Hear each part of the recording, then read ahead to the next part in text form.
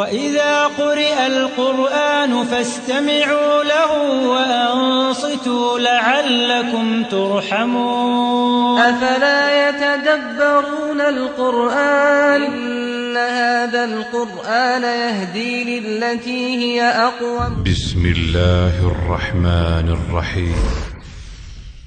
به نام الله بخشنده مهربان. الف لام میم.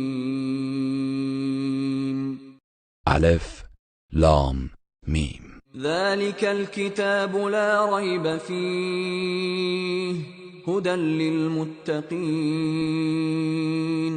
این کتابی است که هیچ شکی در آن نیست و مایه هدایت پرهیزکاران است.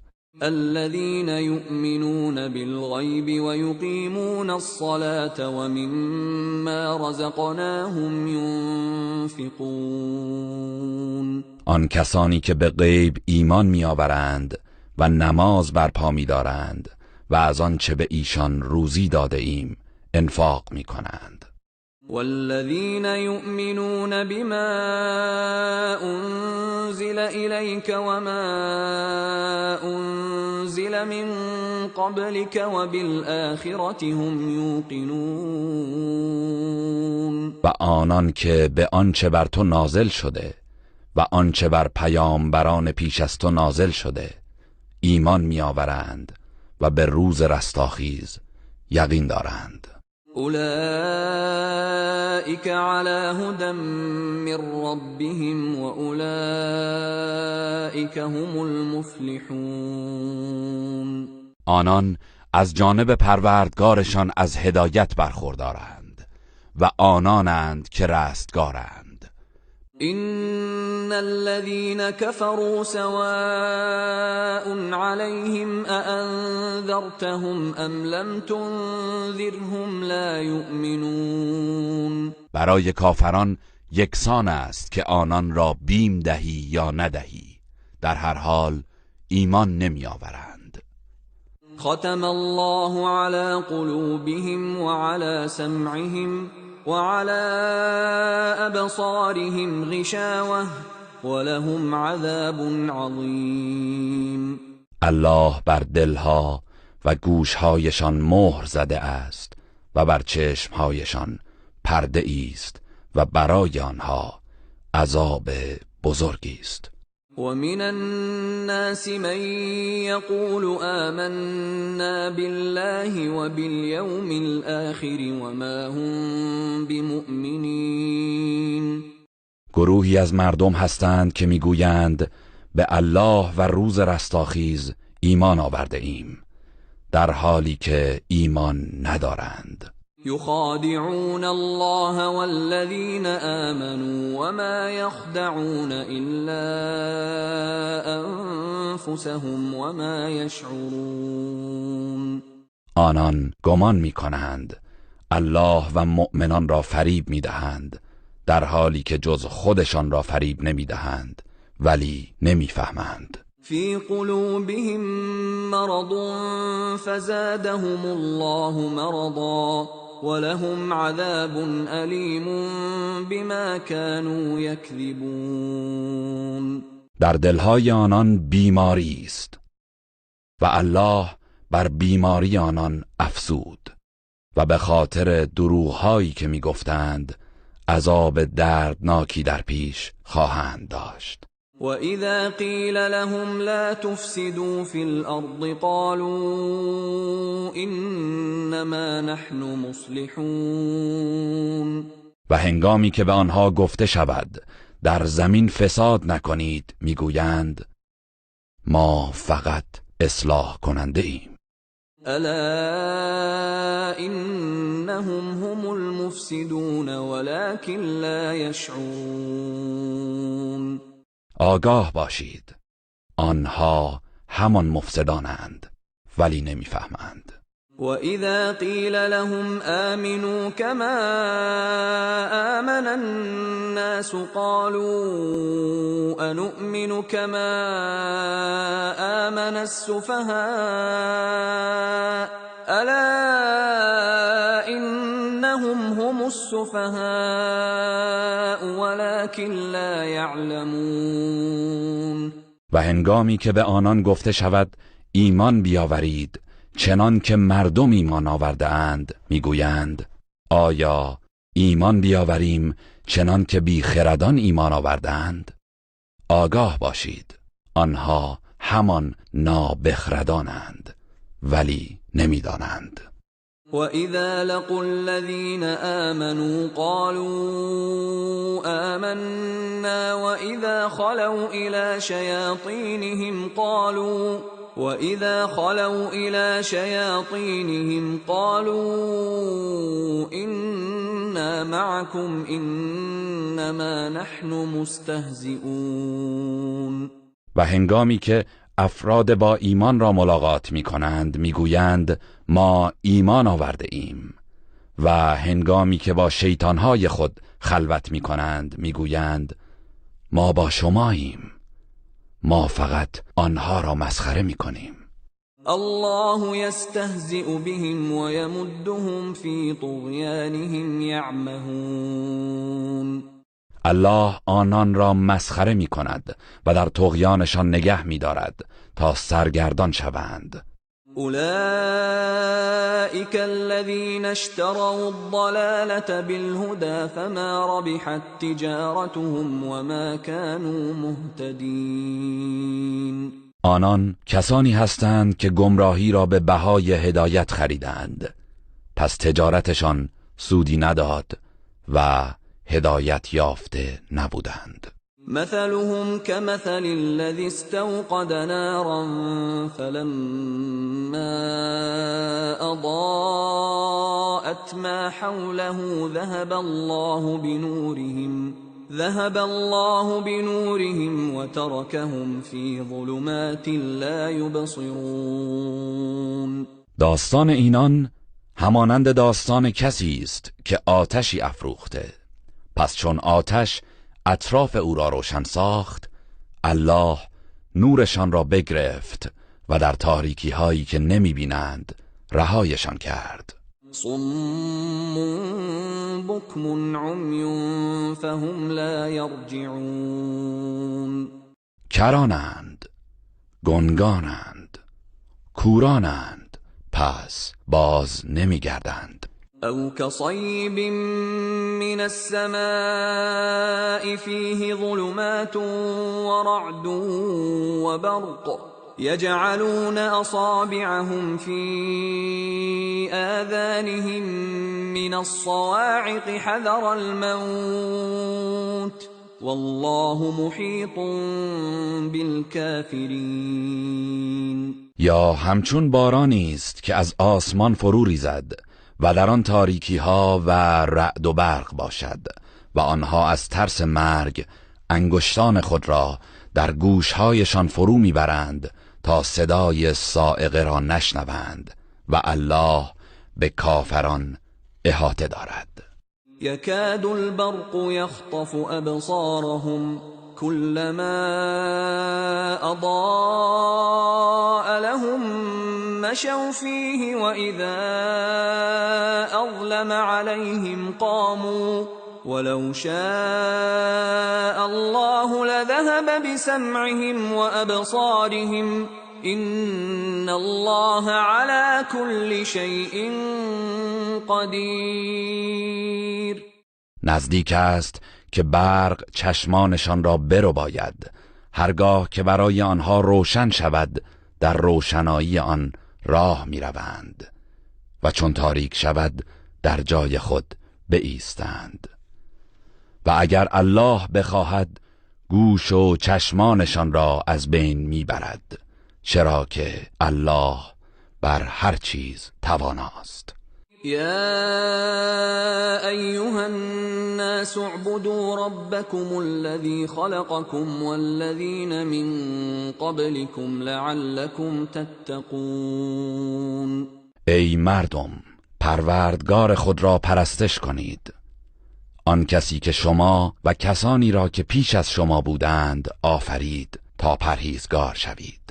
الذي جعل لكم الأرض فراشا والسماء بناء وأنزل من السماء ماء فأخرج به من الثمرات رزقا لكم فلا تجعلوا لله اندادا وانتم تعلمون. آن کس که زمین را برای شما بگسترد و آسمان را همچون سقفی بالای سر شما قرار داد و از آسمان آبی فرو فرستاد و به وسیله آن انواع میوه ها را به وجود آورد تا روزی شما باشد، بنابراین برای الله همتایانی قرار ندهید در حالی که حقیقت را می‌دانید. و این کنتم فی ریب مما نزلنا علی عبدنا فأتوا بسورة من مثله وادعوا شهداءكم من دون الله إن كنتم صادقین. و اگر درباره آنچه بر بنده خود محمد نازل کرده ایم در شک و تردید هستید، سوره ای همانند آن بیاورید و گواهان خود را غیر از الله فراخوانید اگر راست میگویید. فَإِن لَّمْ تَفْعَلُوا وَلَن تَفْعَلُوا فَاتَّقُوا النَّارَ الَّتِي وَقُودُهَا النَّاسُ وَالْحِجَارَةُ أُعِدَّتْ لِلْكَافِرِينَ. پس اگر چنین نکردید و هرگز نتوانید کرد، از آتشی بترسید که هیزم آن مردم و سنگ هاست و برای کافران آماده شده است. وبشر الذين آمنوا وعملوا الصالحات أن لهم جنات تجري من تحتها الأنهار كلما رزقوا منها من ثمرة رزقا قالوا هذا الذي رزقنا من قبل وأتوا به متشابها ولهم فيها أزواج مطهرة وهم فيها خالدون. به کسانی که ایمان آورده و کارهای شایسته انجام داده اند مژده ده که باغهایی از بهشت برای آنهاست که از زیر درختان آن نهرها جاری است. هر زمان که میوه‌ای از آن به ایشان داده شود میگویند این همان است که قبلا به ما روزی داده شده بود و میوه‌هایی همانند آن آورده شود و برای آنان همسرانی پاکیزه است و جاودانه در آن خواهند بود. إن الله لا يستحيي أن يضرب مثلا ما بعوضة فما فوقها فأما الذين آمنوا فيعلمون أنه الحق من ربهم وأما الذين كفروا فيقولون ماذا أراد الله بهذا مثلا يضل به كثيرا ويهدي به كثيرا وما يضل به إلا الفاسقين. به راستی الله از این که به پشه‌ای یا بالاتر از آن مثال بزند شرم نمی کند. آنان که ایمان آورده اند می دانند که آن مثل حق است از طرف پروردگارشان و اما آنهایی که کافرند می گویند الله از این مثل چه خواسته است؟ الله گروه بسیاری را با آن گمراه و گروه بسیاری را هدایت می کند و تنها فاسقان را با آن گمراه می سازد. الذين ينقضون عهد الله من بعد ميثاقه ويقطعون ما أمر الله به أن يوصل ويفسدون في الأرض أولئك هم الخاسرون. کسانی که پیمان الله را پس از محکم ساختن آن می شکنند و آنچه را که الله دستور داده برقرار سازند قطع نموده و در روی زمین فساد می کنند، اینها زیانکارانند.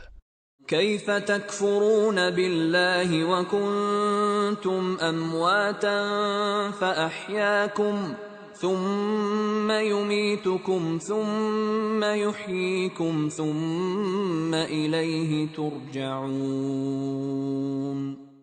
چگونه به الله کافر می شوید در حالی که شما مردگان بودید و او شما را زنده کرد، سپس شما را می میراند، سپس شما را زنده می کند، آنگاه به سوی او بازگردانده می شوید. هو الذي خلق لكم ما في الأرض جميعا ثم استوى إلى السماء فسواهن 7 سماوات وهو بكل شيء عليم. اوست که همه آنچه را که در زمین است برای شما آفرید، آنگاه به آسمان پرداخت و آنها را به صورت 7 آسمان مرتب نمود و او به هر چیز آگاه است. وَإِذْ قَالَ رَبُّكَ لِلْمَلَائِكَةِ إِنِّي جَاعِلٌ فِي الْأَرْضِ خَلِيفَةً قالوا أتجعل فيها من يفسد فيها ويسفك الدماء ونحن نسبح بحمدك ونقدس لك قال إني أعلم ما لا تعلمون. و به یاد آور هنگامی را که پروردگارت به فرشتگان گفت من در زمین جانشینی قرار خواهم داد. گفتند آیا کسی را در آن قرار می دهی که در آن فساد و خونریزی کند؟ در حالی که ما تسبیح و حمد تو را به جای می آوریم و تو را تقدیس می کنیم. پروردگار فرمود یقینا من چیزی می دانم که شما نمی دانید. وعلم آدم الأسماء كلها ثم عرضهم على الملائكة فقال أنبئوني بأسماء هؤلاء إن كنتم صادقين. و نامها را همگی به آدم آموخت، سپس آنها را به فرشتگان عرضه داشت و فرمود اگر راست گویید نامهای اینها را به من خبر دهید. قالوا سبحانك لا علم لنا إلا ما علمتنا إنك أنت العليم الحكيم. فرشتگان گفتند منزهی تو، ما چیزی جز آنچه به ما آموخته ای نمیدانیم، تو دانای حکیمی. قال يا آدم أنبئهم بأسمائهم فلما أنبأهم بأسمائهم قال ألم أقل لكم إني أعلم غيب السماوات والأرض وأعلم ما تبدون وما كنتم تكتمون. فرمود ای آدم آنان را از نامهایشان آگاه کن. هنگامی که آنان را آگاه کرد الله فرمود آیا به شما نگفتم که من غیب آسمان ها و زمین را میدانم و نیز میدانم آنچه را که آشکار میکنید و آنچه را پنهان میداشتید. وَإِذْ قُلْنَا لِلْمَلَائِكَةِ اسْجُدُوا لِآدَمَ فَسَجَدُوا إِلَّا إِبْلِيسَ أَبَى وَاسْتَكْبَرَ وَكَانَ مِنَ الْكَافِرِينَ. به یاد آور هنگامی را که به فرشتگان گفتیم برای آدم سجده کنید، پس همگی سجده کردند جز ابلیس که سر باز زد و تکبر ورزید و از کافران شد. وقلنا يا آدم اسكن أنت وزوجك الجنة وكلا منها رغدا حيث شئتما ولا تقربا هذه الشجرة فتكونا من الظالمين. و گفتیم ای آدم تو با همسرت در بهشت سکونت کن و از نعمتهای آن از هر جا می‌خواهید گوارا بخورید، اما به این درخت نزدیک نشوید که از ستمگران خواهید شد. فأزلهما الشيطان عنها فأخرجهما مما كانا فيه وقلنا اهبطوا بعضكم لبعض عدو ولكم في الأرض مستقر ومتاع إلى حين. پس شیطان موجب لغزش آن دو شد، سپس آنان را از آن چه در آن بودند بیرون کرد و گفتیم همگی به زمین فرود آیید، در حالی که بعضی دشمن بعضی خواهید بود و برای شما در زمین تا مدت معینی قرارگاه و وسیله بهره برداری خواهد بود. فتلقى آدم من ربه كلمات فتاب عليه إنه هو التواب الرحیم. آنگاه آدم از پروردگارش کلماتی فرا گرفت و الله توبه او را پذیرفت، چرا که الله توبه پذیر مهربان است. قلنا اهبطوا منها جميعا فإما يأتينكم مني هدى فمن تبع هداي فلا خوف عليهم ولا هم يحزنون. گفتیم همگی از آن فرود آیید، پس هرگاه هدایتی از طرف من برای شما آمد، کسانی که از آن پیروی کنند نه ترسی بر آنان خواهد بود و نه غمگین خواهند شد.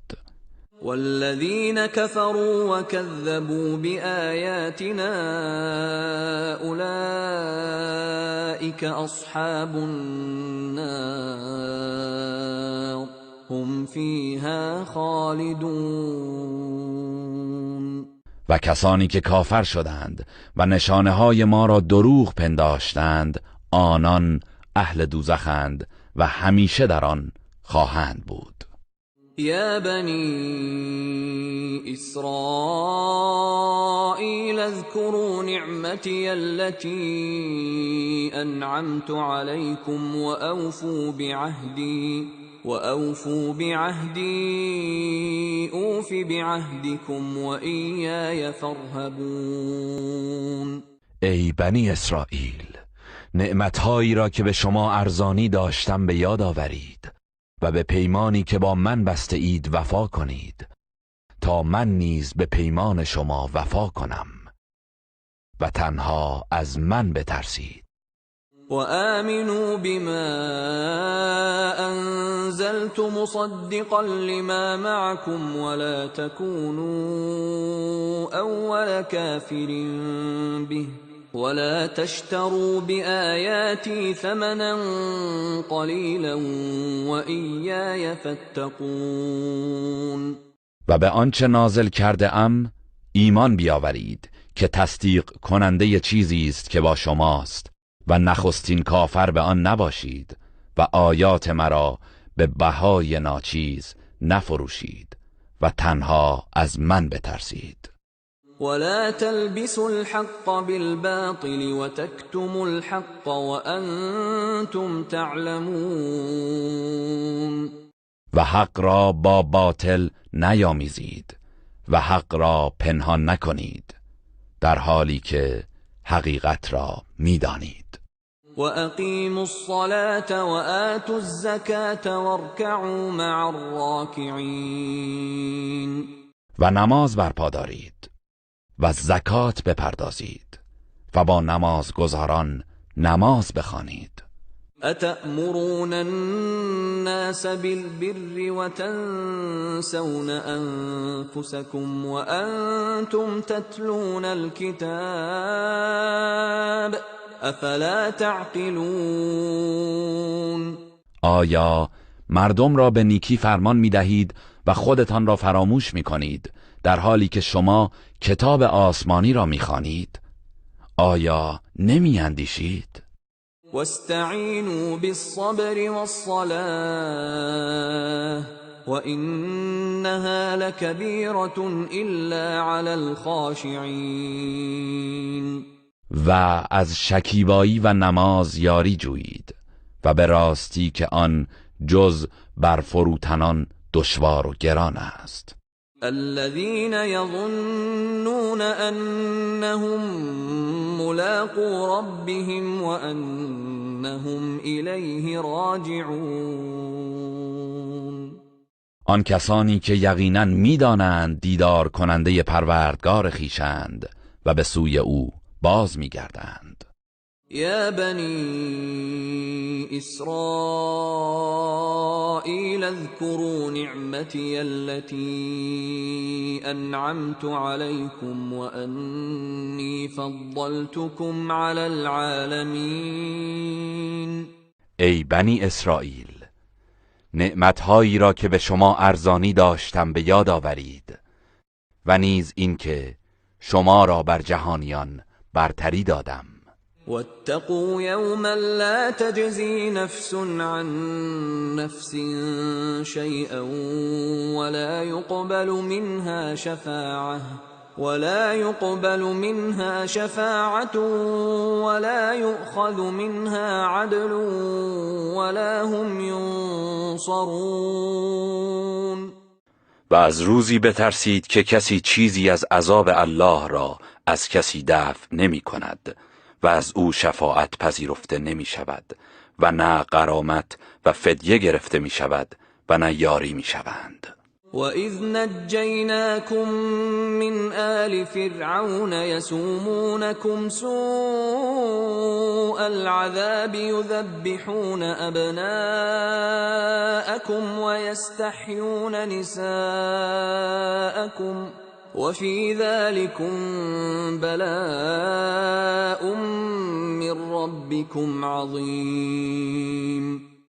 و به یاد آورید هنگامی که شما را از چنگال فرعونیان نجات دادیم، آنان شما را به بدترین صورت آزار و شکنجه می دادند. پسرانتان را سر می بریدند و زنانتان را برای کنیزی زنده نگه می داشتند و در اینها آزمایش بزرگی از جانب پروردگارتان برای شما بود. وَإِذْ فَرَقْنَا بِكُمُ الْبَحْرَ فَأَنْجَيْنَاكُمْ وَأَغْرَقْنَا آلَ فِرْعَوْنَ وَأَنْتُمْ تَنْظُرُونَ.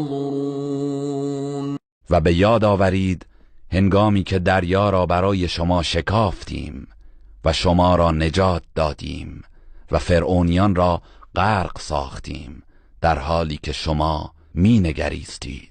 وَإِذْ وَاعَدْنَا مُوسَىٰ 40 لَيْلَةً ثُمَّ اتَّخَذْتُمُ الْعِجْلَ مِن بَعْدِهِ وَأَنْتُمْ ظَالِمُونَ. و به یاد آورید هنگامی را که با موسی 40 شب وعده گذاردیم، آنگاه شما بعد از او گوساله را به پرستش گرفتید در حالی که ستمکار بودید. ثم عفونا عنكم من بعد ذلك لعلكم تشكرون. سپس شما را بعد از آن بخشیدیم، باشد که سپاسگزاری کنید. وَإِذْ آتَيْنَا مُوسَى الْكِتَابَ وَالْفُرْقَانَ لَعَلَّكُمْ تَهْتَدُونَ. و نیز به یاد آورید هنگامی که به موسی کتاب تورات را که جدا کننده حق از باطل است عطا کردیم، باشد که هدایت شوید. وَإِذْ قَالَ مُوسَى لِقَوْمِهِ يَا قَوْمِ إِنَّكُمْ ظَلَمْتُمْ أَنفُسَكُمْ بِاتِّخَاذِكُمُ الْعِجْلَ فتوبوا إلى بارئكم فاقتلوا أنفسكم ذلكم خير لكم عند بارئكم فتاب عليكم إنه هو التواب الرحیم. و به یاد آورید زمانی را که موسی به قوم خود گفت ای قوم من، شما با انتخاب گوساله برای پرستش به خود ستم کرده اید. پس به سوی آفریدگار خود بازگردید و توبه کنید و خطاکاران خود را بکشید.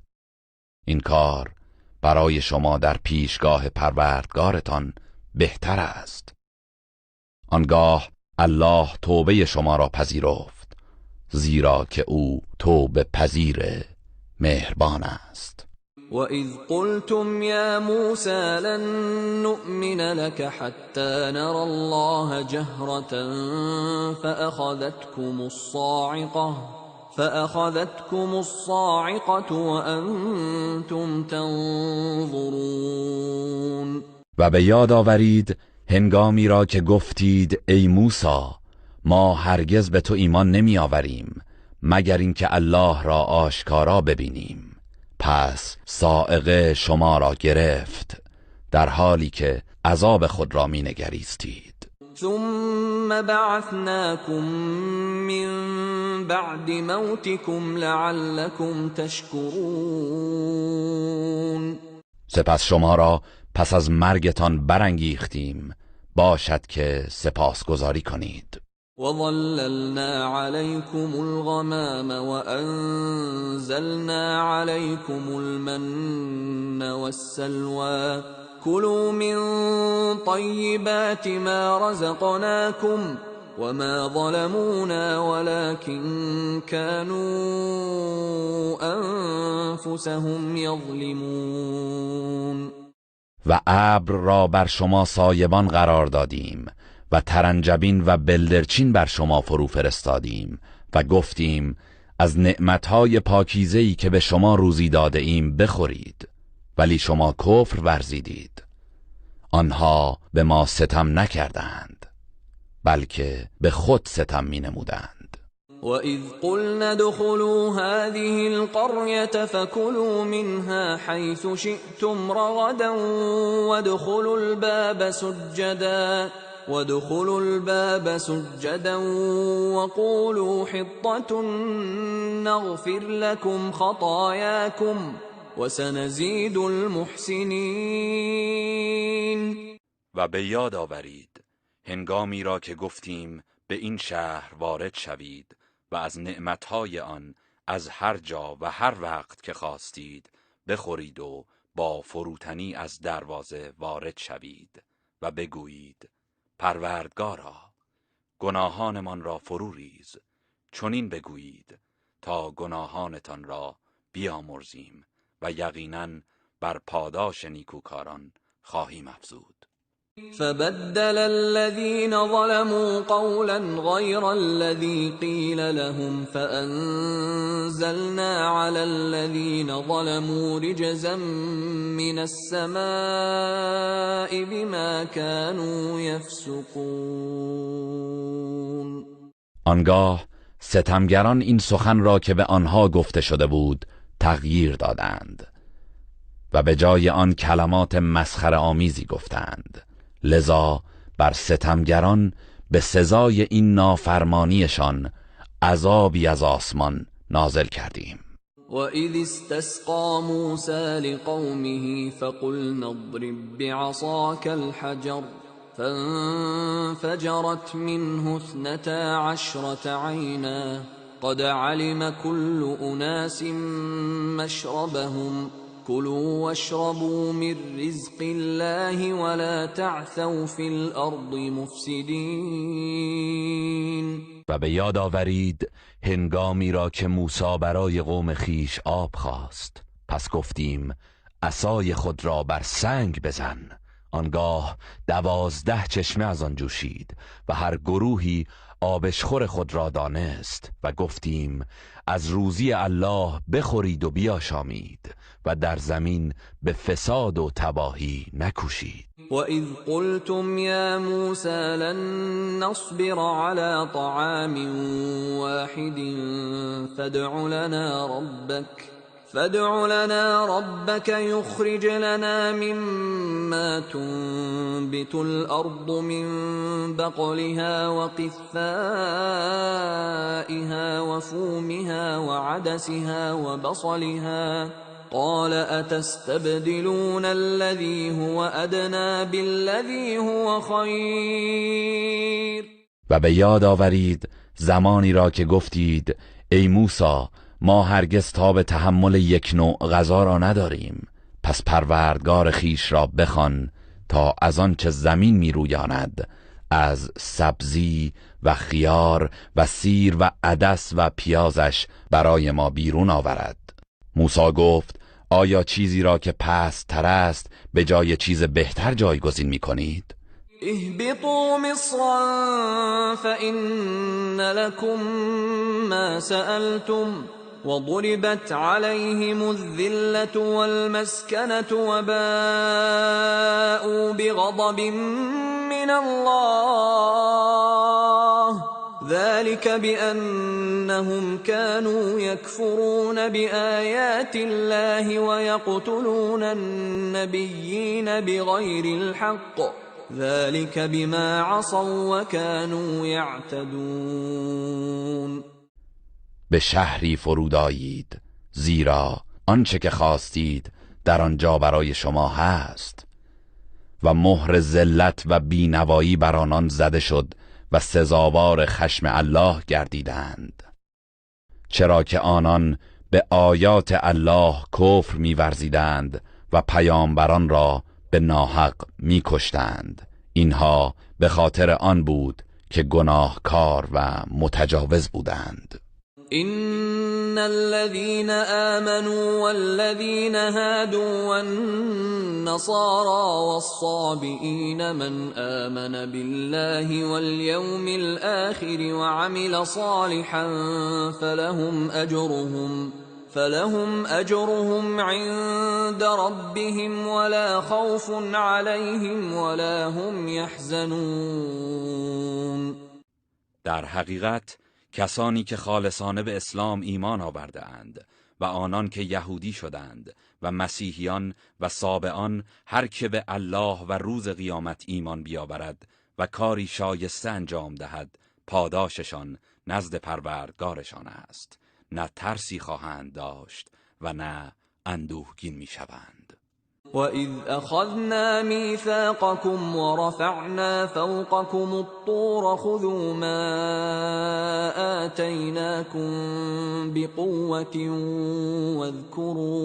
وَاذْكُرُوا مَا فِيهِ لَعَلَّكُمْ تَتَّقُونَ.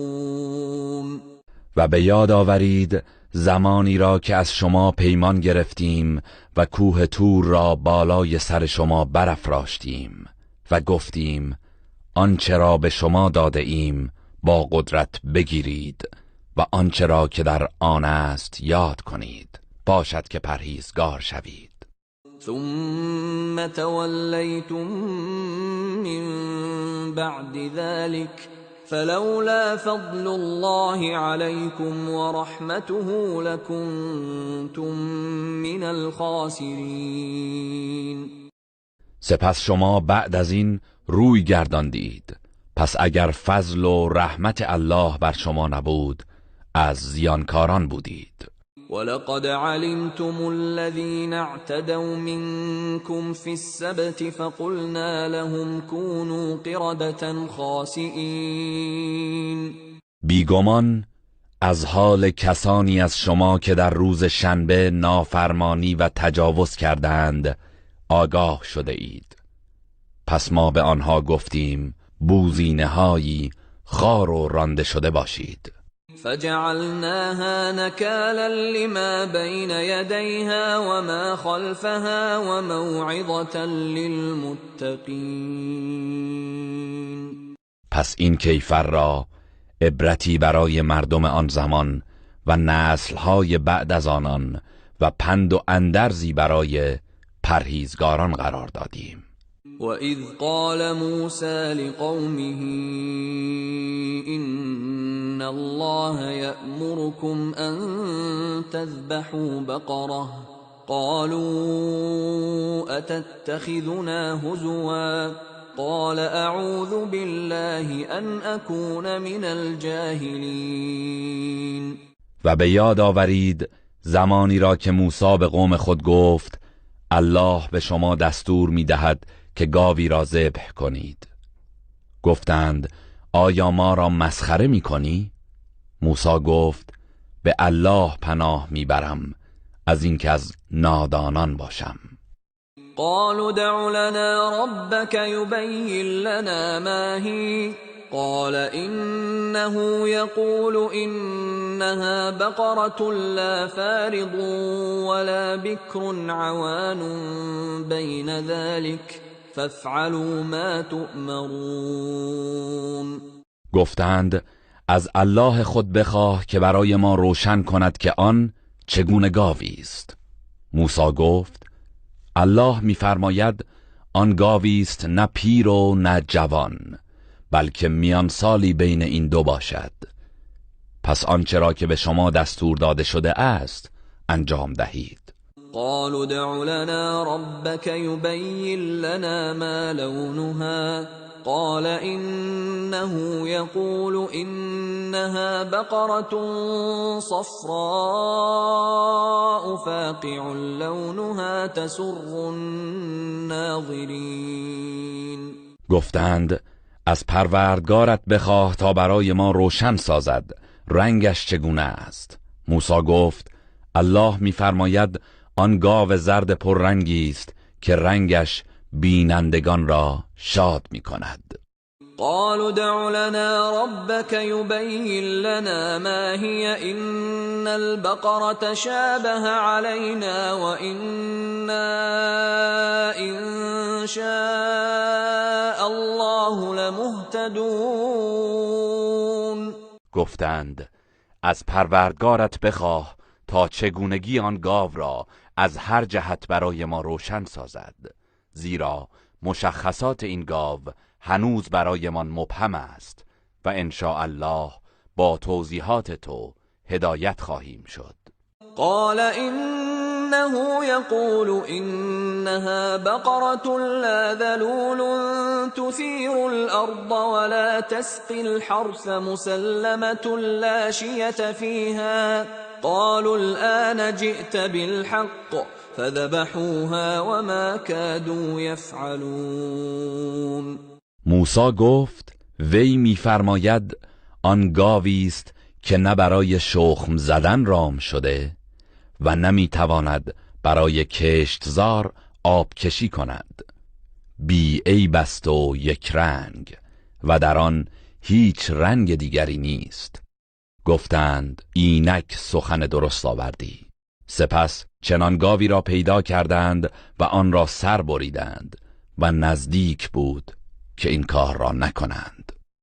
وَإِذْ قَتَلْتُمْ نَفْسًا فَادَّارَأْتُمْ فِيهَا وَاللَّهُ مُخْرِجٌ مَا كُنْتُمْ تَكْتُمُونَ. و به یاد آورید هنگامی که فردی را کشتید، آنگاه درباره او به نزاع پرداختید و الله آشکار کننده آن چیزی است که پنهان می کردید. فَقُلْنَا اضْرِبُوهُ بِبَعْضِهَا كَذَلِكَ يُحْيِي اللَّهُ الْمَوْتَى وَيُرِيكُمْ آيَاتِهِ لَعَلَّكُمْ تَعْقِلُونَ. پس گفتیم پاره ای از گاو را به مقتول بزنید، الله این گونه مردگان را زنده می کند و نشانه های خود را به شما می نمایاند، باشد که اندیشه کنید. ثم قست قلوبكم من بعد ذلك فهي كالحجارة أو أشد قسوة وإن من الحجارة لما يتفجر منه الأنهار وإن منها لما يشقق فيخرج منه الماء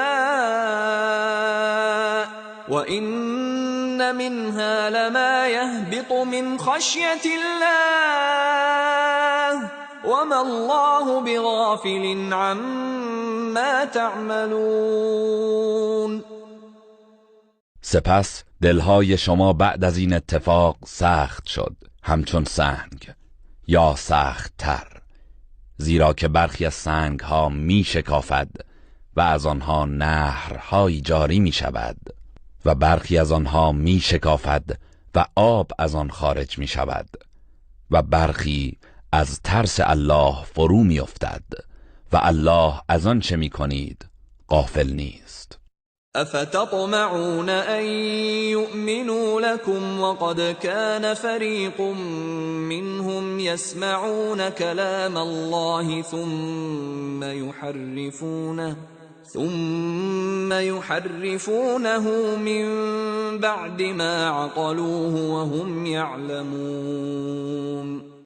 آیا امید دارید که یهودیان به آیین شما ایمان بیاورند با اینکه گروهی از آنان سخنان الله در تورات را میشنیدند و پس از فهمیدنش آن را تحریف میکردند حالان که علم و اطلاع داشتند؟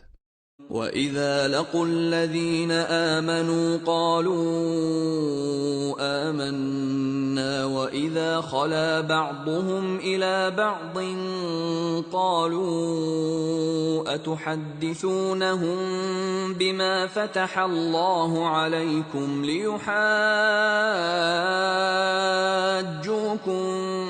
بِهِ عِندَ رَبِّكُمْ افلا تعقلون. و چون با مؤمنان ملاقات کنند میگویند ایمان آورده ایم، ولی هنگامی که با یکدیگر خلوت میکنند میگویند چرا مطالبی را که الله برای شما بیان کرده برای مسلمانان بازگو میکنید تا روز قیامت در پیشگاه پروردگارتان بر ضد شما به آن استدلال کنند؟ آیا نمیفهمید؟ اولا يعلمون ان الله يعلم ما يسرون وما يعلنون. آیا نمیدانند که الله آنچه را پنهان می‌دارند و آنچه را آشکار می‌کنند می‌داند؟ ومنهم أميون لا يعلمون الكتاب إلا أماني وإنهم إلا يظنون. و برخی از آنان بی سوادانی هستند که کتاب الله را جز مشتی خیالات و آرزوها نمی‌دانند و تنها به پندارهایشان دل بسته‌اند. فويل للذين يكتبون الكتاب بأيديهم ثم يقولون هذا من عند الله ليشتروا به ثمنا قليلا فويل لهم مما كتبت أيديهم وويل لهم مما يكسبون. پس وای بر کسانی که با دست خود می نویسند سپس می گویند این از جانب الله است تا آن را به بهای اندک بفروشند. پس وای بر آنها از آنچه دستهایشان نوشته و وای بر آنان از آنچه از این راه به دست می آورند. وقالوا لن تمسنا النار إلا أياما معدودة قل أتخذتم عند الله عهدا فلن يخلف الله عهده أم تقولون على الله ما لا تعلمون.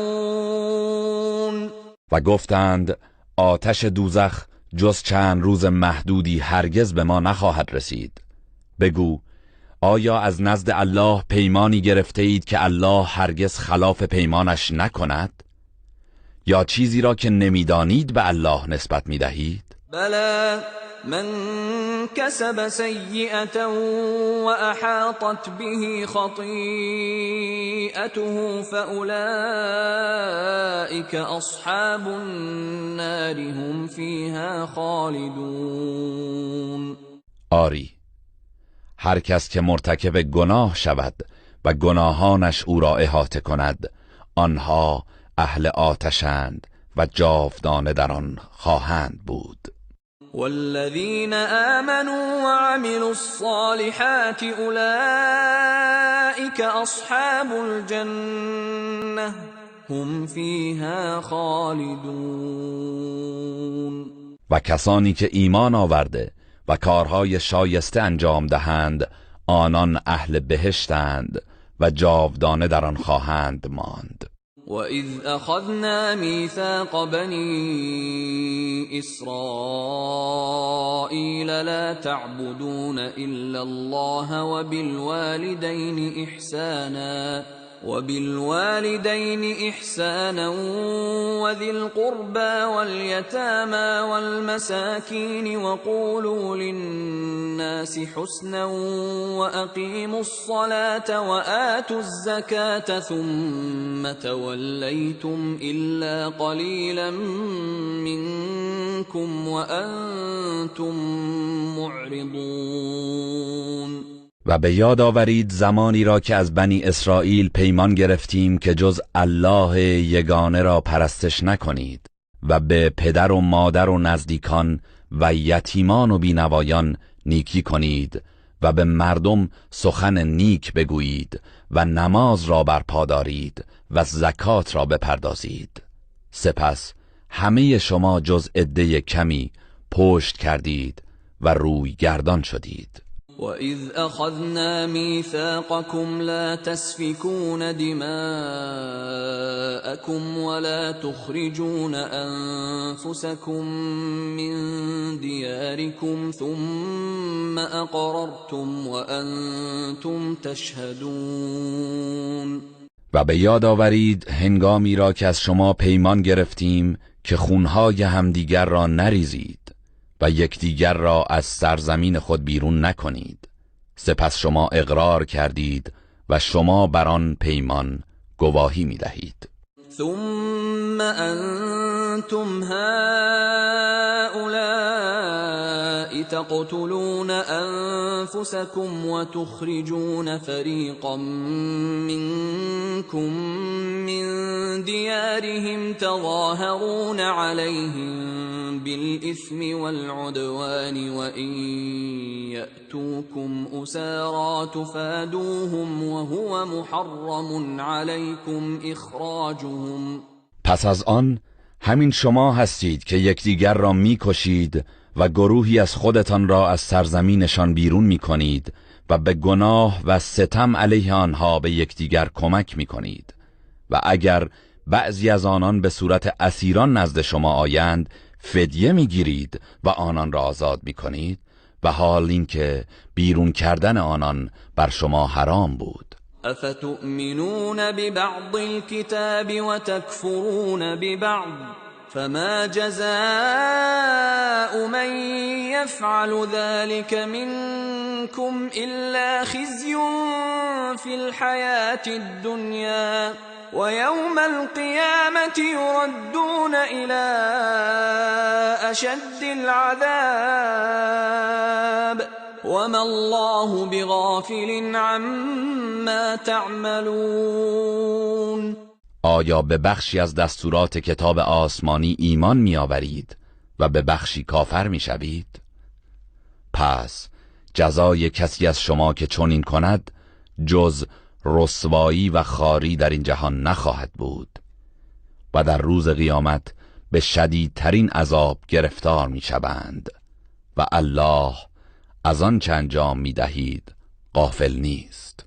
أولئك أولئك الذين اشتروا الحياة الدنيا بالآخرة فلا يخفف عنهم العذاب ولا هم ينصرون. اینان کسانی هستند که زندگانی دنیا را به بهای آخرت خریدند، پس عذاب آنها تخفیف داده نمی شود و کسی آنها را یاری نخواهد کرد.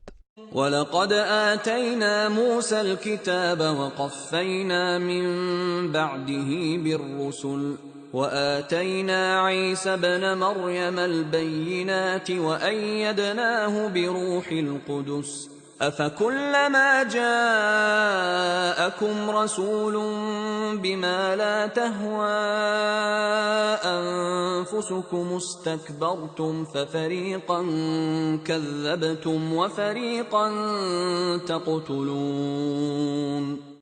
همانا به موسی کتاب دادیم و بعد از او پیامبرانی پشت سر هم فرستادیم و به عیسی پسر مریم معجزه ها و دلایل روشن دادیم و او را به وسیله روح القدس تأیید کردیم. آیا چنین نیست که هر زمان پیامبری چیزی برخلاف هوای نفس شما آورد در برابر او تکبر کردید؟ پس گروهی را تکذیب کرده و گروهی را کشتید. وقالوا قلوبنا غلف بل لعنهم الله بكفرهم فقلیلا ما یؤمنون. و آنها از روی تمسخر گفتند دلهای ما پوشیده و در غلاف است. چنین نیست، بلکه الله به سزای کفرشان لعنتشان کرده است، پس بسیار کم ایمان می آورند. ولما جاءهم كتاب من عند الله مصدق لما معهم وكانوا من قبل يستفتحون على الذين كفروا فلما جاءهم ما عرفوا كفروا به فلعنت الله علی الكافرین. و هنگامی که از طرف الله کتابی برای آنان آمد که تصدیق کننده چیزهایی بود که با خود داشتند و پیش از این به خود نوید پیروزی بر کافران میدادند که با کمک آن بر دشمنان پیروز گردند، با این همه هنگامی که این کتاب و پیامبری را که از قبل شناخته بودند نزد آنها آمد، به او کافر شدند. لعنت الله بر کافران باد.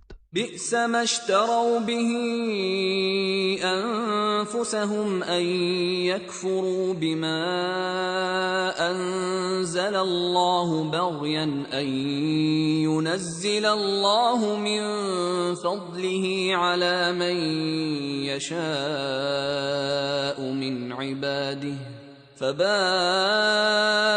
بغضب على غضب وللكافرین عذاب مهین. به چه بهای بدی خود را فروختند که از روی حسد به آنچه الله فرستاده بود کافر شدند، که چرا الله از فضل خیش بر هر کس از بندگانش که بخواهد وحی نازل می کند. پس به خشمی پس از خشم دیگر گرفتار شدند و برای کافران عذابی خفتبار است. وَإِذَا قِيلَ لَهُمْ آمِنُوا بِمَا أَنزَلَ اللَّهُ قَالُوا نُؤْمِنُ بِمَا أُنزِلَ عَلَيْنَا وَيَكْفُرُونَ بِمَا وَرَاءَهُ وَهُوَ الْحَقُّ مُصَدِّقًا لِمَا مَعَهُمْ قل فلم تقتلون انبیاء الله من قبل ان کنتم مؤمنین. و چون به آنها گفته شود به آنچه الله نازل کرده است ایمان بیاورید، میگویند ما به چیزی ایمان میآوریم که بر خود ما نازل شده است و به غیر آن کافر میشوند، در حالی که آن سخن حق است و تصدیق کننده چیزی است که با خود دارند. بگو اگر راست میگویید و مؤمنید پس چرا پیامبران الله را پیش از این میکشتید؟ ولقد جاءكم موسى بالبينات ثم اتخذتم العجل من بعده وأنتم ظالمون. و به راستی موسی معجزه ها و نشانه های روشنی برای شما آورد. آنگاه شما پس از وی گوساله را برای پرستش انتخاب کردید در حالی که ستمگر بودید.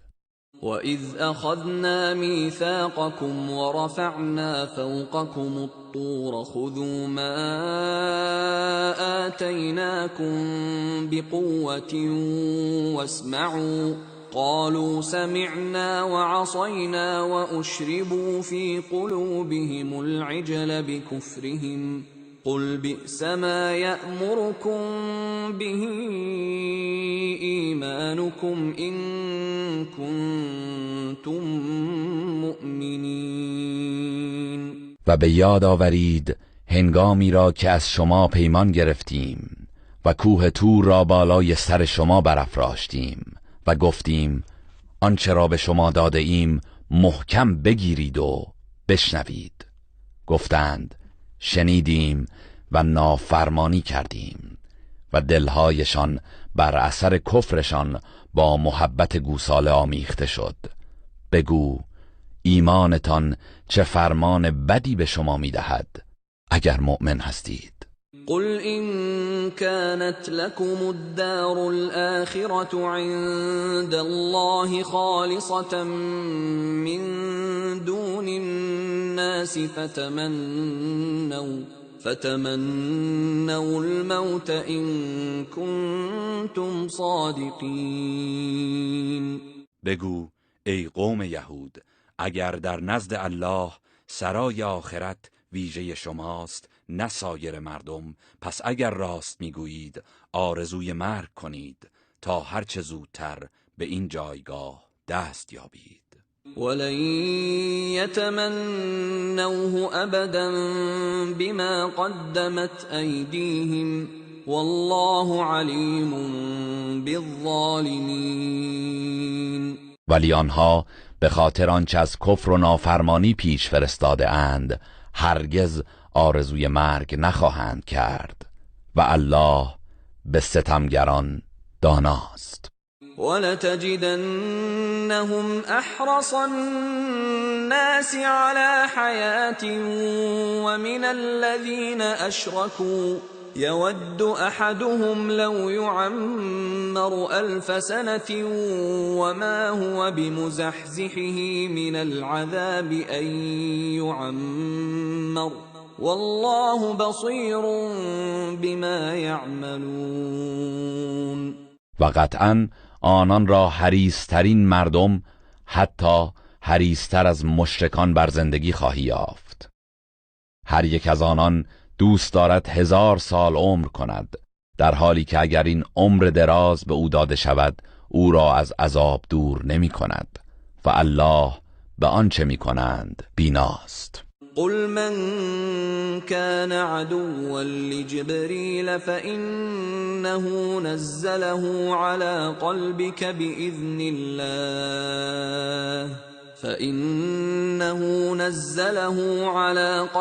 بإذن الله مصدقا لما بين يديه وهدى وبشرى للمؤمنين. بگو کسی که دشمن جبرئیل باشد در حقیقت دشمن الله است، زیرا او به فرمان الله قرآن را بر قلب تو نازل کرده است که تصدیق کننده کتاب‌های آسمانی پیش از آن بوده و برای مؤمنان هدایت و بشارت است. من كان عدوا لله وملائكته ورسله وجبريل وميكال فإن الله عدو للكافرين. کسی که دشمن الله و فرشتگان او و پیامبرانش و جبرئیل و میکائیل باشد پس بداند که همانا الله دشمن کافران است. ولقد انزلنا إليك آيات بينات وما يكفر بها إلا الفاسقون. و به درستی که ما نشانه‌های روشنی بر تو نازل کردیم و جز فاسقان کسی به آنها کفر نمی‌ورزد. او كلما عاهدوا عهدا نبذه فريق منهم بل اكثرهم لا يؤمنون. آیا چنین نیست هرگاه آنها پیمانی با خدا و رسول بستند گروهی از ایشان آن را دور افکندند؟ آری بیشترشان ایمان نمی آورند. ولما جاءهم رسول من عند الله مصدق لما معهم نبذ فريق من الذين أوتوا الكتاب كتاب الله وراء ظهورهم كأنهم لا يعلمون. و هنگامی که فرستاده ای از سوی الله به سراغشان آمد که با نشانه هایی که نزد آنها بود مطابقت داشت، جمعی از آنان که به آنها کتاب آسمانی داده شده بود کتاب الله را پشت سر افکندند، گویی از حقیقت هیچ نمی‌دانند. واتبعوا ما تتلو الشياطين على ملك سليمان وما كفر سليمان ولكن الشياطين كفروا يعلمون الناس السحر وما أنزل على الملكين ببابل هاروت وماروت وما يعلمان من أحد حتى يقولا إنما نحن فتنة فلا تكفر فيتعلمون منهما ما يفرقون به بين المرء وزوجه وما هم بضارين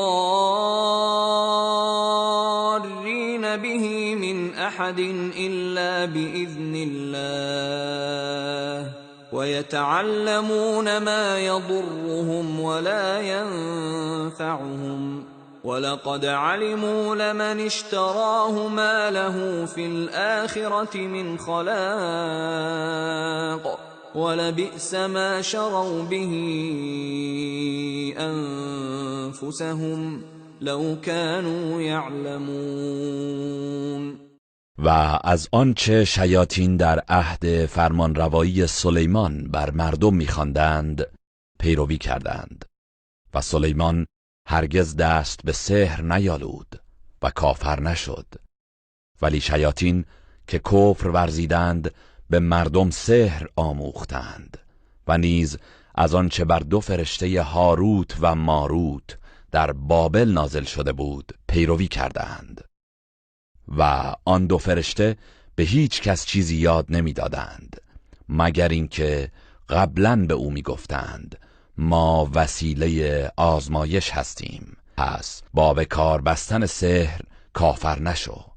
پس آنها از دو فرشته چیزهایی میآموختند که به وسیله آن میان مرد و همسرش جدایی بیفکنند، حالان که بدون اجازه الله نمیتوانند به وسیله آن به کسی زیانی برسانند و چیزی میآموختند که به آنان زیان میرسانید و سودی نمیداد و قطعاً میدانستند که هر کس خریدار و در پی آن باشد در آخرت بهره ای نخواهد داشت. و چه بد و زشت بود آنچه خود را به آن فروختند اگر میدانستند. ولو أنهم آمنوا واتقوا لمثوبة من عند الله خير لو كانوا يعلمون. و اگر آنها ایمان می آوردند و پرهیزکاری می کردند، پاداشی که نزد الله است برای آنان بهتر بود اگر آگاهی داشتند. يا أيها الذين آمنوا لا تقولوا راعنا وقولوا انظرنا واسمعوا وللكافرین عذاب الیم. ای کسانی که ایمان آورده اید، هنگامی که از پیامبر برای درک آیات قرآن درخواست مهلت می کنید، نگویید راعنا، بلکه بگویید انظرنا و دستورات را بشنوید و برای کافران عذاب دردناکی است. ما يود الذين كفروا من أهل الكتاب ولا المشركين أن ينزل عليكم من خير من ربكم والله يختص برحمته من يشاء والله ذو الفضل العظیم.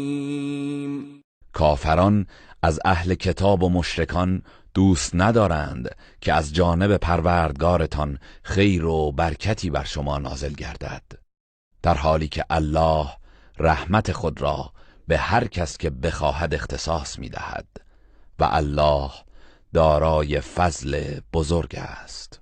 ما ننسخ من آیت او ننسها نأت بخیر منها او مثلها الم تعلم ان الله على كل شيء قدیر. هر آیه ای را نسخ کنیم یا از دل مردم بزداییم و فراموشش گردانیم، بهتر از آن یا همانندش را می‌آوریم. آیا نمی‌دانی که الله بر هر چیز تواناست؟ الم تعلم ان الله له ملك السماوات والارض وما لكم من دون الله من ولي ولا نصير. آیا نمی‌دانی که فرمان روایی آسمان ها و زمین از آن الله است و جز الله سرپرست و یاوری برای شما نیست؟ ام تريدون ان تسألوا رسولكم كما سئل موسى من قبل ومن يتبدل الكفر بالإيمان فقد ضل سواء السبيل. آیا می‌خواهید از پیامبر خود همان چیزی را درخواست کنید که پیش از این از موسی خواسته شد؟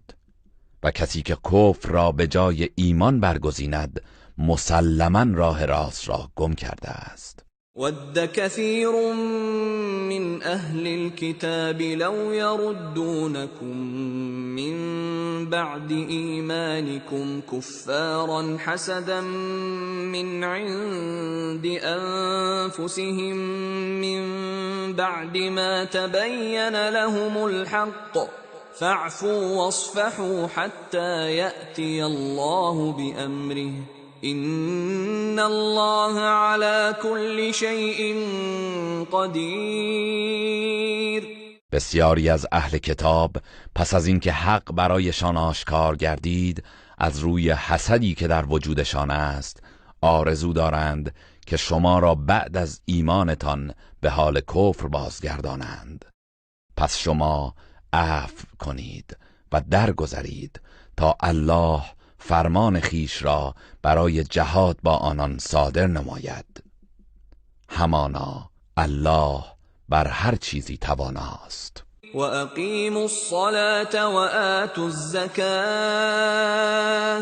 وما تقدموا لأنفسكم من خير تجدوه عند الله ان الله بما تعملون بصیر. و نماز برپای دارید و زکات بپردازید و هر کار نیکی را که برای خود از پیش می‌فرستید آن را نزد الله خواهید یافت. یقیناً الله به آنچه می‌کنید بیناست. وقالوا لن يدخل الجنة إلا من كان هودا أو نصارى تلك أمانيهم قل هاتوا برهانكم إن كنتم صادقین. و گفتند جز یهودی یا مسیحی هیچ کس هرگز داخل بهشت نخواهد شد. این آرزوهای باطل آنهاست. بگو اگر راست گویید دلیل خود را بیاورید. بلی من اسلم وجهه لله وهو محسن فله اجره عند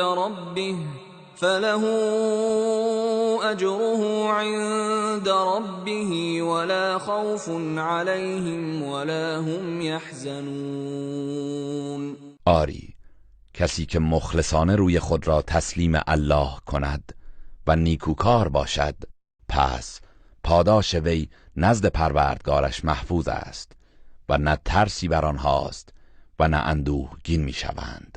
وقالت اليهود ليست النصارى على شيء وقالت النصارى ليست اليهود على شيء وهم يتلون الكتاب كذلك قال الذين لا يعلمون مثل قولهم فالله يحكم بينهم يوم القيامة فيما كانوا فيه يختلفون. یهودیان گفتند مسیحیان بر حق نیستند و مسیحیان نیز گفتند یهودیان بر حق نیستند، در حالی که آنان کتاب آسمانی را می‌خوانند. همچنین کسانی که نمی‌دانند سخنی همانند آنان گفتند. پس الله روز قیامت در مورد آنچه که با هم اختلاف داشتند میان آنان داوری می‌کند. ومن أظلم ممن منع مساجد الله أن يذكر فيها اسمه وسعى في خرابها أولئك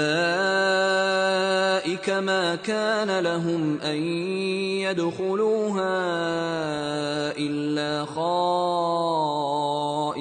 خائفين لهم في الدنيا خزي ولهم في الآخرة عذاب عظيم. و کیست ستمکارتر از آن کسی که از بردن نام الله در مسجدها جلوگیری کرد و در ویرانی آنها کوشید. شایسته نیست که آنان جز با حال وحشت و ترس وارد این مساجد شوند.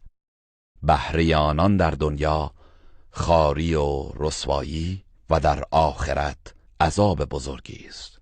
ولله المشرق والمغرب فأينما تولوا فثم وجه الله إن الله واسع علیم. مشرق و مغرب از آن الله است، پس به هر سو رو کنید روی الله آنجاست، همانا الله گشایشگر داناست. وقالوا اتخذ الله ولدا سبحانه بل له ما في السماوات والأرض كل له قانتون. و یهودیان و مسیحیان و مشرکان گفتند الله برای خود فرزندی برگزیده است، منزه است او، بلکه آنچه در آسمانها و زمین است از آن اوست و همه فرمان بردار اویند. بدیع السماوات والارض واذا قضى امرا فانما يقول له كن فيكون. او پدید آورنده آسمانها و زمین است و چون به کاری اراده فرماید تنها به آن میگوید باش، پس می شود. وقال الذين لا يعلمون لولا يكلمنا الله أو تأتينا آية كذلك قال الذين من قبلهم مثل قولهم تشابهت قلوبهم قد بينا الآيات لقوم یوقنون. و آنان که نمیدانند گفتند چرا الله با ما سخن نمیگوید یا چرا معجزه و نشانه ای برای ما نمی آید. کسانی که پیش از آنان بودند نیز همین گونه سخن می گفتند. افکار و دلهایشان همانند یکدیگر است. همانا ما آیات و نشانه ها را برای گروهی که یقین دارند آشکار و روشن ساخته ایم. إنا أرسلناك بالحق بشيرا ونذيرا ولا تسأل عن أصحاب الجحیم. ما تو را به حق برای بشارت و بیم دادن فرستادیم و درباره دوزخیان از تو پرسیده نخواهد شد. ولن ترضى عنك اليهود ولا النصارى حتى تتبع ملتهم قل إن هدى الله هو الهدى ولئن اتبعت أهواءهم بعد الذي جاءك من العلم ما لك من الله من ولي ولا نصير. یهودیان و مسیحیان هرگز از تو خوشنود نخواهند شد مگر اینکه از آیین آنان پیروی کنی. بگو بی تردید هدایت راستین هدایت الله است و یقین بدان اگر پس از دانشی که به تو رسیده است از هوسهای آنان پیروی کنی در برابر الله هیچ دوست و یاوری نخواهی داشت. الذين آتيناهم الكتاب يتلونه حق تلاوته أولئك يؤمنون به ومن يكفر به فأولئك هم الخاسرون. کسانی که کتاب آسمانی به آنها داده ایم و آن را چنان که شایسته است می‌خوانند ایشان بدان ایمان می‌آورند و کسانی که به او کافر شوند پس بیگمان ایشان زیانکارانند. يا بني إسرائيل اذكروا نعمتي التي أنعمت عليكم وأني فضلتكم على العالمين. ای بنی اسرائیل، نعمت مرا که بر شما ارزانی داشتم به یاد آورید و نیز این که من شما را بر جهانیان معاصرتان برتری بخشیدم. واتقوا يوما لا تجزي نفس عن نفس شيئا ولا يقبل منها عدل ولا تنفعها شفاعة ولا هم ينصرون. از روزی بترسید که هیچ کس از دیگری دفاع نمی کند. هیچ گونه تاوان و فدیه از او پذیرفته نمی شود و شفاعت او را سودی نمی دهد و یاری نمی شوند. وَإِذِ ابْتَلَى إِبْرَاهِيمَ رَبُّهُ بِكَلِمَاتٍ فَأَتَمَّهُنَّ قَالَ إِنِّي جَاعِلُكَ لِلنَّاسِ إِمَامًا قال ومن ذريتي قال لا ينال عهد الظالمين. و به یاد آورید هنگامی که الله ابراهیم را با سخنانی مشتمل بر اوامر و نواهی و تکالیف آزمود، پس او همه را به خوبی به انجام رسانید. الله به او فرمود همانا من تو را پیشوای مردم قرار می دهم. ابراهیم گفت و از فرزندانم نیز پیشوایانی قرار بده.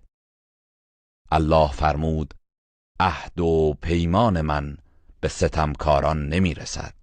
وَإِذْ جَعَلْنَا الْبَيْتَ مَثَابَةً لِلنَّاسِ وَأَمْنًا وَاتَّخِذُوا مِن مَّقَامِ إِبْرَاهِيمَ مُصَلًّى وَعَهِدْنَا إِلَى إبراهيم وإسماعيل أن طهرا بيتي للطائفين والعاكفين والركع السجود. و یاد کن هنگامی که خانه کعبه را محل بازگشت حاجیان مشتاق و جای امنی برای مردم قرار دادیم و مقرر کردیم که مقام ابراهیم را نمازگاهی برای خیش انتخاب کنید و ما به ابراهیم و اسماعیل وحی کردیم که خانه مرا برای طواف کنندگان و معتکفان و رکوع و سجود کنندگان پاک و پاکیزه کنید. وَإِذْ قَالَ إِبْرَاهِيمُ رَبِّ اجْعَلْ هَذَا بَلَدًا آمِنًا وَارْزُقْ أَهْلَهُ مِنَ الثَّمَرَاتِ مَنْ آمَنَ مِنْهُمْ بِاللَّهِ وَالْيَوْمِ الْآخِرِ قَالَ وَمَنْ كَفَرَ فَأُمَتِّعُهُ قَلِيلًا ثُمَّ أَضْطَرُّهُ إِلَى عَذَابِ النَّارِ وَبِئْسَ الْمَصِيرُ. و به یاد آورید هنگامی را که ابراهیم گفت پروردگارا این سرزمین را شهری امن بگردان و اهل آن را، یعنی کسانی از ایشان که به الله و روز قیامت ایمان آورده اند، از میوه های گوناگون روزی ده. الله فرمود و هر کس که کافر شود اندکی بهره‌مندش میسازم، سپس او را به عذاب آتش میکشانم و چه بد سرانجامی است. وَإِذْ يَرْفَعُ إِبْرَاهِيمُ الْقَوَاعِدَ مِنَ الْبَيْتِ وَإِسْمَاعِيلُ رَبَّنَا تَقَبَّلْ مِنَّا إِنَّكَ أَنْتَ السَّمِيعُ الْعَلِيمُ. و به یاد آورید هنگامی که ابراهیم و اسماعیل پایه‌های خانه کعبه را بالا می بردند و می گفتند پروردگارا از ما بپذیر، همانا که تو شنوای دانایی. ربنا وجعلنا مسلمين لك ومن ذريتنا أمة مسلمة لك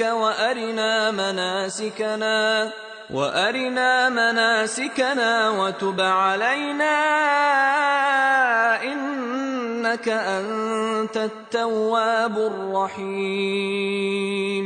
پروردگارا ما را فرمان بردار خود قرار ده و از فرزندانمان امتی فرمان بردار خود پدید آور و آداب عبادتمان را به ما نشان ده و توبه ما را بپذیر، به درستی که تو توبه پذیر مهربانی. ربنا وبعث فيهم رسولا منهم يتلو عليهم آياتك ويعلمهم الكتاب والحكمة ويزكيهم إنك أنت العزيز الحكيم.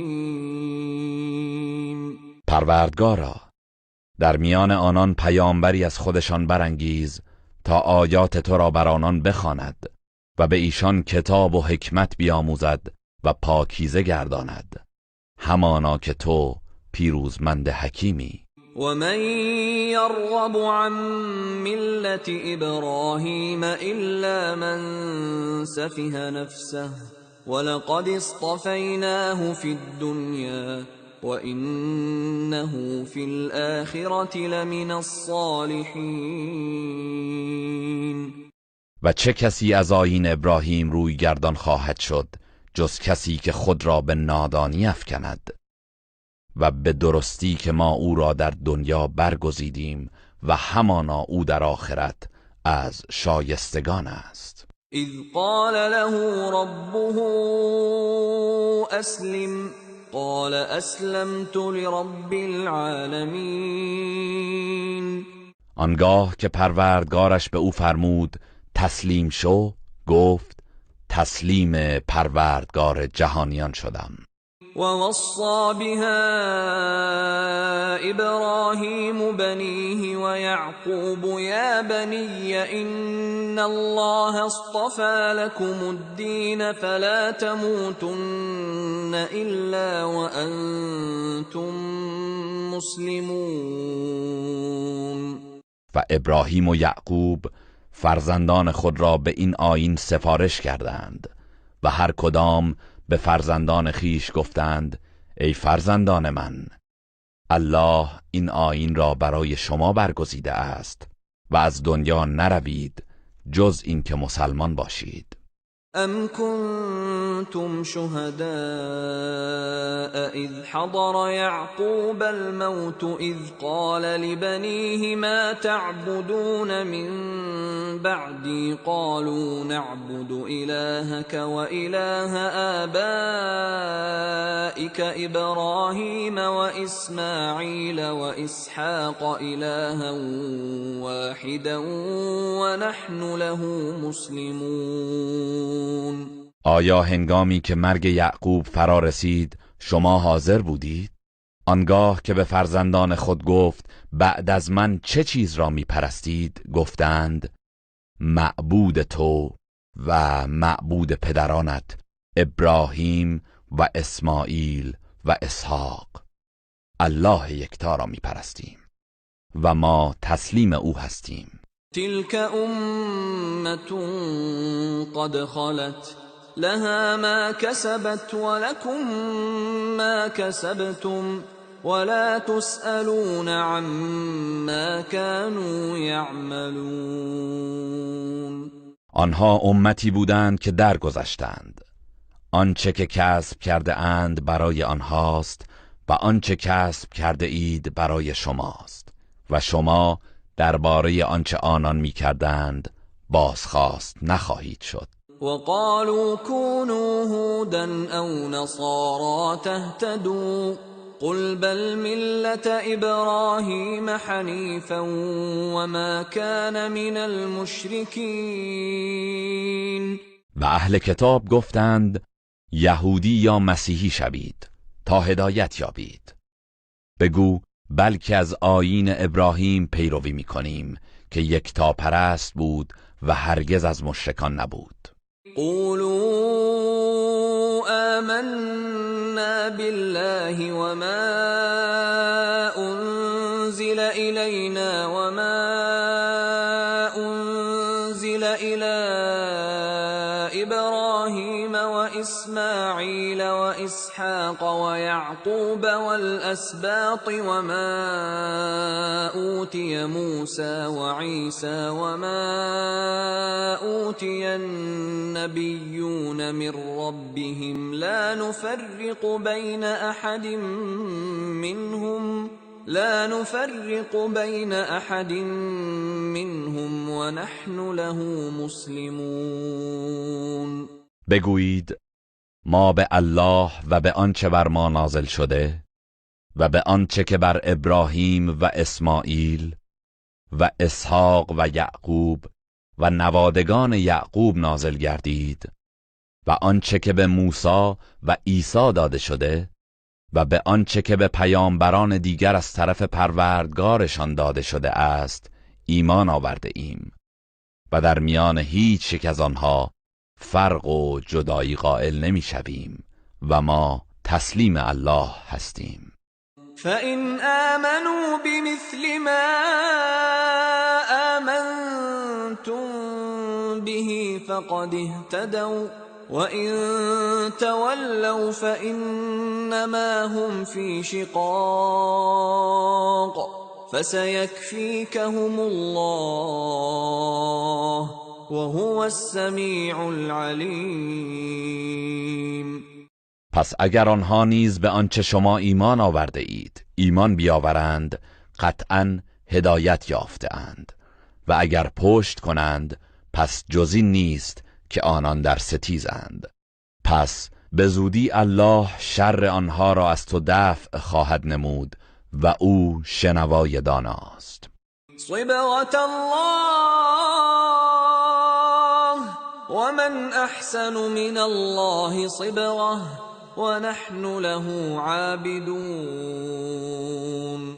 رنگ الهی و دین او را بپذیرید و چه کسی خوشنگارتر از الله است و ما تنها او را می پرستیم. قل اتحاجوننا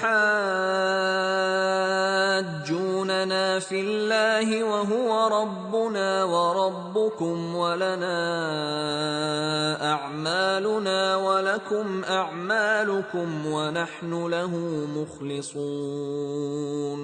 بگو آیا درباره الله با ما مجادله می کنید؟ در حالی که او پروردگار ما و شماست و کردار ما از آن ما و کردار شما از آن شماست و ما او را با اخلاص پرستش می کنیم. ام تقولون ان ابراهیم و اسماعیل و اسحاق و یعقوب والاسباط كانوا هودا او نصارا قل اانتم اعلم ام الله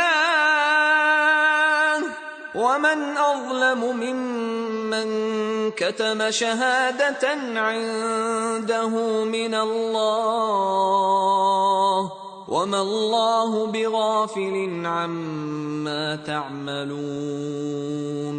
آیا میگویید ابراهیم و اسماعیل و اسحاق و یعقوب و نوادگان او یهودی یا مسیحی بودند در حالی که تورات و انجیل پس از این پیامبران نازل شده است؟ بگو شما داناترید یا الله؟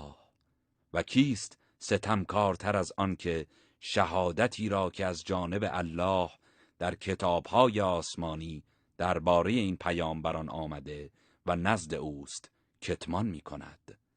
و یقین بدانید که الله از آن چه می‌کنید غافل نیست. تلك امة قد خلت لها ما كسبت ولكم ما كسبتم ولا تسألون عما كانوا يعملون.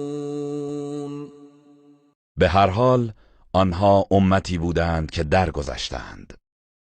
آنچه که کسب کرده اند برای آنهاست و آنچه شما کسب کرده اید برای شماست و شما درباره آنچه آنان می کردند بازخواست نخواهید شد. إن هذا القرآن يهدي للتي هي أقوم إن هذا القرآن يهدي للتي هي أقوم. أعوذ بالله من الشيطان الرجيم. سيقول السفهاء من الناس ما ولاهم عن قبلتهم التي كانوا عليها قل لله المشرق والمغرب يهدي من يشاء إلى صراط مستقيم.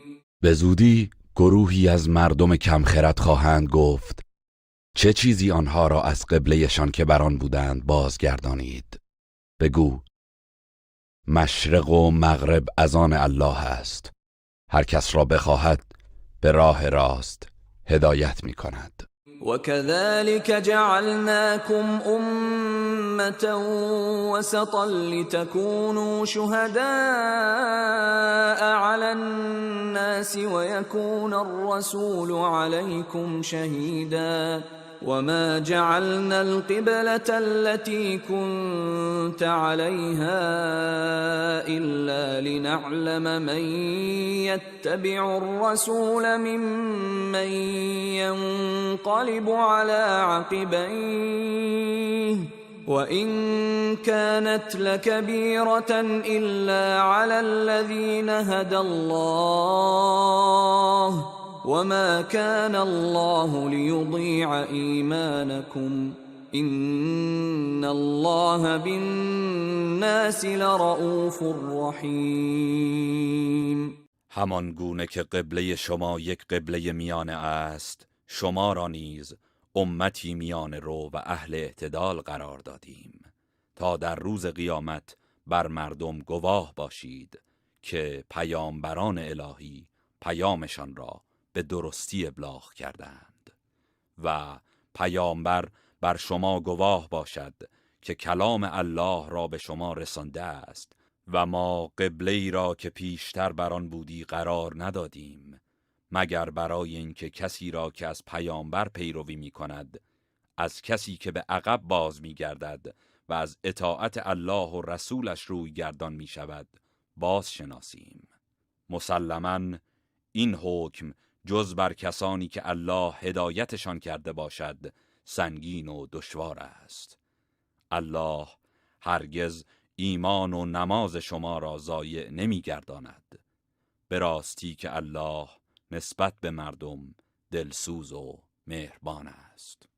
قد نرى تقلب وجهك في السماء فلنولينك قبلة ترضاها فول وجهك شطر المسجد الحرام وحيث ما كنتم فولوا وجوهكم شطره وَإِنَّ الَّذِينَ أُوتُوا الْكِتَابَ لَيَعْلَمُونَ أَنَّهُ الْحَقُّ مِنْ رَبِّهِمْ وَمَا اللَّهُ بِغَافِلٍ عَمَّا يَعْمَلُونَ. به تحقیق ما گرداندن رویت به سوی آسمان را می‌بینیم. اکنون تو را به سوی قبله‌ای که به آن خوشنود شوی باز می‌گردانیم. پس روی خود را به سوی مسجد الحرام کن و هر جا بودید روی خود را به سوی آن بگردانید. کسانی که کتاب آسمانی به آنها داده شد به خوبی می‌دانند که این تغییر قبله حق است و از جانب پروردگارشان میباشد و الله از آن چه می‌کنند غافل نیست. وَلَئِنْ أَتَيْتَ الَّذِينَ أُوتُوا الْكِتَابَ بِكُلِّ آيَةٍ مَا تَبِعُوا قِبْلَتَكَ وَمَا أَنْتَ بِتَابِعٍ قِبْلَتَهُمْ وَمَا بَعْضُهُمْ بِتَابِعٍ قِبْلَةَ بَعْضٍ وَلَئِنِ اتَّبَعْتَ أَهْوَاءَهُمْ مِنْ بعد ما جاءك من العلم إنك إذا لمن الظالمين.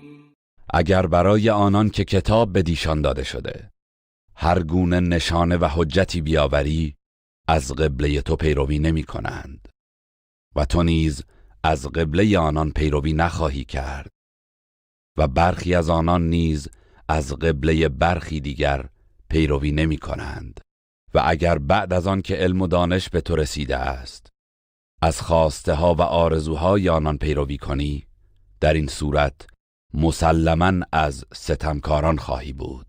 الذين آتيناهم الكتاب يعرفونه كما يعرفون أبناءهم وَإِنَّ فَرِيقًا مِّنْهُمْ لَيَكْتُمُونَ الْحَقَّ وَهُمْ يَعْلَمُونَ. کسانی که به آنان کتاب آسمانی داده ایم او را می شناسند چنان که فرزندان خود را می شناسند و گروهی از آنان حق را کتمان می کنند در حالی که خود نیز می دانند. الحق من ربك فلا تكونن من الممترین. حق از جانب پروردگار توست پس هرگز از تردید کنندگان مباش. ولكل وجهة هو موليها فاستبقوا الخيرات أينما تكونوا يأتي بكم الله جميعا إن الله على كل شيء قدیر. برای هر یک از امتها جهتی است که هنگام نماز بدان رو می کند. پس در نیکی‌ها بر یکدیگر سبقت بگیرید. هر جا که باشید الله در روز قیامت همه شما را حاضر می کند. همانا الله بر هر چیزی تواناست. ومن حيث خرجت فول وجهك شطر المسجد الحرام وإنه للحق من ربك وما الله بغافل عما تعملون. از هر جا که به قصد سفر خارج شدی، پس به هنگام نماز روی خود را به سوی مسجد الحرام کن و به درستی که این رو کردنت حقی از جانب پروردگارت است و الله از آنچه می کنید غافل نیست. ومن حيث خرجت فول وجهك شطر المسجد الحرام وحيث ما كنتم فولوا وجوهكم شطره لئلا يكون للناس عليكم حجة إلا الذين ظلموا منهم فلا تخشوهم واخشوني ولأتم نعمتي عليكم ولعلكم تهتدون. و از هر جا که بیرون شدی پس روی خود را به سوی مسجد الحرام کن و شما ای مؤمنان هر جا که بودید روی خود را به سوی آن کنید تا مردم جز کسانی از ایشان که ستم کردند بر شما حجتی نداشته باشند. پس از آنان نترسید و از من بترسید و رو به قبله کنید تا نعمت خود را بر شما تمام کنم، باشد که هدایت شوید. كما أرسلنا فيكم رسولا منكم يتلو عليكم آياتنا ويزكيكم ويعلمكم الكتاب والحكمة ويعلمكم ما لم تكونوا تعلمون. همچنان که پیامبری از خودتان در میان شما فرستادیم که آیات ما را بر شما میخواند و شما را پاک میگرداند و به شما کتاب و حکمت میآموزد و آنچه نمیدانستید به شما یاد میدهد. فاذكروني اذكركم واشكروا لي ولا تكفرون. پس مرا یاد کنید تا شما را یاد کنم و سپاس مرا گویید و با من ناسپاسی نکنید. يا أيها الذين آمنوا استعينوا بالصبر والصلاة إن الله مع الصابرين.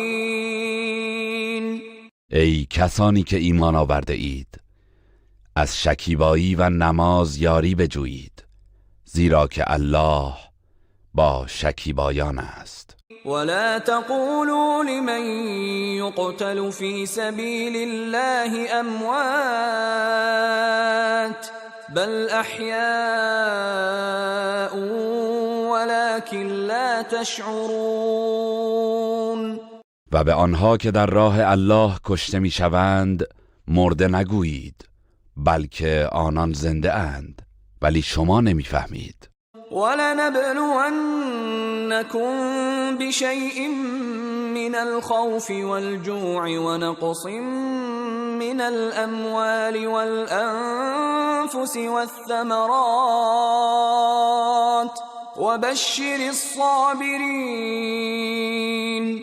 و قطعاً شما را با چیزی از ترس و گرسنگی و کاهش مالها و جانها و میوه‌ها آزمایش می‌کنیم و به صبر کنندگان مژده بده. الذين اذا اصابتهم مصيبة قالوا انا لله وانا الیه راجعون. آنان که هرگاه مصیبتی به ایشان رسد میگویند ما از آن الله هستیم و به سوی او باز میگردیم. اولئک اولئک علیهم صلوات من ربهم ورحمه واولئک هم المهتدون. اینها هستند که درودها و رحمتی از پروردگارشان بر ایشان است و اینان هدایت یافتگانند. إن الصفا والمروة من شعائر الله فمن حج البيت أو اعتمر فلا جناح عليه أن يطوف بهما ومن تطوع خيرا فإن الله شاكر عليم. صفا و مروه از شعائر و نشانه های الله است. پس هر که حج خانه الله کند یا عمره انجام دهد بر او گناهی نیست که میان آن دو طواف کند و کسی که به میل خود کار نیکی انجام دهد پس به درستی که الله سپاسگزار داناست.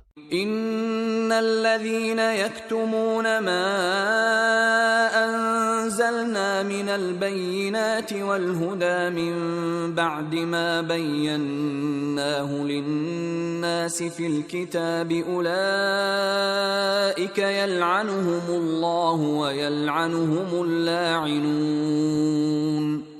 کسانی که آنچه را از دلایل روشن و هدایت نازل کرده ایم بعد از آن که آن را در کتاب برای مردم بیان نمودیم پنهان می‌دارند، الله آنان را لعنت می‌کند و لعنت کنندگان از مؤمنان و فرشتگان لعنتشان می‌کنند. إلا الذين تابوا وأصلحوا وبينوا فأولئك أتوب عليهم وأنا التواب الرحيم. مگر کسانی که توبه کردند و اعمال خود را اصلاح نمودند و حقیقت را آشکار ساختند، پس اینانند که توبه ایشان را میپذیرم و من توبه پذیر مهربانم. إن الذين كفروا وماتوا وهم كفار أولئك عليهم لعنة الله والملائكة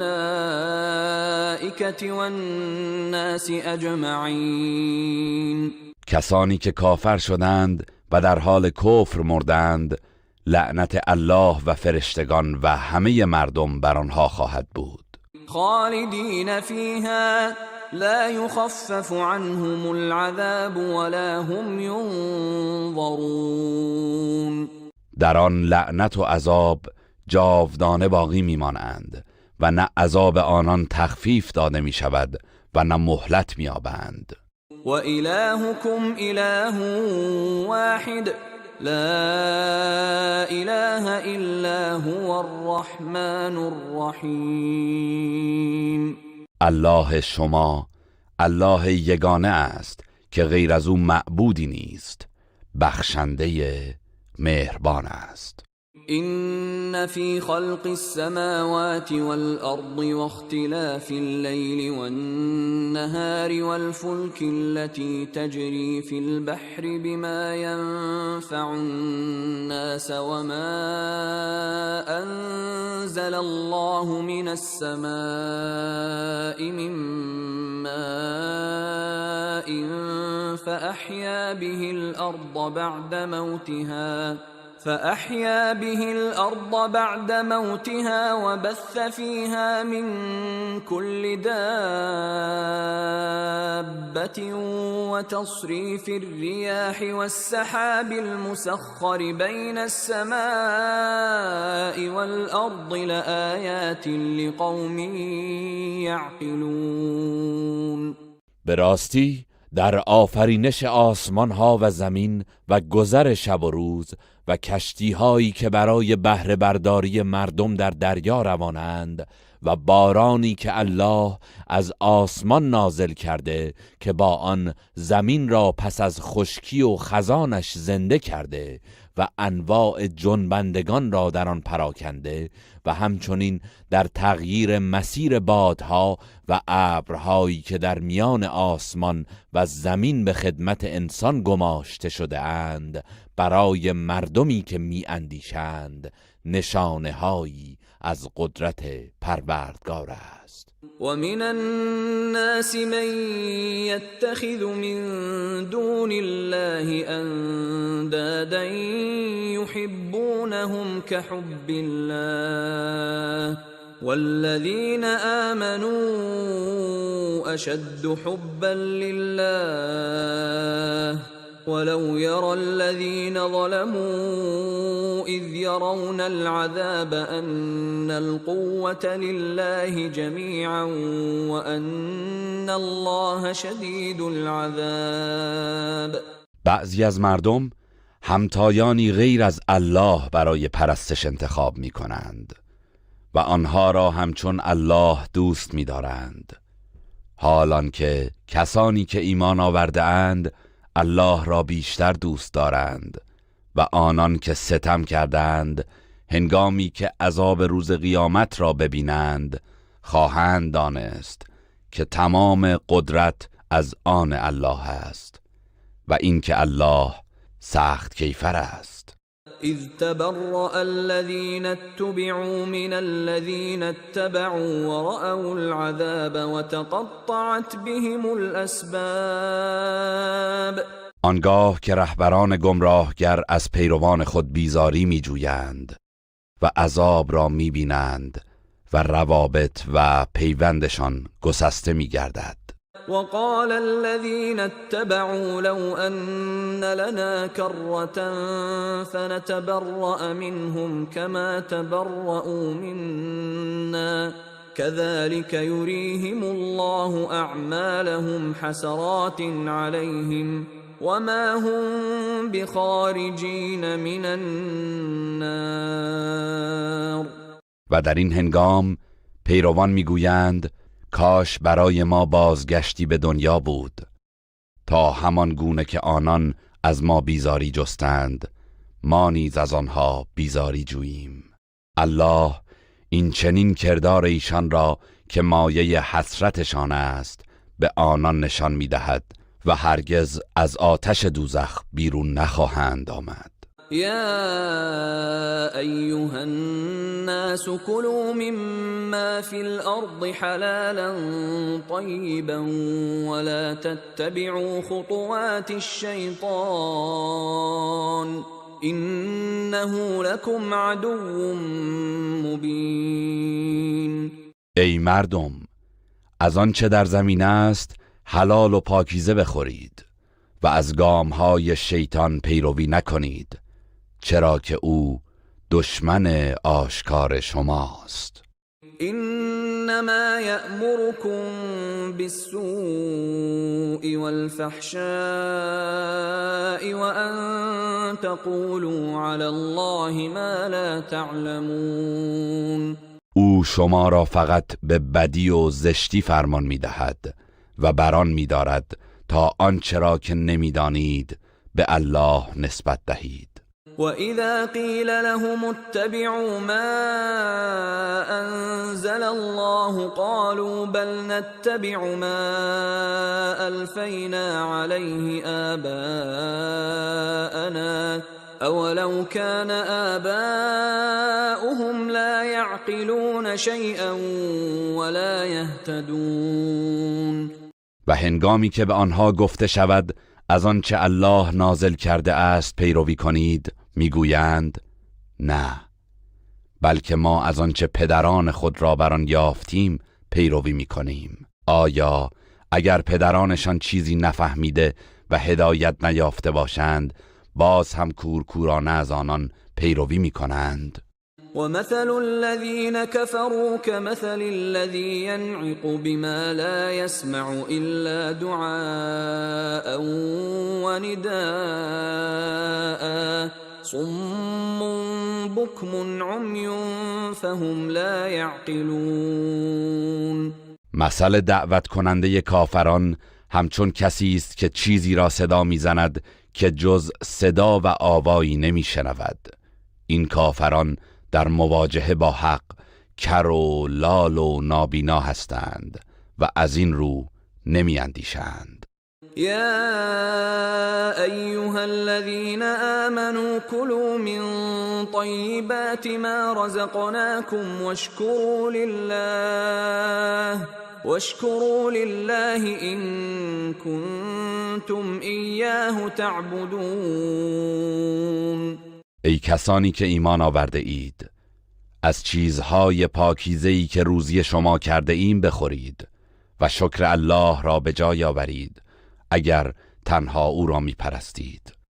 إنما حرم عليكم الميتة والدم ولحم الخنزير وما أهل به لغير الله فمن اضطر غير باغ ولا عاد فلا إثم عليه إن الله غفور رحیم. الله تنها مردار و خون و گوشت خوک و آنچه را که هنگام ذبح نام غیر الله بر آن برده شده بر شما حرام کرده است و اگر کسی برای حفظ جان خود به خوردن آنها ناچار شود در صورتی که ستمگر و متجاوز نباشد پس گناهی بر او نیست، چرا که الله آمرزنده مهربان است. إن الذين يكتمون ما أنزل الله من الكتاب ويشترون به ثمنا قليلا أولئك ما يأكلون في بطونهم إلا النار ولا يكلمهم الله يوم القيامة ولا يزكيهم ولهم عذاب أليم. کسانی که آنچه را الله از کتاب نازل کرده کتمان می کنند و آن را برای مال و مقام دنیا به بهای اندکی می فروشند جز آتش چیزی نمی خورند و الله روز قیامت با آنان سخن نمی گوید و ایشان را از گناه پاک نمی کند و عذاب دردناکی خواهند داشت. أولئك الذين اشتروا الضلالة بالهدى والعذاب بالمغفرة فما أصبرهم على النار. اینان کسانی هستند که گمراهی را به بهای هدایت و عذاب را به بهای آمرزش خریدند، پس بر آتش دوزخ چه شکیبا هستند. ذلك بأن الله نزل الكتاب بالحق وإن الذين اختلفوا في الكتاب لفي شقاق بعید. این به خاطر آن است که الله کتاب را به حق نازل کرده است و کسانی که در آن اختلاف کردند از حق و حقیقت بسیار دورند. ليس البر أن تولوا وجوهكم قبل المشرق والمغرب ولكن البر من آمن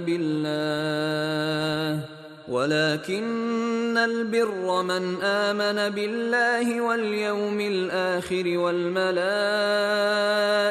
والكتاب والنبيين وآتى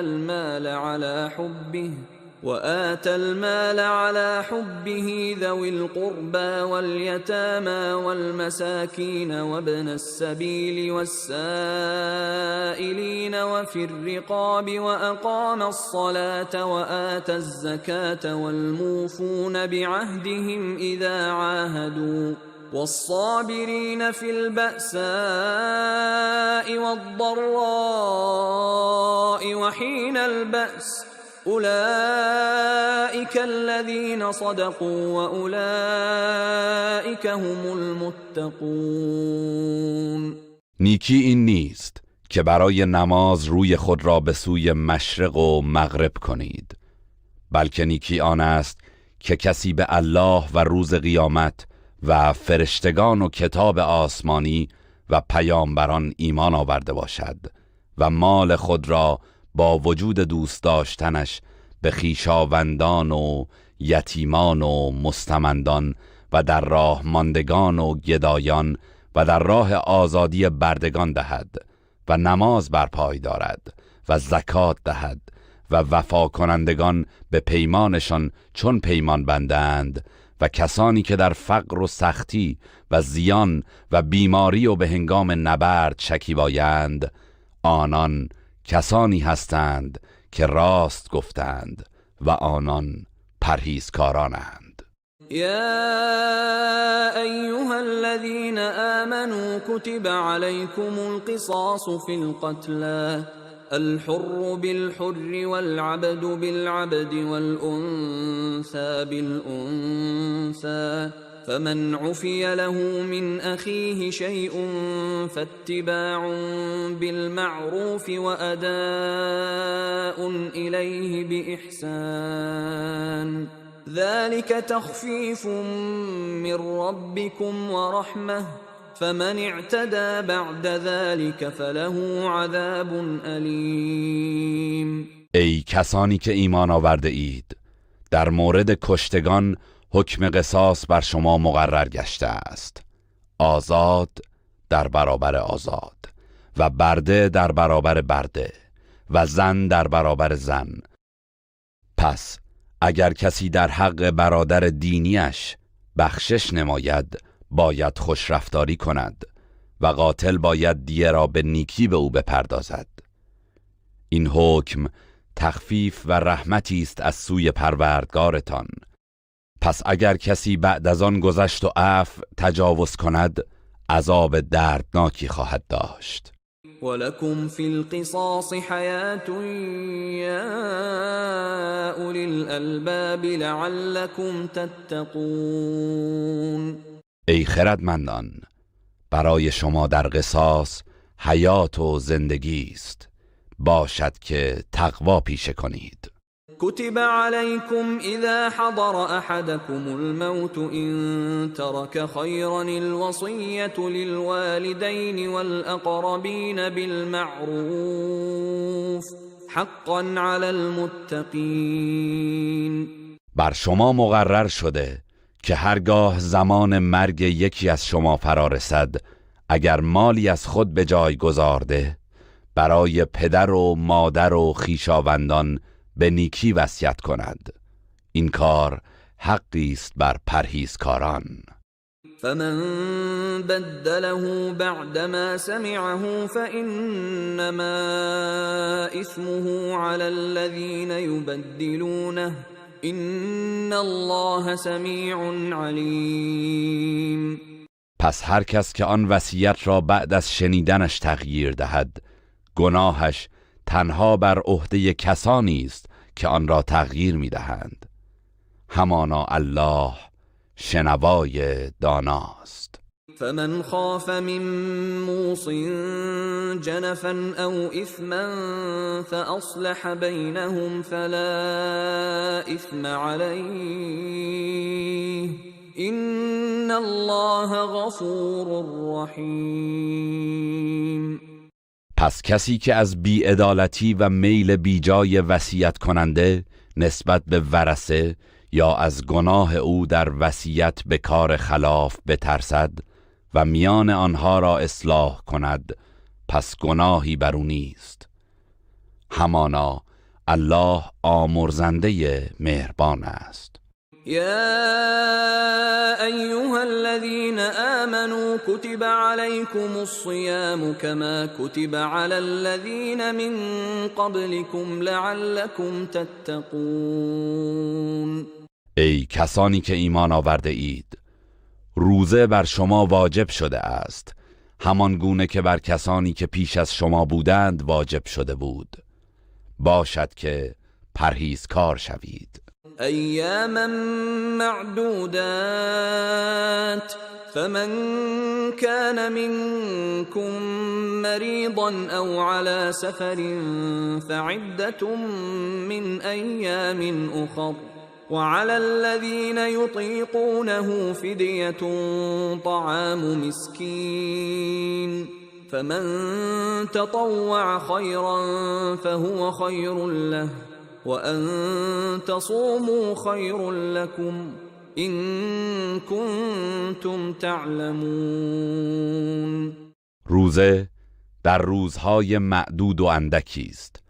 پس هر کس از شما که بیمار یا مسافر باشد به اندازه آن روزهایی که افطار کرده تعدادی از روزهای دیگر را روزه بگیرد و بر کسانی که توانایی آن را ندارند لازم است کفاره بدهند و آن خوراک دادن به مسکینی است.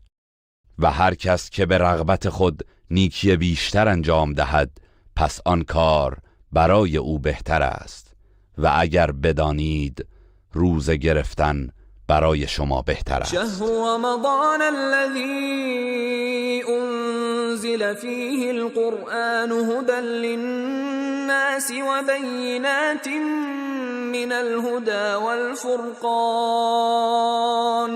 فمن شهد منكم الشهر فليصمه ومن كان مريضا أو على سفر فعدة من أيام أخر يريد الله بكم اليسر ولا يريد بكم العسر ولتكملوا العدة ولتكبروا الله على ما هداكم ولعلكم تشكرون. ماه رمضان ماهی است که قرآن در آن نازل شده است، کتابی که راهنمای مردم است و نشانه ها و دلایل آشکار از هدایت دارد و جدا کننده حق از باطل می باشد. پس هر کس از شما که حاضر و مقیم باشد و این ماه را دریابد باید که آن را روزه بدارد و هر کس که بیمار یا در سفر باشد باید به تعداد روزهایی که روزه نگرفته روزهای دیگر را روزه بگیرد. الله برای شما آسانی می‌خواهد و دشواری نمی‌خواهد تا بتوانید روزهای رمضان را کامل کنید و الله را برای آنکه شما را هدایت کرده بزرگ بدارید. باشد که شکرگزاری کنید. وَإِذَا سَأَلَكَ عِبَادِي عَنِّي فَإِنِّي قَرِيبٌ أُجِيبُ دَعْوَةَ الدَّاعِ إِذَا دَعَانِ فَلْيَسْتَجِيبُوا لِي وَلْيُؤْمِنُوا بِي لَعَلَّهُمْ يَرْشُدُونَ.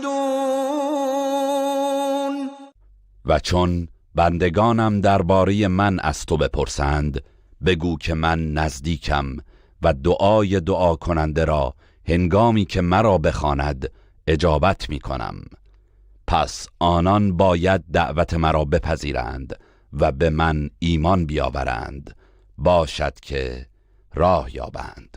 أحل لكم ليلة الصيام الرفث إلى نسائكم هن لباس لكم وأنتم لباس لهن علم الله أنكم كنتم تختانون أنفسكم فتاب عليكم وعفى عنكم فالآن باشروهن وابتغوا ما كتب الله لكم وكلوا واشربوا حتى يتبين لكم الخيط الأبيض من الخيط الأسود من الفجر ثم أتموا الصيام إلى الليل ولا تباشروهن وأنتم عاكفون في المساجد تلك حدود الله فلا تقربوها كذلك يبين الله آياته للناس لعلهم يتقون. آمیزش و نزدیکی با همسرانتان در شبهای روزه بر شما حلال گردیده است. آنان لباس شما هستند و شما لباس ایشان. الله می‌دانست که شما به خود خیانت می‌کردید و این کار ممنوع را انجام می‌دادید. پس توبه شما را پذیرفت و از شما درگذشت. پس اکنون در شبهای رمضان می توانید با آنان آمیزش کنید و آنچه را که الله برای شما مقرر داشته است طلب کنید. بخورید و بیاشامید تا رشته سپید صبح از رشته سیاه شب برای شما آشکار شود. سپس روزه را تا شب به پایان رسانید و در حالی که در مساجد معتکف هستید با زنان آمیزش نکنید. این مرزهای احکام الهی است، پس به آن نزدیک نشوید. الله این چنین آیات خود را برای مردم روشن می سازد، باشد که پرهیزکار شوند. ولا تأكلوا أموالكم بينكم بالباطل وتدلوا بها إلى الحكام لتأكلوا فريقا من أموال الناس بالإثم وأنتم تعلمون. و اموالتان را در بین خود به باطل و ناحق نخورید و برای آنکه بخشی از مال مردم را به گناه بخورید قضیه را به حاکمان نکشانید، در حالی که شما میدانید که این کار گناه است. يسألونك عن الأهلة قل هي مواقيت للناس والحج وليس البر بأن تأتوا البيوت من ظهورها ولكن البر من اتقى وأتوا البيوت من أبوابها واتقوا الله لعلكم تفلحون. از تو درباره هلالهای ماه میپرسند. بگو آنها بیان اوقات و گاه شمار طبیعی برای مردم و وسیله تعیین وقت حج هستند. نیکوکاری آن نیست که در حال احرام از پشت خانه ها وارد شوید، بلکه نیکوکار کسی است که تقوا پیشه کند و به خانه ها از درهایشان وارد شوید و از الله بترسید، باشد که رستگار شوید. وقاتلوا في سبيل الله الذين يقاتلونكم ولا تعتدوا إن الله لا يحب المعتدين. و در راه الله با کسانی که با شما می جنگند بجنگید و از حد تجاوز نکنید که الله تجاوزگران را دوست نمی دارد. وَاقْتُلُوهُمْ حَيْثُ ثَقِفْتُمُوهُمْ وَأَخْرِجُوهُمْ مِنْ حَيْثُ أَخْرَجُوكُمْ وَالْفِتْنَةُ أَشَدُّ مِنَ الْقَتْلِ وَلَا تُقَاتِلُوهُمْ عِندَ الْمَسْجِدِ الْحَرَامِ حَتَّى يُقَاتِلُوكُمْ فِيهِ فَإِنْ قَاتَلُوكُمْ فَاقْتُلُوهُمْ كذلك جزاء الكافرین. و آنها را هر کجا یافتید بکشید و آنان را از آنجا که شما را بیرون کرده اند اخراج کنید و فتنه کفر و شرک بدتر از قتل است و با آنها در کنار مسجد الحرام جنگ نکنید مگر اینکه با شما در آنجا بجنگند. پس اگر در آنجا با شما جنگیدند ایشان را بکشید که سزای کافران چنین است. فَإِنِ انْتَهَوْا فَإِنَّ اللَّهَ غَفُورٌ رَحِيمٌ. پس اگر از کفرشان دست برداشتند بیگمان الله آمرزنده مهربان است. وقاتلوهم حتى لا تكون فتنة ويكون الدين لله فإن انتهوا فلا عدوان إلا على الظالمين. و با آنها بجنگید تا فتنه باقی نماند و دین خالصانه از آن الله گردد. پس اگر دست برداشتند ستم مکنید که ستم جز بر ستمکاران روا نیست. الشهر الحرام بالشهر الحرام والحرمات قصاص فمن اعتدى عليكم فاعتدوا عليه بمثل ما اعتدى عليكم واتقوا الله واعلموا ان الله مع المتقین.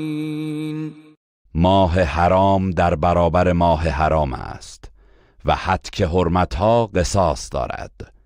پس هر کس ستم کرد به همان گونه که بر شما ستم کرده بر او ستم روا دارید و از الله پروا کنید و بدانید که الله با پرهیزکاران است.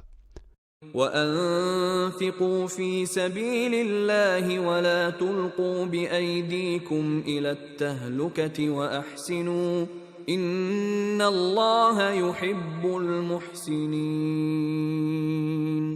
و در راه الله انفاق کنید و با ترک انفاق خود را با دست خیش به هلاکت نیفکنید و نیکی کنید که الله نیکوکاران را دوست دارد.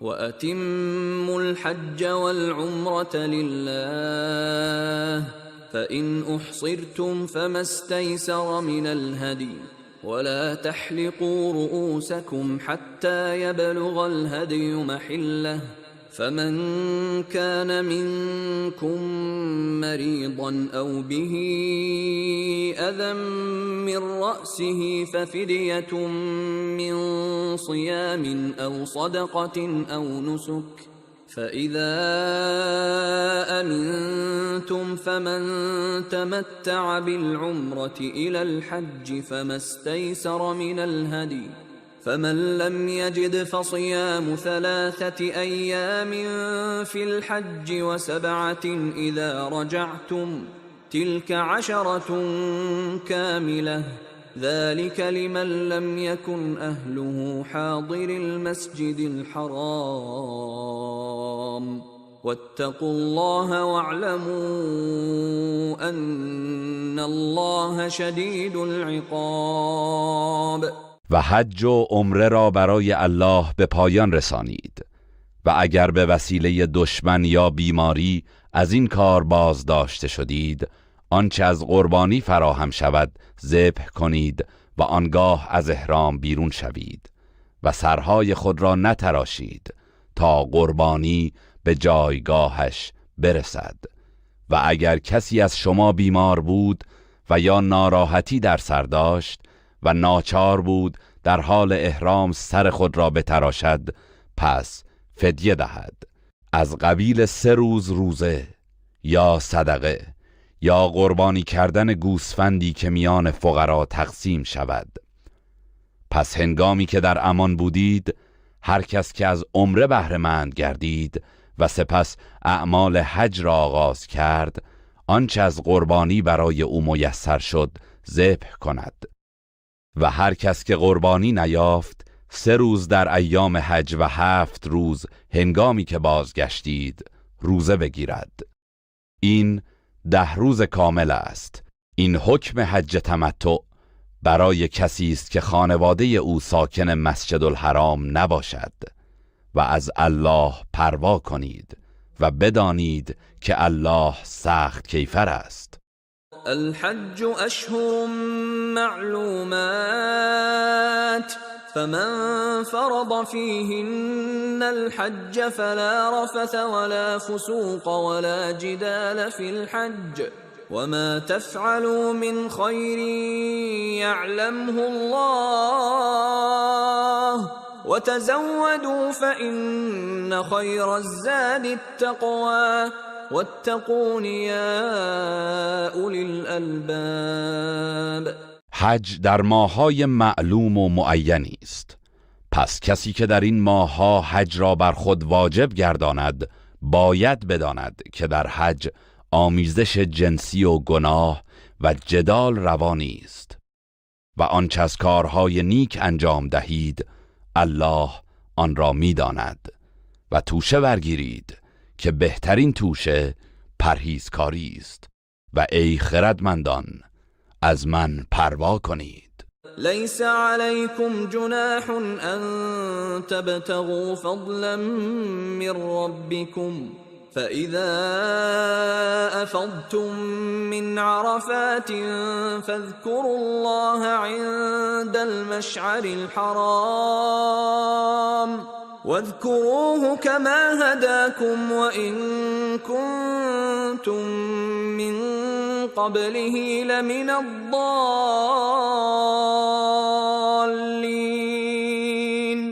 گناهی بر شما نیست که در ایام حج با خرید و فروش از فضل پروردگارتان روزی طلب کنید و هنگامی که از عرفات کوچ کردید الله را در مشعر الحرام یاد کنید و او را یاد کنید، چرا که شما را که پیشتر از گمراهان بودید هدایت کرد. ثم افیضوا من حیث افاض الناس واستغفروا الله ان الله غفور رحیم. پس از همانجا که مردم روانه میشوند شما نیز از عرفات به سوی منا حرکت کنید و از الله آمرزش بخواهید، به راستی که الله آمرزنده مهربان است. فإذا قضيتم مناسككم فاذكروا الله كذكركم آباءكم أو أشد ذكرا فمن الناس من يقول ربنا آتنا في الدنيا وما له في الآخرة من خلاق. پس چون مناسک حج خود را به جای آوردید، همان گونه که پدرانتان را یاد می کردید، بلکه بهتر و بیشتر از آن الله را یاد کنید. و کسانی از مردم هستند که میگویند پروردگارا به ما در دنیا مال و فرزند عطا کن، اینان در آخرت بهره ای ندارند. و منهم من یقول ربنا آتنا فی الدنیا حسنة وفی الآخرة حسنة وقنا عذاب النار. و از میان ایشان کسانی هستند که میگویند پروردگارا به ما در دنیا نیکی عطا کن و در آخرت نیز نیکی عطا فرما و ما را از عذاب آتش نگه دار. اولئک لهم نصیب مما کسبوا والله سریع الحساب. اینانند که از دستاوردشان بهره ای دارند و الله در حسابرسی سریع است. واذكروا الله في ایام معدودات فمن تعجل في يومين فلا إثم عليه ومن تأخر فلا إثم عليه لمن اتقى واتقوا الله واعلموا أنكم إليه تحشرون. الله را در روزهای معین یاد کنید. پس کسی که شتاب کند و در 2 روز اعمال را انجام دهد گناهی بر او نیست، و کسی که تأخیر کند و اعمال را در 3 روز انجام دهد گناهی بر او نیست. این فرصت برای کسی است که تقوا پیشه کند و از الله پروا کنید و بدانید که شما به سوی او محشور خواهید شد. ومن الناس من يعجبك قوله في الحياة الدنيا ويشهد الله على ما في قلبه وهو ألد الخصام. و از مردم کسی هست که گفتارش در مورد زندگی دنیا تو را به شگفت می اندازد و الله را بر آنچه در دل خود دارد گواه می گیرد و حالان که او سرسخت ترین دشمنان است. وَإِذَا تَوَلَّى سَعَى فِي الْأَرْضِ لِيُفْسِدَ فِيهَا وَيُهْلِكَ الْحَرْثَ وَالنَّسْلَ والله لا يحب الفساد. او هنگامی که روی برمیگرداند و میرود و یا به ریاستی میرسد در راه فساد در زمین میکوشد و زراعت و چهارپایان را نابود میسازد و الله فساد و تباهکاری را دوست ندارد. وَإِذَا قِيلَ لَهُ اتَّقِ اللَّهَ أَخَذَتْهُ الْعِزَّةُ بِالْإِثْمِ فَحَسْبُهُ جَهَنَّمُ وَلَبِئْسَ الْمِهَادُ. و چون به او گفته شود از الله بترس، خود بزرگ بینی او را به گناه میکشاند، پس آتش جهنم برایش کافی است و چه بد جایگاهی است. وَمِنَ النَّاسِ مَن يَشْرِي نَفْسَهُ ابْتِغَاءَ مَرْضَاتِ اللَّهِ وَاللَّهُ رَءُوفٌ بِالْعِبَادِ. و از مردمان کسی هست که جان خود را برای کسب خوشنودی الله بذل می کند و الله نسبت به بندگان مهربان است. یا ایها الذین آمنوا ادخلوا فی السلم کافة ولا تتبعوا خطوات الشیطان انه لكم عدو مبین. ای کسانی که ایمان آورده اید، همگی به اسلام و اطاعت خدا درآیید و از راهها و گامهای شیطان پیروی نکنید، به درستی که او برای شما دشمن آشکار است.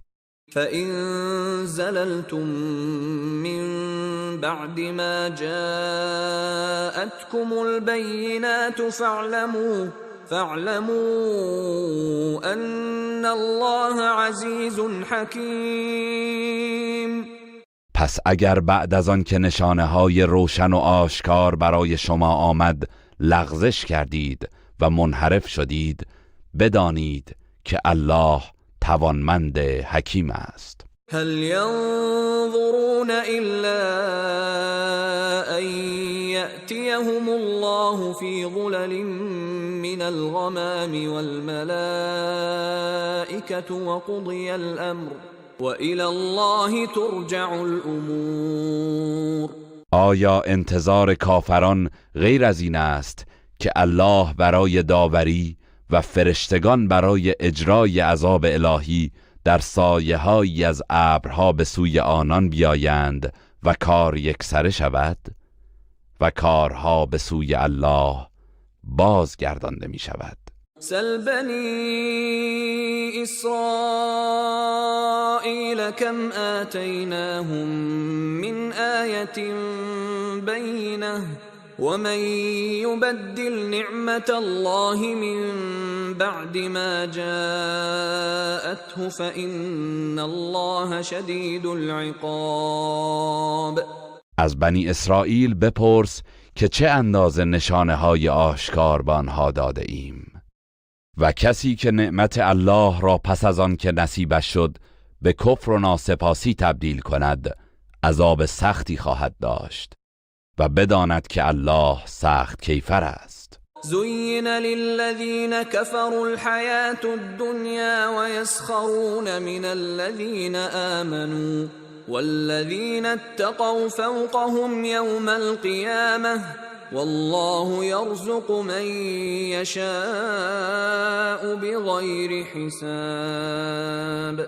زندگی دنیا برای کافران آراسته شده است و مؤمنان را مسخره می کنند و حالان که پرهیزکاران در روز قیامت بالاتر از آنان هستند و الله هر کس را بخواهد بی شمار روزی می دهد. كان الناس أمة واحدة فبعث الله النبيين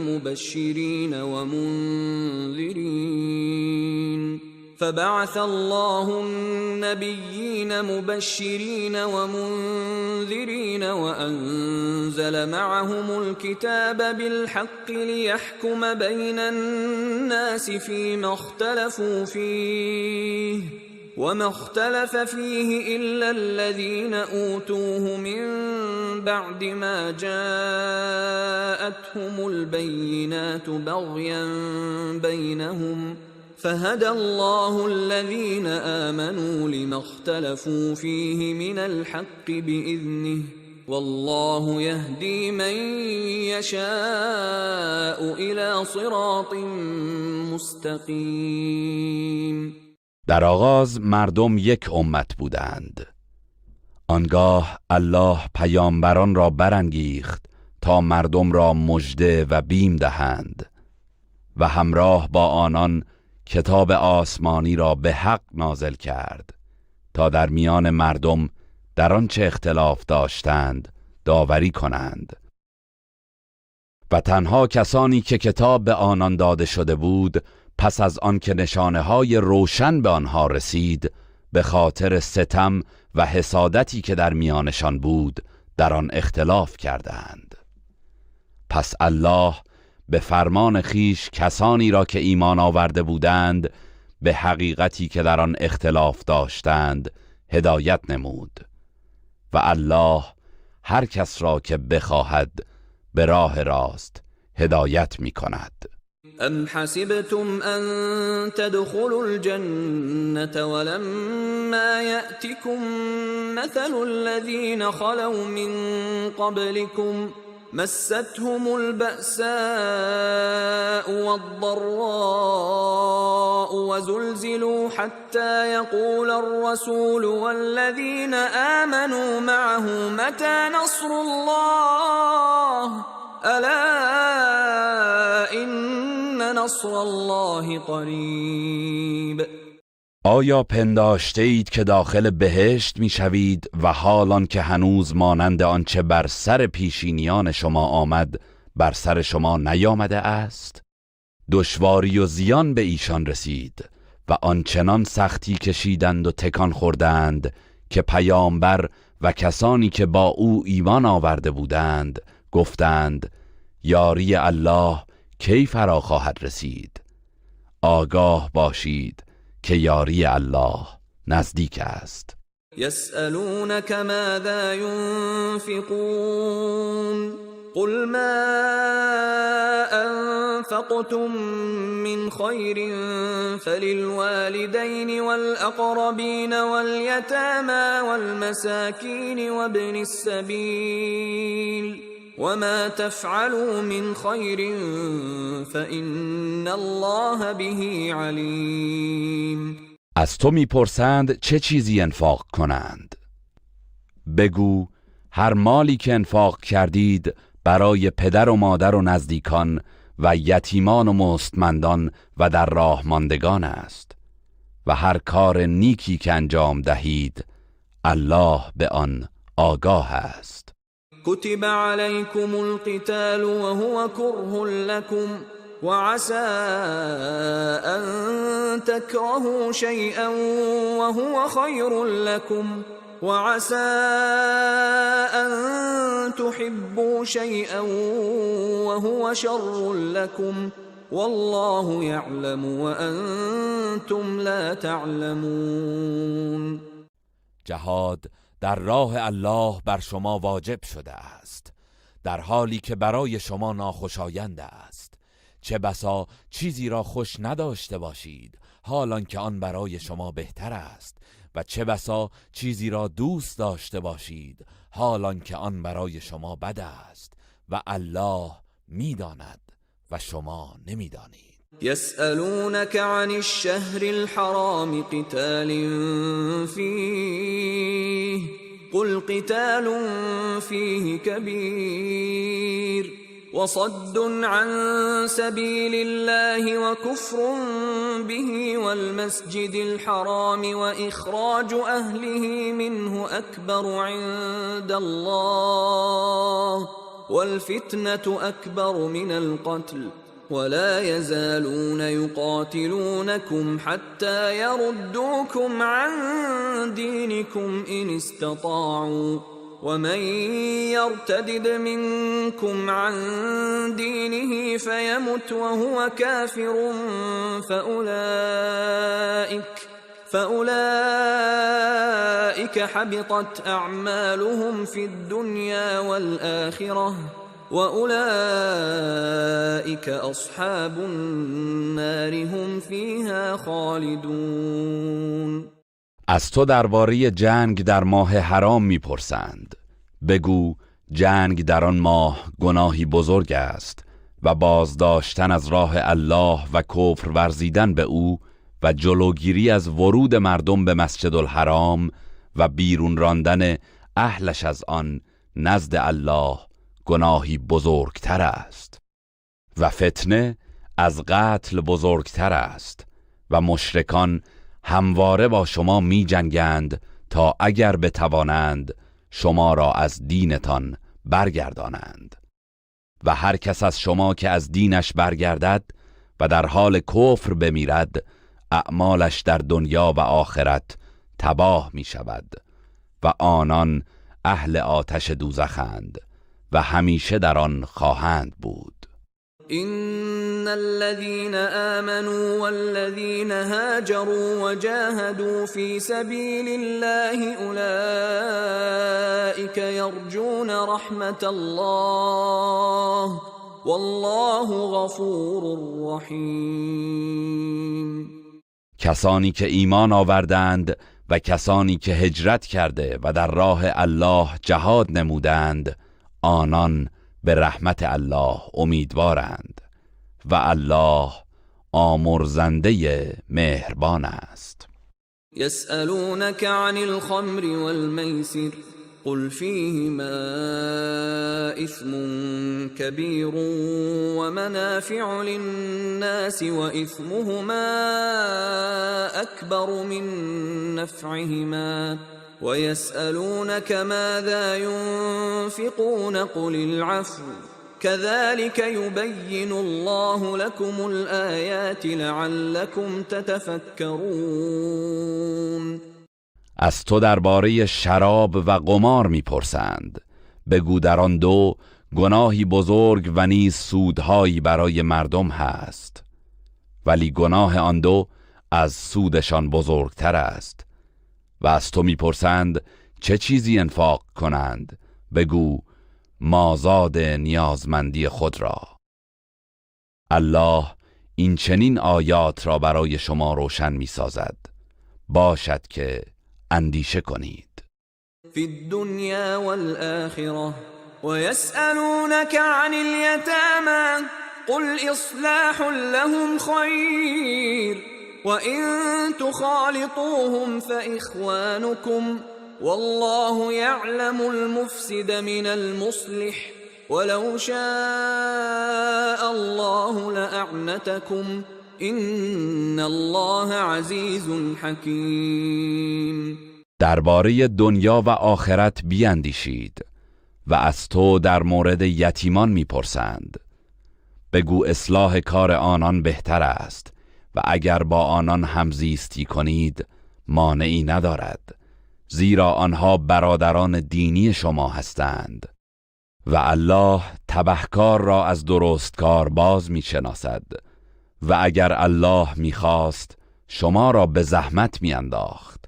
به راستی که الله توانمند حکیم است. ولا تنكحوا المشركات حتى يؤمنن ولأمة مؤمنة خير من مشركة ولو أعجبتكم ولا تنكحوا المشركين حتى يؤمنوا ولعبد مؤمن خير من مشرك ولو أعجبكم أولئك يدعون إلى النار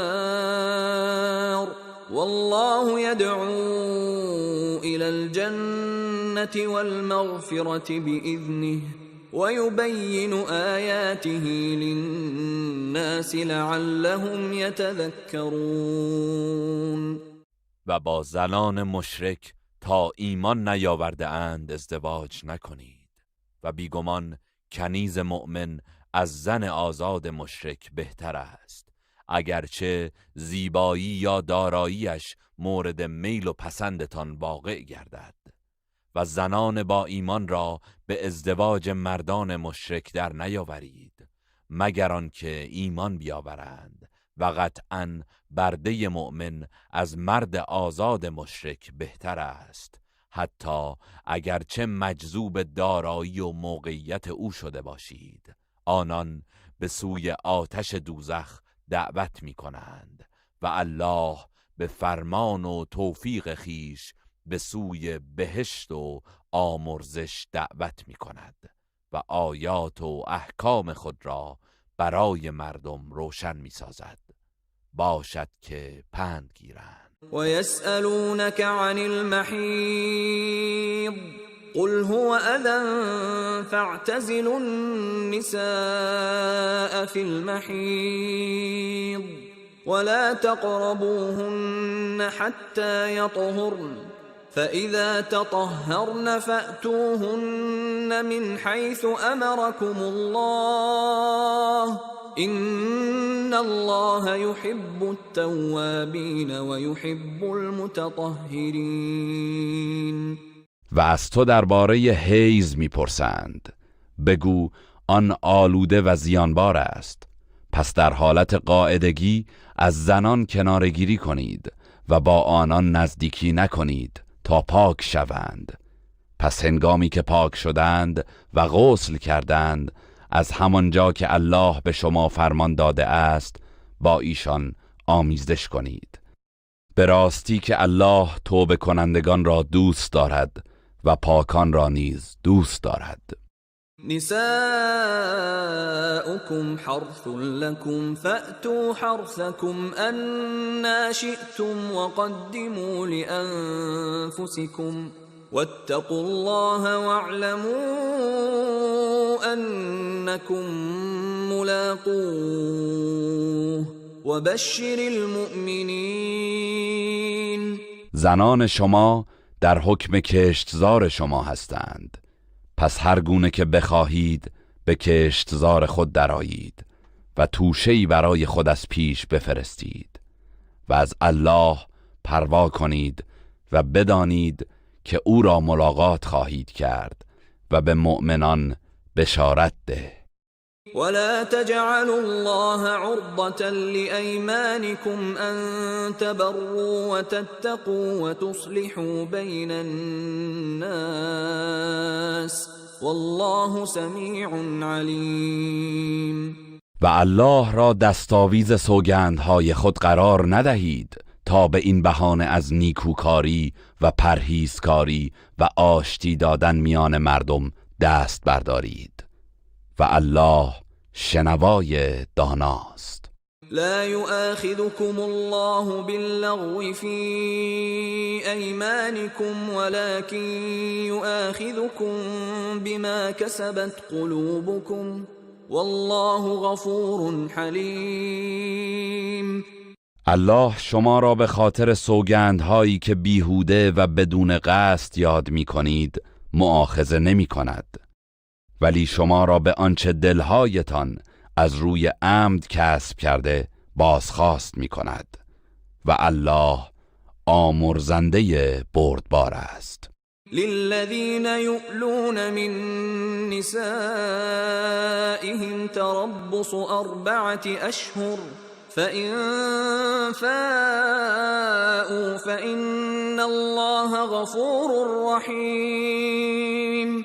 برای کسانی که سوگند میخورند با زنان خود آمیزش نکنند 4 ماه انتظار و مهلت است. پس اگر سوگند خود را نادیده گرفتند و بازگشتند بدانند که الله آمرزنده مهربان است. و این عزموا الطلاق فإن الله سمیع علیم. و اگر تصمیم به طلاق گرفتند بدانند که الله شنوای داناست. والمطلقات يتربصن بأنفسهن 3 قروء ولا يحل لهن أن يكتمن ما خلق الله في أرحامهن إن كن يؤمن بالله واليوم الآخر وبعولتهن أحق بردهن في ذلك إن أرادوا إصلاحا ولهن مثل الذي عليهن بالمعروف وللرجال عليهن درجة والله عزیز حکیم. زنان مطلقه باید به مدت 3 بار پاکی یا دیدن 3 بار عادت ماهیانه انتظار بکشند و اگر به الله و روز قیامت ایمان دارند برای آنها روا نیست که آنچه را الله در رحمهایشان آفریده کتمان کنند و اگر شوهرانشان خواهان آشتی هستند برای بازگرداندن آنان به زندگی زناشویی در این مدت از دیگران سزاوارترند و برای زنان حقوق شایسته است همانند حقوق و وظایفی که بر عهده آنهاست و مردان بر آنان برتری دارند و الله توانمند حکیم است. الطلاق مرتان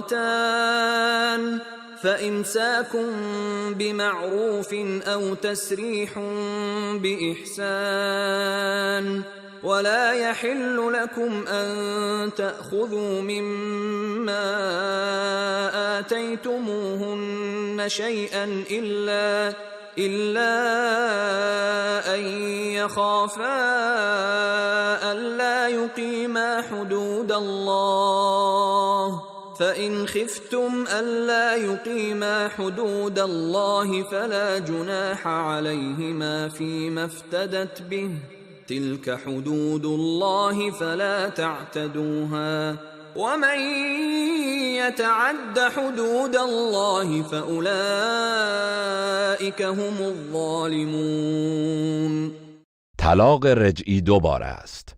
پس از آن مرد یا باید همسر را به طور شایسته نگاه دارد یا به نیکی رها کند و برای شما روا نیست که از آنچه که به آنان داده اید چیزی پس بگیرید مگر آنکه زن و شوهر بترسند که نتوانند حدود الهی را برپا دارند.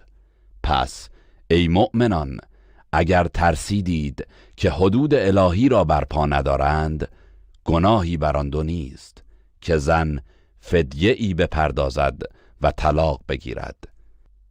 اینها حدود احکام الهی است، پس از آنها تجاوز نکنید و هر کس از حدود الله تجاوز کند ستمگر است. فإن طلقها فلا تحل له من بعد حتى تنكح زوجا غيره فإن طلقها فلا جناح عليهما أن يتراجعا إن ظنا أن يقيما حدود الله وتلك حدود الله يبينها لقوم يعلمون.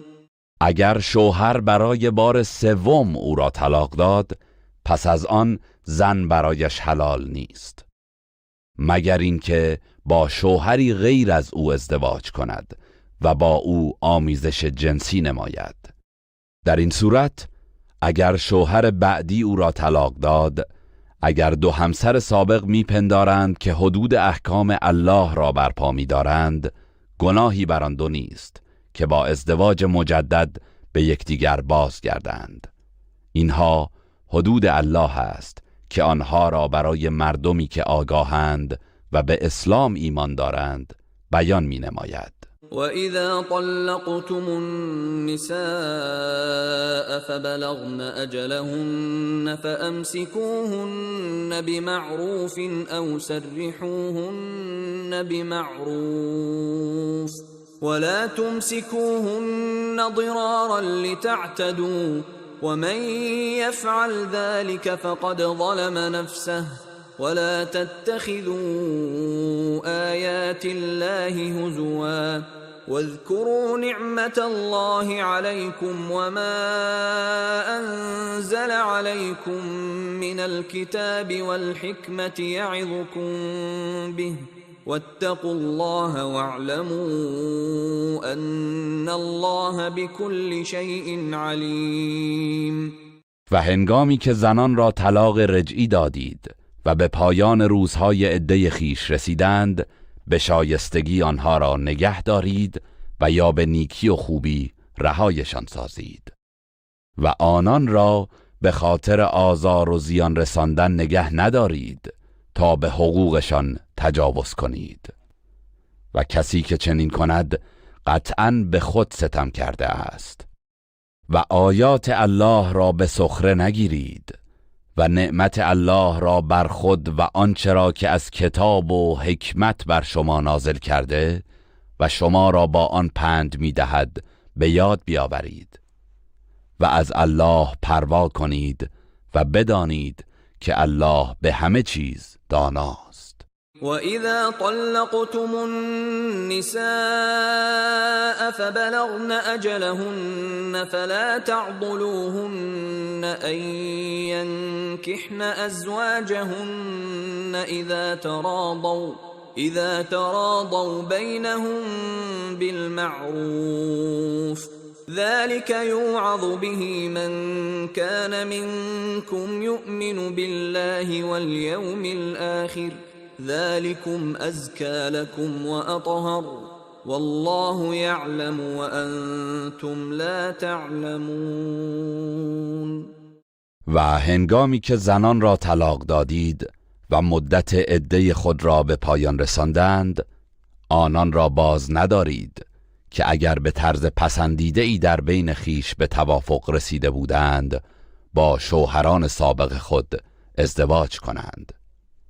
این دستوری است که هر کس از شما که به الله و روز قیامت ایمان دارد به آن پند داده می شود و این دستور برای شما پربرکت‌تر و پاکیزه تر است و الله می داند و شما نمی دانید.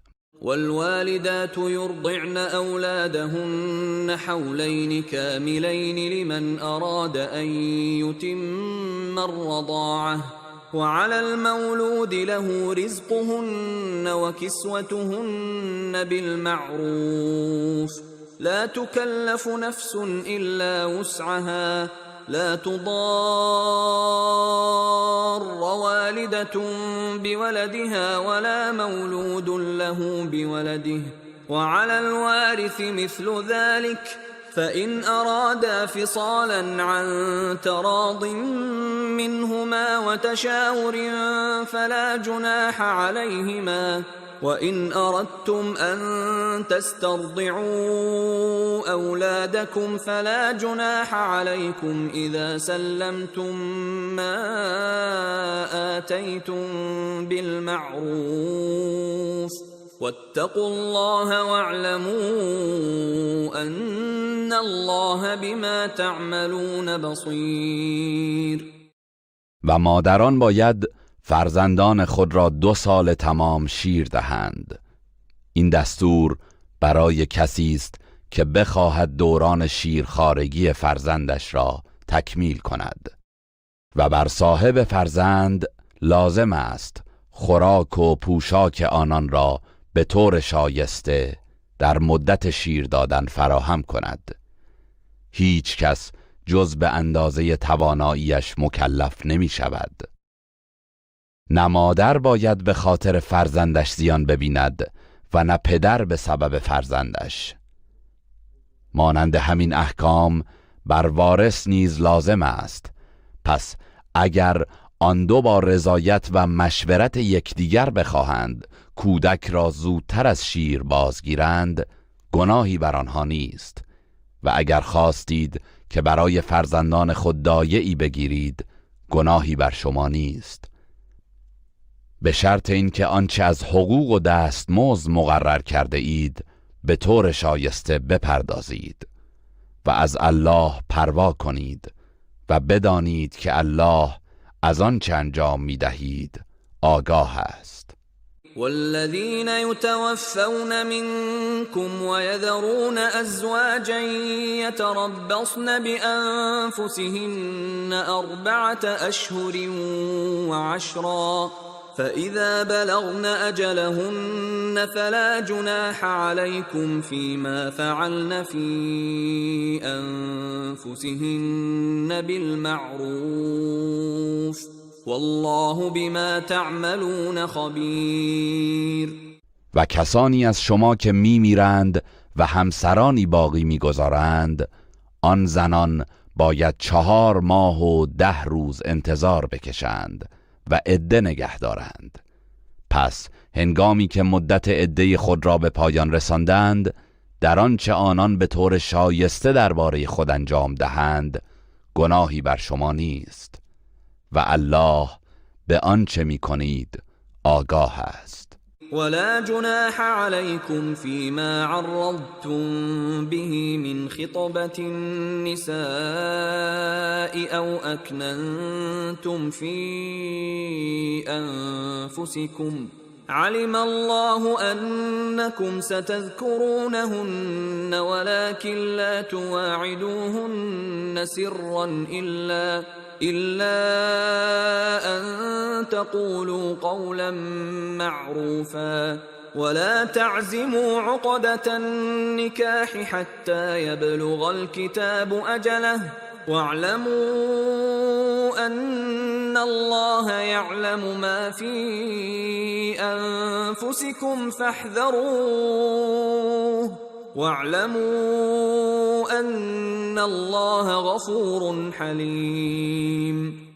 و گناهی بر شما نیست که به طور کنایه از زنان بیوه یا مطلقه خواستگاری کنید و یا در دل تصمیم بر این کار بگیرید بدون اینکه آن را اظهار کنید.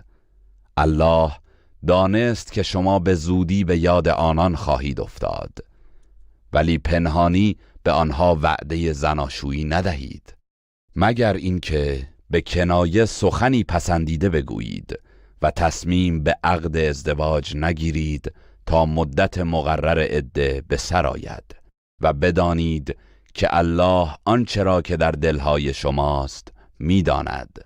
پس از مخالفت با او پروا کنید و بدانید که الله آمرزنده بردبار است. لا جناح عليكم إن طلقتم النساء ما لم تمسوهن أو تفرضوا لهن فريضة ومتعوهن على الموسع قدره وعلى المقتر قدره متاعا بالمعروف حقا على المحسنين. اگر زنان را قبل از آمیزش جنسی و تعیین مهریه به دلایلی طلاق دهید گناهی بر شما نیست و در این حالت آنها را با هدیه‌ای مناسب بهره‌مند سازید. توانگر به اندازه توانش و تنگ دست به اندازه توانش. این حکم بر نیکوکاران الزامی است. وَإِن طَلَّقْتُمُوهُنَّ مِن قَبْلِ أَن تَمَسُّوهُنَّ وَقَدْ فَرَضْتُمْ لَهُنَّ فَرِيضَةً فَنِصْفُ مَا فَرَضْتُمْ إِلَّا أَن يَعْفُونَ أَوْ يَعْفُوَ الَّذِي بِيَدِهِ عُقْدَةُ النِّكَاحِ وَأَن تَعْفُوا أَقْرَبُ لِلتَّقْوَى ولا تنسوا الفضل بينكم ان الله بما تعملون بصير. اگر پیش از نزدیکی با آنان خواستی طلاقشان بدهید و مهریه‌ای برایشان تعیین کرده بودید، نصف آنچه را تعیین کرده اید به آنها بدهید مگر اینکه حق خود را ببخشند و یا شوهر که تصمیم گیری در مورد پیوند ازدواج با اوست گذشت کند و تمام مهر را بدهد. گذشت کردن شما و بخشیدن تمام مهر به آنها به پرهیزکاری نزدیکتر است. گذشت و نیکی را در میان خود فراموش نکنید که الله به آنچه می کنید بیناست.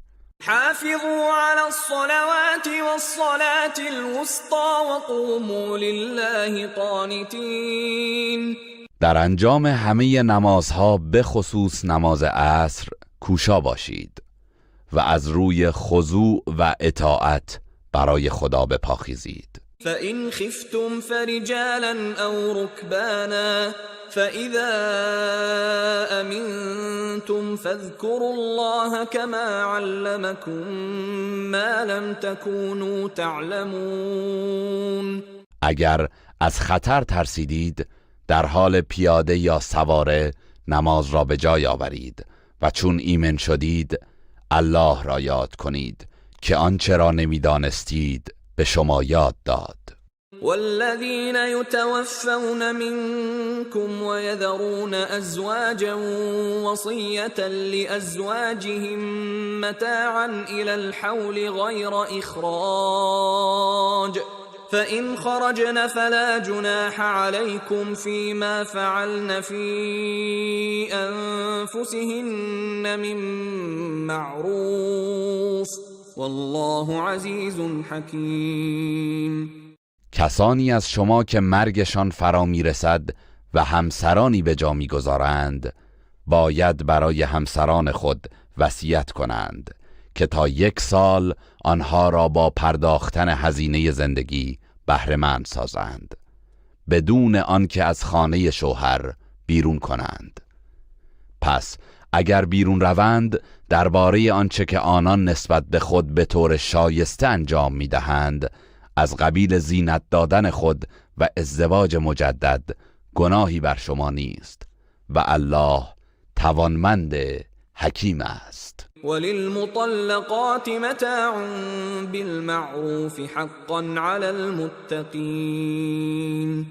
و برای زنان مطلقه هدیه‌ای مناسب و شایسته لازم است که از طرف شوهر پرداخت گردد. این حقی است بر مردان پرهیزکار. كذلك يبين الله لكم آياته لعلكم تعقلون. الله این چنین آیات خود را برای شما روشن می سازد باشد که بیندیشید. ألم تر إلى الذين خرجوا من ديارهم وهم ألوف حذر الموت فقال لهم الله موتوا ثم أحياهم إن الله لذو فضل على الناس ولكن أكثر الناس لا يشكرون. آیا ندیدی جمعیتی را که از ترس مرگ از خانه های خود فرار کردند و آنان هزاران نفر بودند که به بهانه بیماری طاعون از شرکت در میدان جهاد خودداری نمودند. الله به آنها گفت بمیرید، پس مردند. سپس الله آنها را زنده کرد و ماجرای زندگی آنها را درس عبرتی برای آیندگان قرار داد. الله نسبت به بندگان خود بخشایش دارد ولی بیشتر مردم شکر او را به جای نمی آورند. وقاتلوا في سبيل الله واعلموا ان الله سميع عليم. و در راه الله بجنگید و بدانید که الله شنوای داناست. من ذا الذي يقرض الله قرضا حسنا فيضاعفه له اضعافا كثيرة والله يقبض ويبسط وإليه ترجعون. کیست که به الله قرض دهد قرضی نیکو و از اموالی که به او بخشیده انفاق کند تا آن را برای او چندین برابر کند و الله هست که در روزی بندگان تنگنا و گشایش پدید می آورد و به سوی او بازگردانده می شوید. ألم تر إلى الملأ من بني إسرائيل من بعد موسى إذ قالوا لنبي لهم ابعث لنا ملكا نقاتل في سبيل الله قال هل عسيتم إن كتب عليكم القتال ألا تقاتلوا قالوا وما لنا ألا نقاتل في سبيل الله وقد أخرجنا من ديارنا وأبنائنا فلما كتب عليهم القتال تولوا إلا قليلا منهم والله علیم بالظالمین. آیا جمعی از بنی اسرائیل را ندیدی که بعد از موسی به پیامبر خود گفتند برای ما فرمان روایی انتخاب کن تا به فرمانش در راه الله بجنگیم؟ پیامبرشان گفت شاید اگر جهاد بر شما مقرر شود سرپیچی کنید و جهاد نکنید. گفتند چرا در راه الله جهاد نکنیم در حالی که از خانه ها و از نزد فرزندانمان رانده شده ایم؟ پس هنگامی که جنگ بر آنان مقرر شد جز عده کمی از آنان همه سرپیچی کردند و الله از حال ستمکاران آگاه است.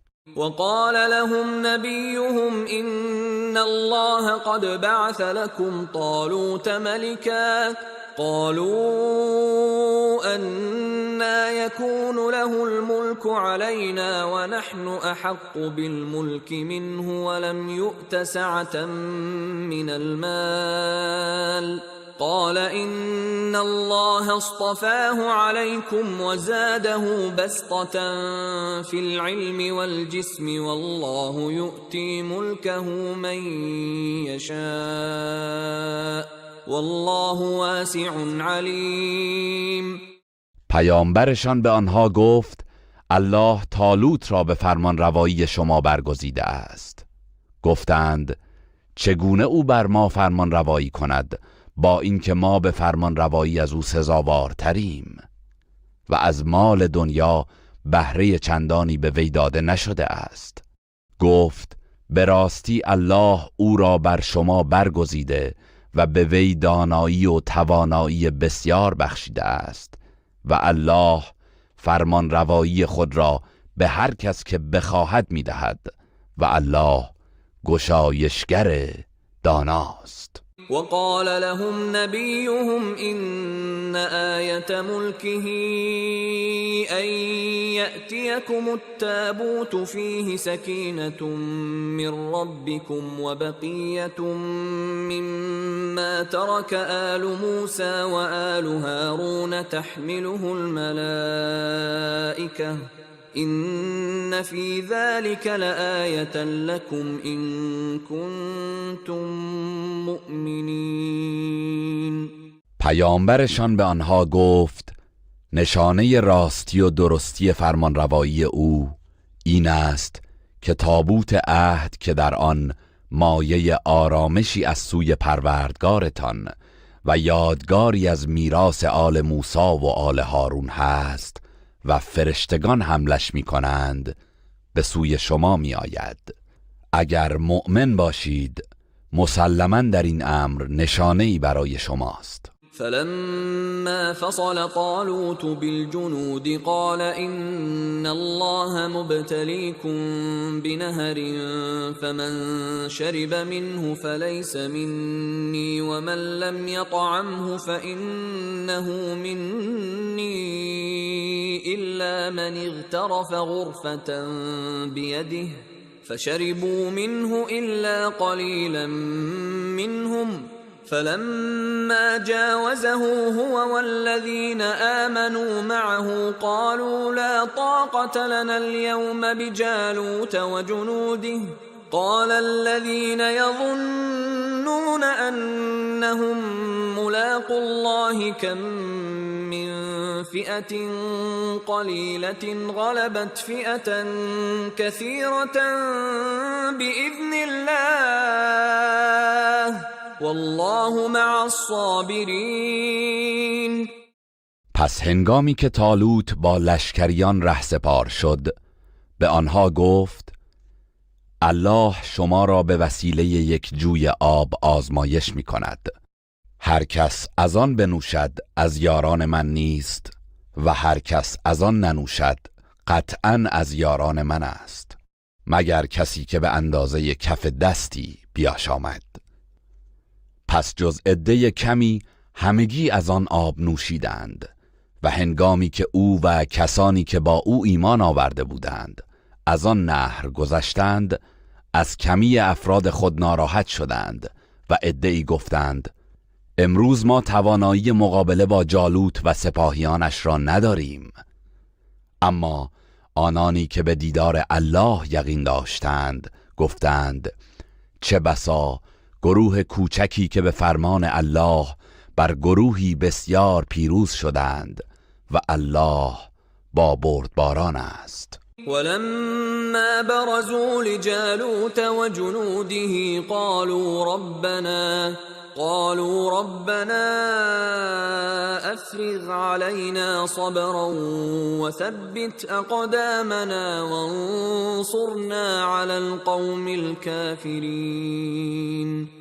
و هنگامی که برای مبارزه با جالوت و سپاهیانش به میدان آمدند گفتند پروردگارا بر دلهای ما صبر و شکیبایی فرو ریز و گامهای ما را استوار و ثابت بدار و ما را بر گروه کافران پیروز بگردان. فهزموهم بإذن الله وقتل داود جالوت وآتاه الله الملك والحكمة وعلمه مما يشاء ولولا دفع الله الناس بعضهم ببعض لفسدت الأرض ولكن الله ذو فضل على العالمين. پس به فرمان الله آنها را شکست دادند و داوود جالوت را کشت و الله فرمان روایی و نبوت را به او بخشید و از آنچه می‌خواست به او آموخت. و اگر الله بعضی از مردم را به وسیله بعضی دیگر نمیراند قطعاً زمین تباه می‌گردید، ولی الله بر جهانیان فضل و بخشش دارد. إن هذا القرآن يهدي للتي هي أقوم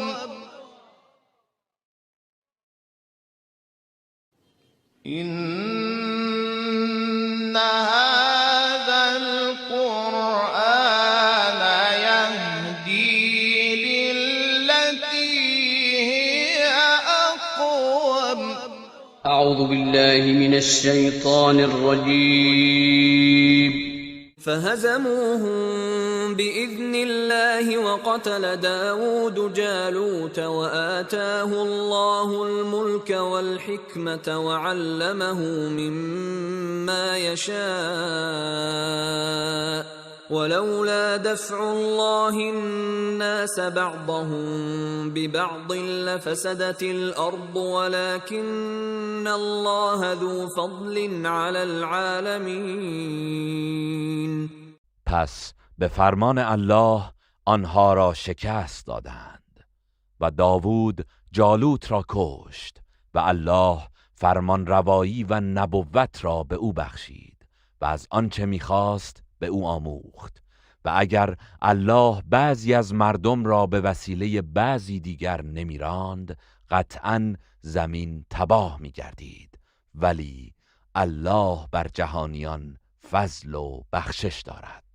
تلك آیات الله نتلوها عليك بالحق وإنك لمن المرسلین. اینها آیات الله است که ما آن را به حق بر تو می‌خوانیم و به راستی تو از پیامبران هستی. تلك الرسل فضلنا بعضهم على بعض منهم من كلم الله ورفع بعضهم درجات وآتينا عيسى ابن مريم البينات وأيدناه بروح القدس ولو شاء الله ما اقتتل الذين من بعدهم من بعد ما جاءتهم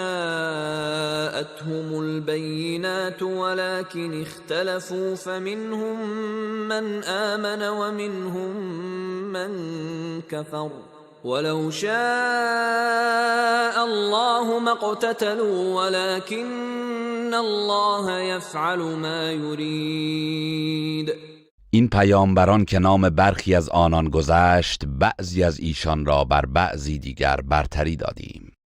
از بین آنان کسی بود که الله با او سخن گفت و درجات بعضی از آنان را بالا برد. و به عیسی پسر مریم نشانه‌های روشن دادیم و او را به وسیله روح القدس تأیید کردیم. و اگر الله می‌خواست کسانی که بعد از آنها بودند پس از آن همه نشانه‌های روشن که برایشان آمد با یکدیگر جنگ نمی‌کردند، ولی آنان با هم اختلاف کردند. پس برخی از آنان ایمان آوردند و برخی از آنان کفر ورزیدند. و اگر الله می‌خواست با هم جنگ نمی‌کردند، ولی الله آنچه را می‌خواهد انجام می‌دهد.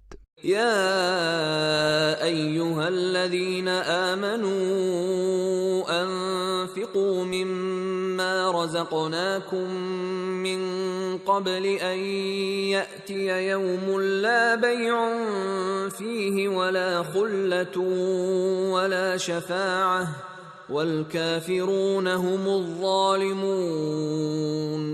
ای کسانی که ایمان آورده اید، از آن چه به شما روزی داده ایم انفاق کنید پیش از آن که روزی فرا رسد که در آن نه خرید و فروشی است و نه دوستی و شفاعتی و کافران همان ستمکارانند. الله لا اله الا هو الحي القيوم لا تأخذه سنة ولا نوم له ما في السماوات وما في الأرض من ذا الذي يشفع عنده إلا بإذنه يعلم ما بين أيديهم وما خلفهم ولا يحيطون بشيء من علمه إلا بما شاء وسع كرسيه السماوات والأرض ولا يؤوده حفظهما وهو العلي العظيم. الله معبود بر حق است و هیچ معبودی به حق جز او نیست. زنده و جهان هستی را نگهدار و مدبر است. نه چرت او را فرا گیرد و نه خواب. آنچه در آسمان ها و زمین است از آن اوست. کیست که در نزد او جز به فرمان او شفاعت کند؟ گذشته و آینده ایشان را می داند و آنان به چیزی از علم او جز به آنچه بخواهد احاطه نمی یابند. کرسی او آسمان ها و زمین را در بر گرفته و نگهداری آن دو بر او گران و دشوار نیاید و او بلند مرتبه و بزرگ است. لا اکراه فی الدین قد تبین الرشد من الغی فمن يكفر بالطاغوت ويؤمن بالله فقد استمسك بالعروة الوثقى لا انفصام لها والله سمیع علیم. در قبول دین هیچ اجباری نیست. به راستی که راه راست و هدایت از راه انحراف و گمراهی روشن شده است. پس هر کس به طاغوت کفر ورزد و به الله ایمان آورد، به راستی که به محکمترین دستاویز چنگ زده است که هرگز نخواهد گسست و الله شنوای داناست. الله ولي الذين آمنوا يخرجهم من الظلمات إلى النور والذين كفروا أولياؤهم الطاغوت يخرجونهم من النور إلى الظلمات اولئك اصحاب النار هم فيها خالدون. الله یاور و کارساز کسانی است که ایمان آورده‌اند. آنان را از تاریکی ها به سوی نور بیرون میبرد و کسانی که کافر شدند کارساز و یاورشان طاغوت است که آنان را از نور ایمان و علم به سوی تاریکی های کفر و نادانی بیرون میبرد. آنان اهل آتشند و در آن جاودانند. ألم تر إلى الذي حاج إبراهيم في ربه أن آتاه الله الملك إذ قال إبراهيم ربي الذي يحيي ويميت قال أنا أحيي وأميت قال إبراهيم فإن الله يأتي بالشمس من المشرق فأت بها من المغرب فبهت الذي كفر والله لا يهدي القوم الظالمين. آیا داستان کسی را که از سرمستی آن که الله به او ملک و مکنت بخشیده بود و با ابراهیم درباره پروردگارش مجادله می کرد ندانسته ای؟ هنگامی که ابراهیم گفت پروردگار من کسی است که زنده می کند و می میراند، نمرود گفت من نیز زنده می کنم و می میرانم. ابراهیم گفت الله خورشید را از مشرق می آورد، پس تو آن را از مغرب بیاور. در اینجا آن کسی که کفر ورزیده بود مبهوت شد و الله قوم ستمگر را هدایت نمی کند. او كالذي مر على قرية وهي خاوية على عروشها قال أنا يحيي هذه الله بعد موتها فأماته الله 100 عام ثم بعثه قال كم لبثت قال لبثت يوما أو بعض يوم قال بل لبثت 100 عام فانظر إلى طعامك وشرابك لم يتسنه وانظر إلى حمارك ولنجعلك آية للناس وانظر إلى العظام كيف ننشزها ثم نكسوها لحما فلما تبين له قال أعلم أن الله على كل شيء قدير. یا همانند آن کسی که بر دهی گذشت که سقفها و دیوارهایش فرو ریخته بود، در دل گفت چگونه الله اهل این دیار را پس از مرگشان زنده می کند؟ پس الله او را به مدت 100 سال میراند، سپس زنده کرد و به او گفت چه مدت در این حال مانده ای؟ گفت 1 روز یا بخشی از 1 روز در این حال مانده ام. فرمود چنین نیست، 100 سال در چنین حالی مانده ای. به خوردنی و نوشیدنیت بنگر که با گذشت زمان دگرگون نشده است و به درازگوش خود بنگر که چگونه متلاشی شده است. ما چنین کردیم تا به تو پاسخ گوییم و تو را نشانه ای برای مردم در مورد معاد قرار دهیم. اکنون به استخوان‌های او نگاه کن که چگونه آنها را به هم پیوند می دهیم، سپس گوشت بر آن می پوشانیم.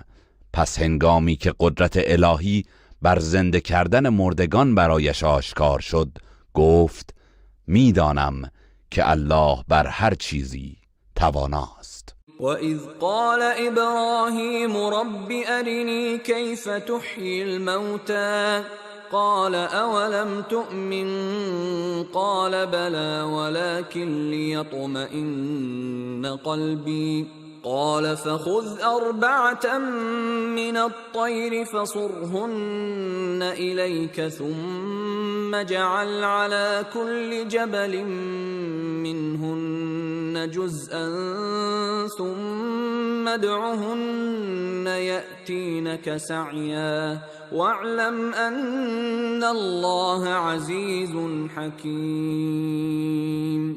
و به یاد بیاور هنگامی را که ابراهیم گفت پروردگارا به من نشان بده چگونه مردگان را زنده می کنی. فرمود مگر ایمان نیاورده ای؟ گفت بله، ولی می خواهم که قلبم آرام بگیرد.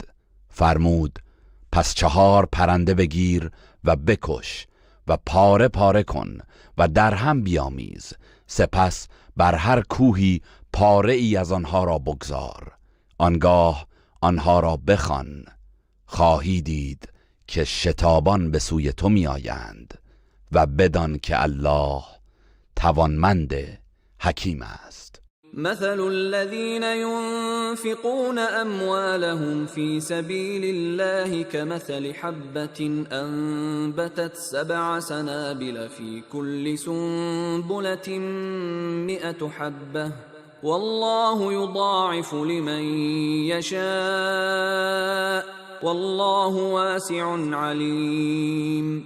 مثل کسانی که اموال خود را در راه الله انفاق می کنند همانند دانه است که 7 خوشه برویاند که در هر خوشه 100 دانه باشد و الله برای هر کس که بخواهد پاداش را چند برابر می کند و الله گشایشگر داناست. الذين ينفقون أموالهم في سبيل الله ثم لا يتبعون ما أنفقوا منا ولا أذى لهم أجرهم عند ربهم ولا خوف عليهم ولا هم يحزنون. کسانی که اموالشان را در راه خدا می بخشند و به دنبال بخشش خود منت و آزاری در میان نمی آورند، پاداششان نزد پروردگارشان محفوظ است، نه بیمی بر آنهاست و نه اندوهگین می شوند. قول معروف و مغفرة خیر من صدقة یتبعها اذى والله غنی حلیم. سخن پسندیده در برابر نیازمندان و گذشت از اصرار و تندی آنان بهتر از صدقه است که آزاری به دنبال آن باشد و الله بی نیاز بردبار است. يا أيها الذين آمنوا لا تبطلوا صدقاتكم بالمن والأذى كالذي ينفق ماله رئاء الناس ولا يؤمن بالله واليوم الآخر فمثله كمثل صفوان عليه تراب فأصابه وابل فتركه صلدا لا يقدرون على شيء مما كسبوا والله لا يهدي القوم الكافرين. ای کسانی که ایمان آورده اید، صدقه های خود را با منت و آزار باطل نکنید، مانند کسی که مالش را برای نمایش دادن به مردم انفاق می کند و به الله و روز قیامت ایمان ندارد. پس مثل او همچون مثل سنگ صافی است که بر روی آن اندکی خاک نشسته باشد، آنگاه باران تندی به آن برسد و همه خاکها و بذرها را بشوید و آن را صاف و خالی از خاک و بذر رها کند. آنان از آنچه که انجام داده اند چیزی به دست نمی آورند و الله گروه کافران را هدایت نمی کند. ومثل الذين ينفقون أموالهم ابتغاء مرضات الله وتثبيتا من أنفسهم كمثل جنة بربوة أصابها وابل فآتت أكلها ضعفين فإن لم يصبها وابل فطل والله بما تعملون بصیر. و مثل کسانی که اموال خود را برای طلب خوشنودی الله و به خاطر یقین و باوری که در دلهایشان به پاداش الله دارند انفاق می کنند همچون بوستانی بر تپه است که رگباری بر آن ببارد و میوه‌هایش را 2 چندان بار آورد و اگر رگباری هم به آن نرسد باران سبک نیز برای ثمر دادنش کافی است و الله از آن چه می کنید آگاه است. أَيَوَدُّ أَحَدُكُمْ أَن تَكُونَ لَهُ جَنَّةٌ مِّن نَّخِيلٍ وَأَعْنَابٍ تَجْرِي من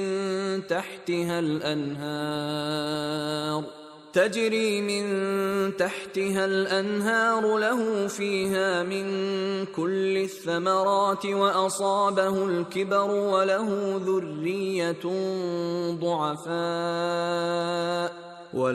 ذرية ضعفاء فأصابها إعصار فيه نار فاحترقت كذلك يبين الله لكم الآيات لعلكم تتفكرون. آیا کسی از شما دوست دارد که باغی از درختان خرما و انگور داشته باشد که از زیر آنها جویبارها روان است و هر گونه میوه برایش به بار آورد و در حالی که به سن پیری رسیده و فرزندانی خردسال و ناتوان دارد ناگهان گردبادی آتشین در آن زند و همه باغ بسوزد؟ حال کسانی که صدقه های خود را با منت و آزار و ریا باطل می کنند نیز چنین است. الله بدین گونه آیات خود را برای شما روشن می سازد. باشد که بیندیشید.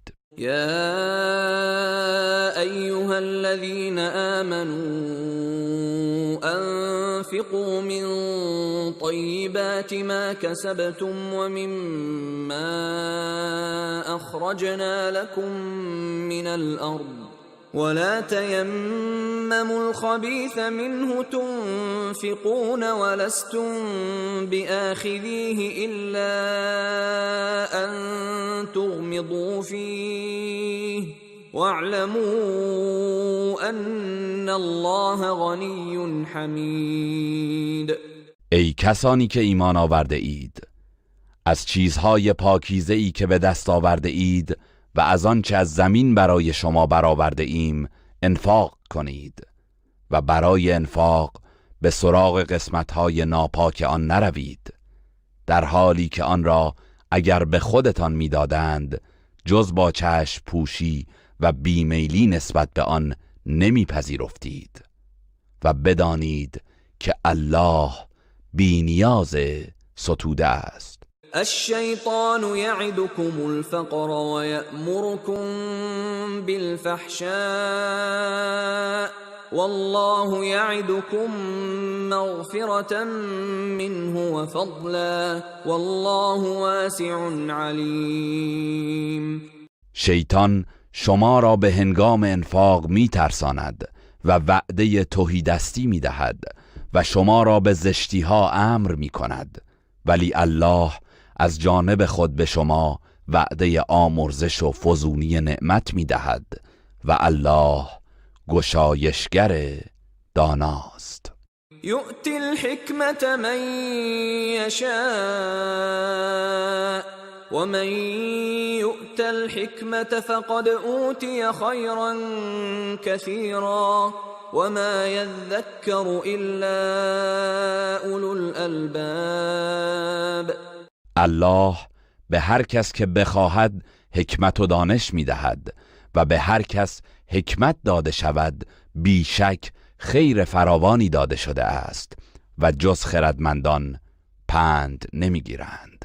وما أنفقتم من نفقة أو نذرتم من نذر فإن الله يعلمه وما للظالمين من أنصار. هر چیزی را که انفاق کنید یا هر نذری که عهد کنید قطعاً الله آن را می‌داند و ستمگران هیچ یاوری ندارند. إن تبدوا الصدقات فنعما هي وإن تخفوها وتؤتوها الفقراء فهو خير لكم ويكفر عنكم من سيئاتكم والله بما تعملون خبير. اگر صدقه ها را آشکار کنید چه نیکوست و اگر آنها را پنهان دارید و به تهیدستان بدهید برایتان بهتر است و برخی از گناهان شما را میزداید و الله به آنچه میکنید آگاه است. ليس عليك هداهم ولكن الله يهدي من يشاء وما تنفقوا من خير فلأنفسكم وما تنفقون إلا ابتغاء وجه الله وما تنفقوا من خير يوفى إليكم وأنتم لا تظلمون. هدایت آنان بر عهده تو نیست بلکه الله هر که را بخواهد هدایت می کند و آنچه از مال انفاق می کنید به سود خودتان است و جز برای خوشنودی الله انفاق نکنید و آنچه از مال انفاق می کنید پاداش آن به طور کامل و تمام به شما داده می شود و به شما ستم نخواهد شد. للفقراء الذين احصروا في سبيل الله لا يستطيعون ضربا في الأرض يحسبهم الجاهل أغنياء من التعفف تعرفهم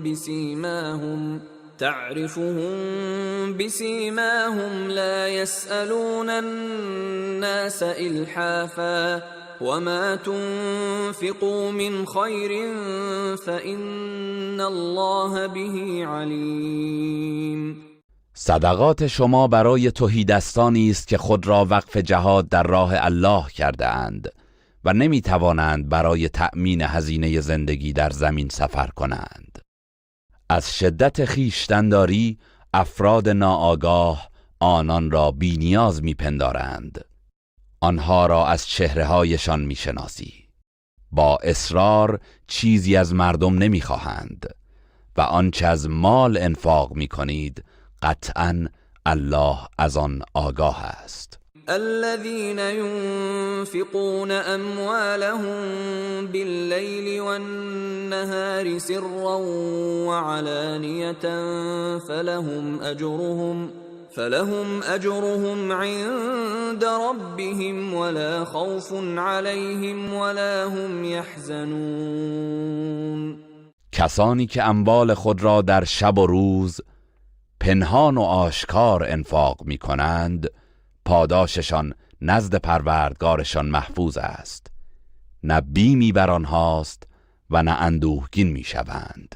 الذين يأكلون الربا لا يقومون إلا كما يقوم الذي يتخبطه الشيطان من المس ذلك بأنهم قالوا إنما البيع مثل الربا وأحل الله البيع وحرم الربا فمن جاءه موعظة من ربه فانتهى فله ما سلف وأمره إلى الله ومن عاد فأولئك أصحاب النار هم فیها خالدون. کسانی که ربا میخورند روز قیامت از قبر بر نمیخیزند مگر مانند برخاستن کسی که بر اثر تماس شیطان دیوانه شده و نمیتواند تعادل خود را حفظ کند. این بدان سبب است که آنان گفتند داد و ستد نیز مانند رباست، در حالی که الله داد و ستد را حلال و ربا را حرام نموده است. پس هر کس که از جانب پروردگارش پندی به او برسد و از رباخواری دست بردارد، آنچه گذشته و سودهایی که قبل از نزول حکم ربا دریافت کرده از آن اوست و کارش به الله واگذار می شود. و کسانی که به رباخواری بازگردند اهل آتشند و در آن جاویدان خواهند بود. یمحق الله الربا و یربی الصدقات والله لا يحب كل كفار اثیم. الله ربا را نابود و بی برکت می گرداند و صدقات را افزایش و برکت می دهد و الله هیچ انسان ناسپاس گناهکاری را دوست ندارد. إن الذين آمنوا وعملوا الصالحات وأقاموا الصلاة وآتوا الزكاة لهم أجرهم عند ربهم ولا خوف عليهم ولا هم يحزنون. کسانی که ایمان آورده و کارهای شایسته انجام داده اند و نماز بر پای داشته و زکات پرداخته اند، پاداششان نزد پروردگارشان محفوظ است، نه بیمی بر آنهاست و نه اندوهگین میشوند. يا أيها الذين آمنوا اتقوا الله وذروا ما بقي من الربا إن كنتم مؤمنين. ای کسانی که ایمان آورده اید، از الله پروا کنید و اگر مؤمن هستید آنچه را که از مطالبات ربا باقی مانده است رها کنید. فإن لم تفعلوا فأذنوا بحرب من الله ورسوله وإن تبتم فلكم رؤوس أموالكم لا تظلمون ولا تظلمون. اگر چنین نکردید بدانید که الله و رسولش با شما پیکار خواهند کرد و اگر توبه کردید اصل سرمایه هایتان از آن شماست، نه ستم می کنید و نه بر شما ستم می رود. وَإِن كَانَ ذُو عُسْرَةٍ فَنَظِرَةٌ إِلَى مَيْسَرَةٍ وَأَن تَصَدَّقُوا خَيْرٌ لَكُمْ إِن كُنتُمْ تَعْلَمُونَ. و اگر بدهکار تنگ دست بود تا هنگام گشایش و توانایی او را مهلت دهید و اگر توانایی پرداخت نداشت بخشیدن آن بدهی برای شما بهتر است اگر بدانید. واتقوا يوما ترجعون فيه إلى الله ثم توفى كل نفس ما كسبت وهم لا يظلمون. از روزی بترسید که در آن به سوی الله بازگردانده می شوید.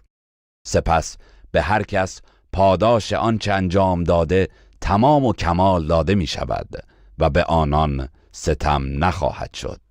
يا أيها الذين آمنوا إذا تداينتم بدين إلى أجل مسمى فاكتبوه وليكتب بينكم كاتب بالعدل ولا يأب كاتب أن يكتب كما علمه الله فليكتب وليملل الذي عليه الحق وليتق الله ربه ولا يبخس منه شيئا فإن كان الذي عليه الحق سفيها أو ضعيفا أو لا يستطيع أن يمل هو فليملل وليه بالعدل واستشهدوا شهيدين من رجالكم فإن لم يكونا رجلين فرجل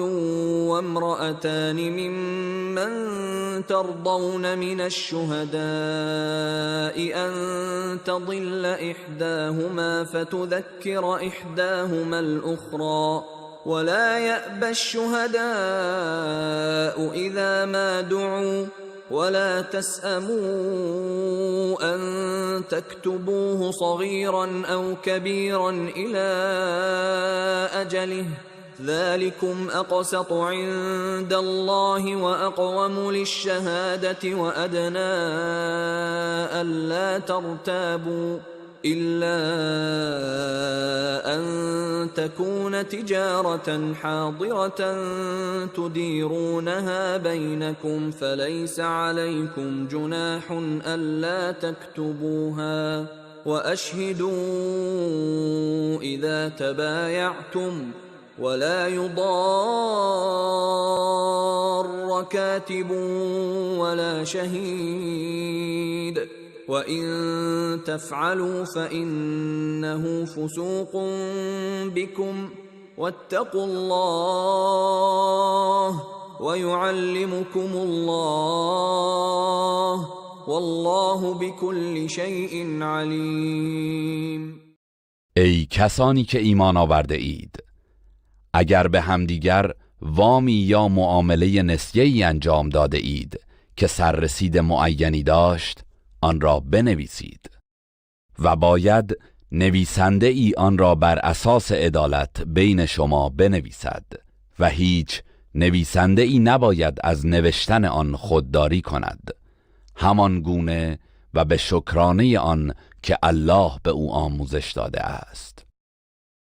و کسی که وام بر عهده اوست باید املا کند و او بنویسد و باید از الله که پروردگار اوست بپرهیزد و از آن چیزی نکاهد. پس اگر کسی که وام بر عهده اوست سفیه یا ناتوان است یا خود نمیتواند املا کند، باید سرپرست او با رعایت عدالت املا کند و 2 شاهد از مردانتان را گواه بگیرید. اگر 2 مرد نبودند، 1 مرد و 2 زن از میان گواهانی که به عدالت آنان رضایت دارید گواه بگیرید، تا اگر یکی از آن 2 زن فراموش کرد، دیگری به او یادآوری کند. و هنگامی که گواهان را برای ادای شهادت دعوت می کنند، نباید از آمدن خودداری کنند و از نوشتن بدهی تا سررسیدش چه کوچک باشد چه بزرگ ملول نشوید.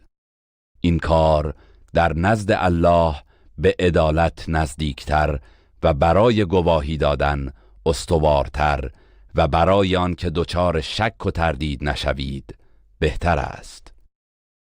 مگر اینکه داد و ستدی نقدی باشد که بین خود دست به دست می کنید، در این صورت گناهی بر شما نیست که آن را ننویسید. و هنگامی که داد و ستد نقدی کردید، گواه بگیرید و نباید به نویسنده و شاهد رنج و زیانی برسد. و اگر چنین کنید، بیشک بیانگر نافرمانی شما خواهد بود و از الله پروا کنید و الله آنچه که برای شما مفید است به شما آموزش می دهد و الله به همه چیز داناست. وَإِن كُنتُمْ عَلَى سَفَرٍ وَلَمْ تَجِدُوا كَاتِبًا فَرِهَانٌ مَّقْبُوضَةٌ فَإِنْ أَمِنَ بَعْضُكُمْ بَعْضًا فَلْيُؤَدِّ الَّذِي اؤْتُمِنَ أَمَانَتَهُ وَلْيَتَّقِ اللَّهَ رَبَّهُ وَلَا تَكْتُمُوا الشَّهَادَةَ وَمَنْ يَكْتُمْهَا فَإِنَّهُ آثِمٌ قَلْبُهُ والله بما تعملون علیم. و اگر در سفر بودید و نویسنده ای نیافتید پس چیزی گرو بگیرید، و اگر کسی از شما دیگری را امین دانست و چیزی گرو نگرفت پس آن کس که امین شمرده شده باید امانت و بدهی خود را بازپس دهد و باید از الله که پروردگار اوست پروا کند و شهادت را کتمان نکنید و هر کس آن را کتمان کند بیشک قلبش گناهکار است و الله به آنچه می کنید داناست. لله ما في السماوات وما في الأرض وإن تبدوا ما في أنفسكم أو تخفوه يحاسبكم به الله فيغفر لمن يشاء ويعذب من يشاء والله على كل شيء قدیر. آنچه در آسمان ها و زمین است از آن الله است.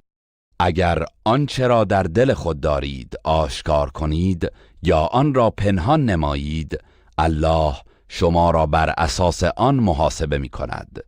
پس هر کس را بخواهد می بخشد و هر کس را بخواهد عذاب می کند و الله بر هر چیزی تواناست. آمن الرسول بما أنزل إليه من ربه والمؤمنون كل آمن بالله وملائكته وكتبه ورسله لا نفرق بين أحد من رسله وقالوا سمعنا وأطعنا غفرانك ربنا وإليك المصير.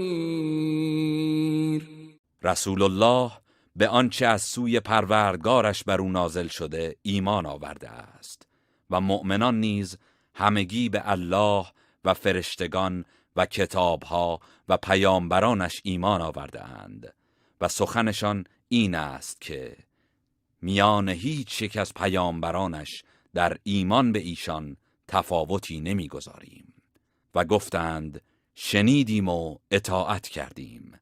پروردگارا آمرزش تو را خواهانیم و بازگشت تمام امور به سوی توست.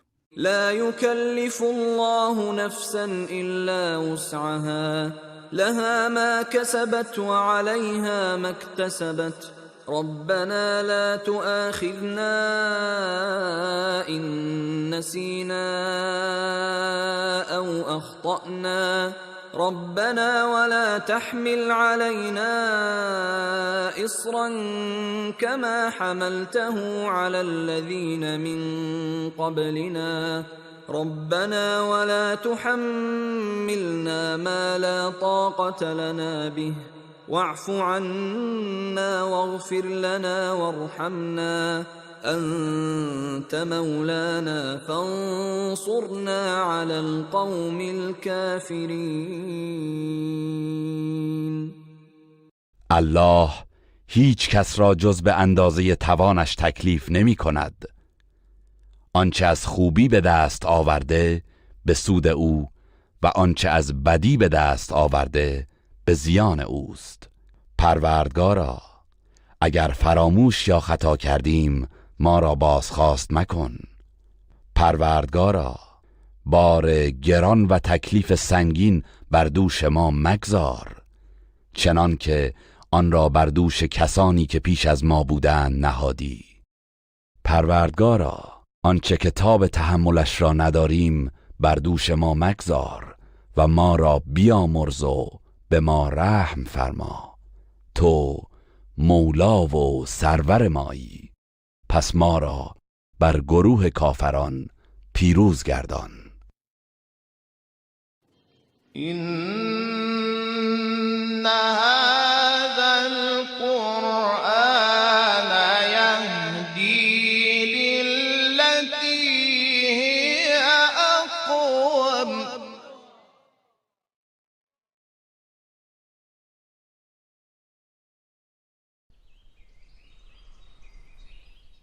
بسم الله الرحمن الرحیم. به نام الله بخشنده مهربان. الف لام میم. الف لام میم.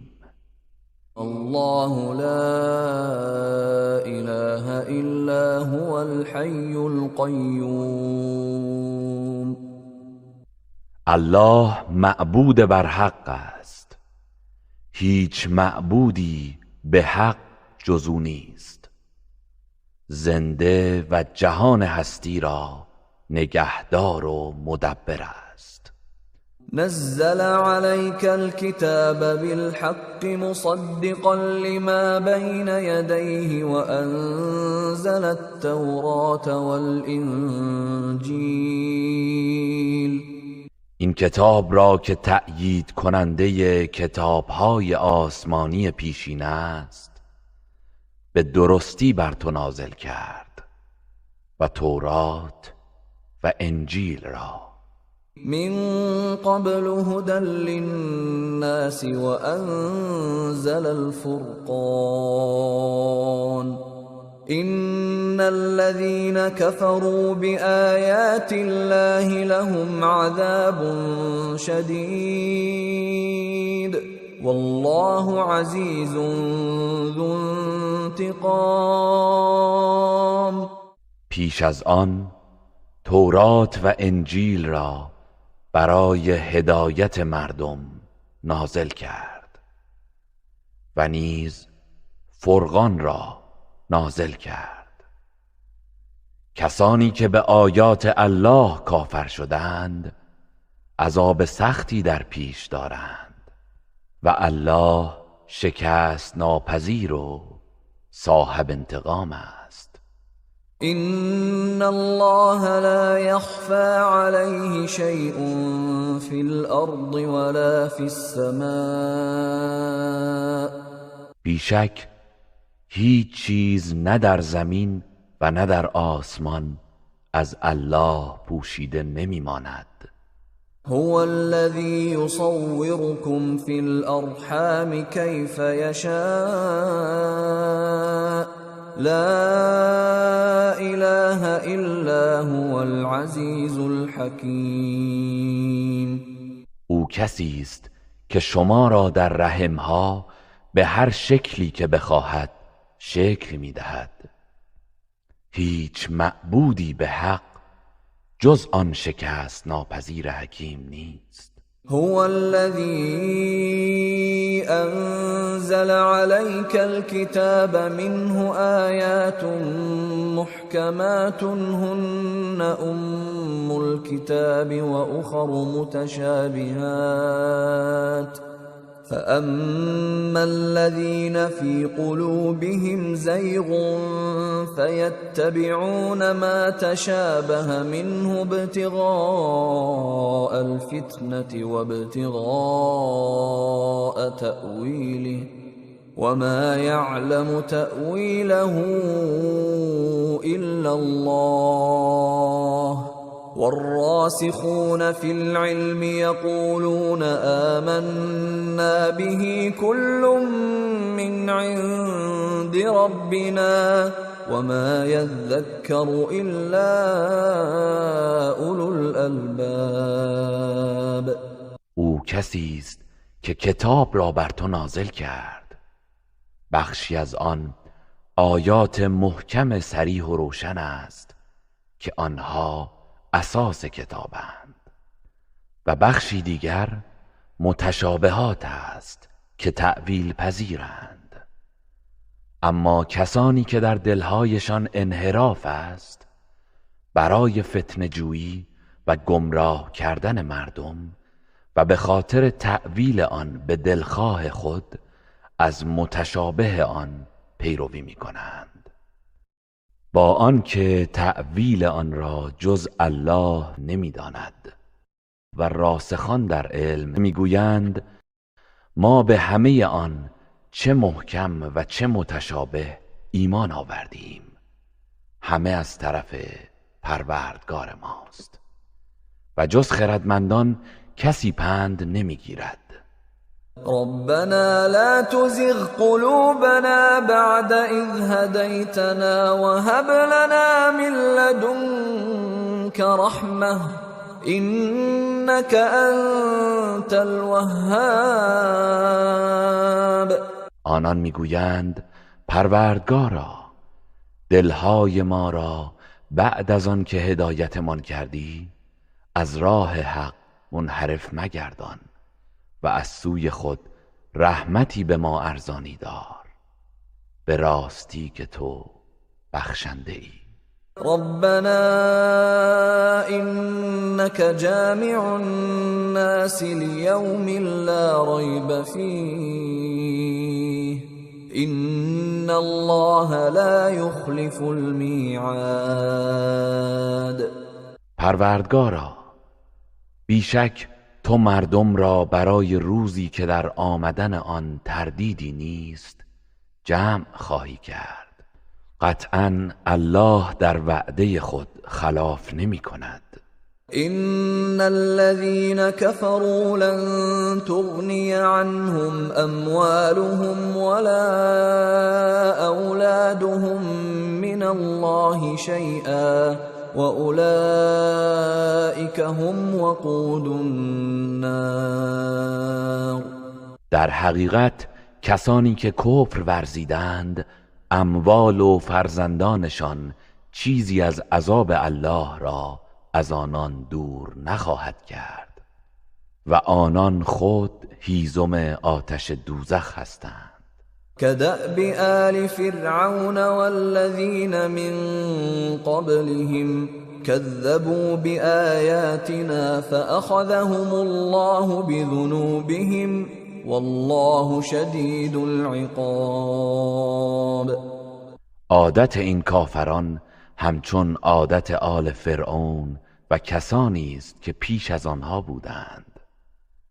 آیات ما را تکذیب کردند، پس الله آنان را به سزای گناهانشان فرو گرفت و الله سخت کیفر است. قل للذين كفروا ستغلبون وتحشرون إلى جهنم وبئس المهاد. به کسانی که کافر شدند بگو به زودی مغلوب خواهید شد و سپس در قیامت به سوی جهنم محشور میشوید و چه بد جایگاهی است. قد كان لكم آية في فئتين التقتا فئة تقاتل في سبيل الله وأخرى كافرة يرونهم مثليهم رأي العين والله يؤيد بنصره من يشاء إن في ذلك لعبرة لأولي الأبصار. قطعاً در دو گروهی که در بدر با هم روبرو شدند نشانه و عبرتی برای شما بود. یک گروه در راه الله می جنگید و گروهی دیگر کافر بودند. آنان با چشم خود مؤمنان را دو برابر آنچه بودند می‌دیدند و الله هر کس را بخواهد با نصرت و یاری خود تأیید می‌کند. به راستی در این ماجرا برای اهل بینش عبرتی است. زين للناس حب الشهوات من النساء والبنين والقناطير المقنطرة من الذهب والفضة والخيل المسومة والأنعام والحرث ذلك متاع الحياة الدنيا والله عنده حسن المآب. عشق به خواستنی‌های مادی از جمله زنان و فرزندان و اموال هنگفت، از طلا و نقره و اسب‌های نشاندار و چهارپایان و زراعت برای مردم آراسته شده است. اینها همه کالای زود گذر زندگی دنیاست و حالان که سرانجام نیک نزد الله است. قل أنبئكم بخير من ذلكم للذين اتقوا عند ربهم جنات تجري من تحتها الأنهار خالدين فيها وأزواج مطهرة ورضوان من الله والله بصير بالعباد. بگو آیا می‌خواهید شما را از چیزی آگاه کنم که از این سرمایه‌های مادی بهتر است؟ برای کسانی که تقوا پیشه کرده اند نزد پروردگارشان باغ‌هایی است که از زیر درختان آن جویبارها روان است، جاودانه در آن خواهند بود و همسرانی پاکیزه دارند و همچنین از خوشنودی الله برخوردارند و الله به احوال بندگان بیناست. الذين يقولون ربنا إننا آمنا فاغفر لنا ذنوبنا وقنا عذاب النار. کسانی که میگویند پروردگارا به راستی ما ایمان آورده ایم، پس گناهانمان را بیامرز و ما را از عذاب آتش نگاه دار. الصابرين والصادقين والقانتين والمنفقين والمستغفرين بالأسحار. آنها که در برابر مشکلات و در مسیر اطاعت و ترک گناه استقامت می‌ورزند راستگو هستند. آنان در برابر الله فروتنی و در راه او انفاق می کنند و در سحرگاهان استغفار می نمایند. شهد الله انه لا اله الا هو والملائكة واولو العلم قائما بالقسط لا اله الا هو العزیز الحکیم. الله که در جهان هستی برپادارنده عدل است گواهی داده است که معبودی به حق جز او نیست و فرشتگان و صاحبان دانش نیز بر این مطلب گواهی میدهند. معبودی به حق جز او نیست که شکست ناپذیر حکیم است. إن الدين عند الله الإسلام وما اختلف الذين أوتوا الكتاب إلا من بعد ما جاءهم العلم بغيا بينهم ومن يكفر بآيات الله فإن الله سريع الحساب. همانا دین نزد الله همان اسلام است و کسانی که کتاب آسمانی به آنان داده شد با یکدیگر به اختلاف نپرداختند مگر پس از آن که علم برای آنان حاصل آمد.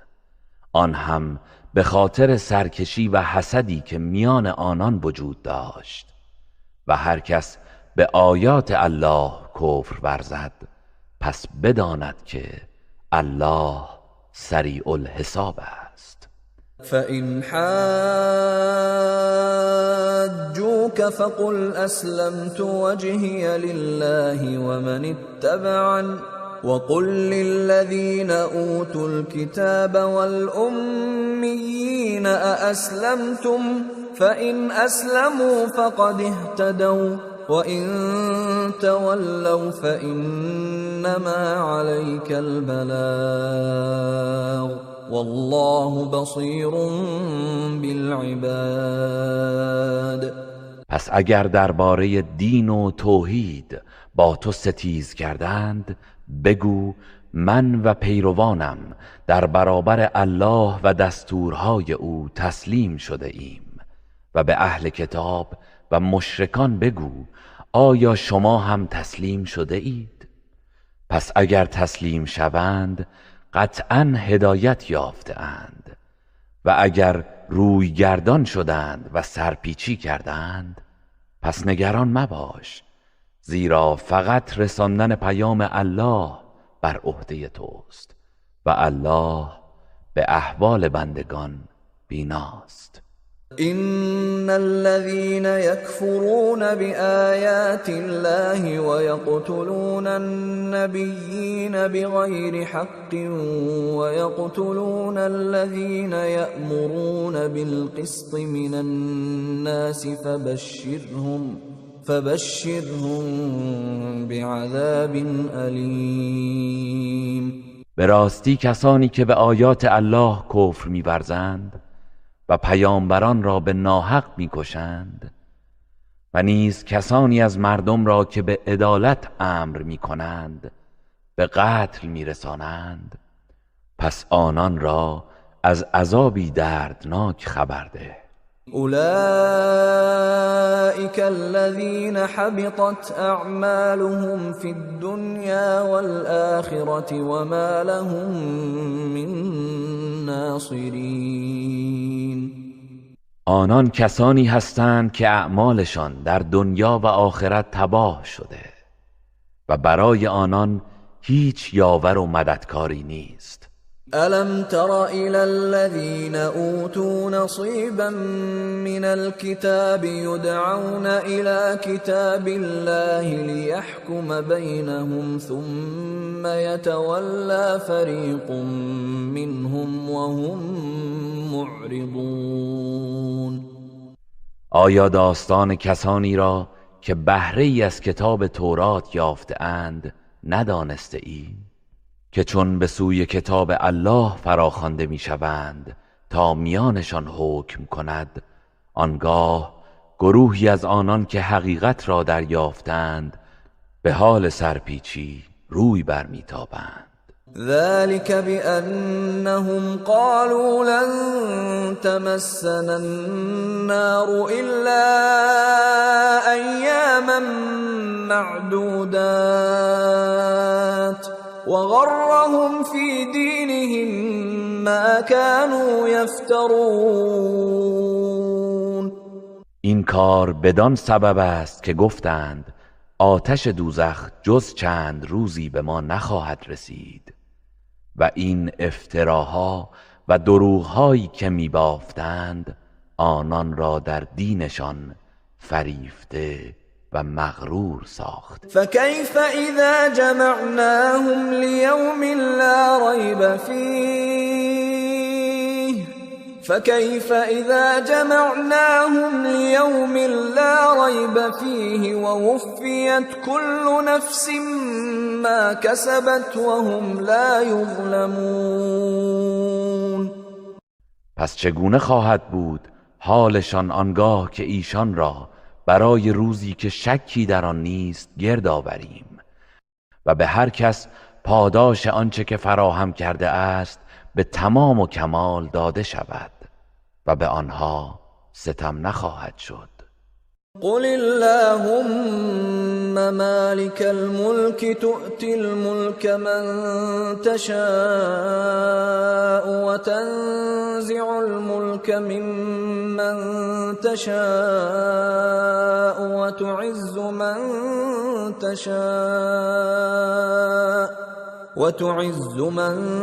تشاء وتذل من تشاء بيدك الخير إنك على كل شيء قدير. بگو بارالها ای فرمان روای هستی، هر که را بخواهی حکومت و دارایی میبخشی و از هر که بخواهی حکومت و دارایی را باز پس میگیری و به هر کس بخواهی عزت و قدرت میدهی و هر کس را بخواهی خوار میداری.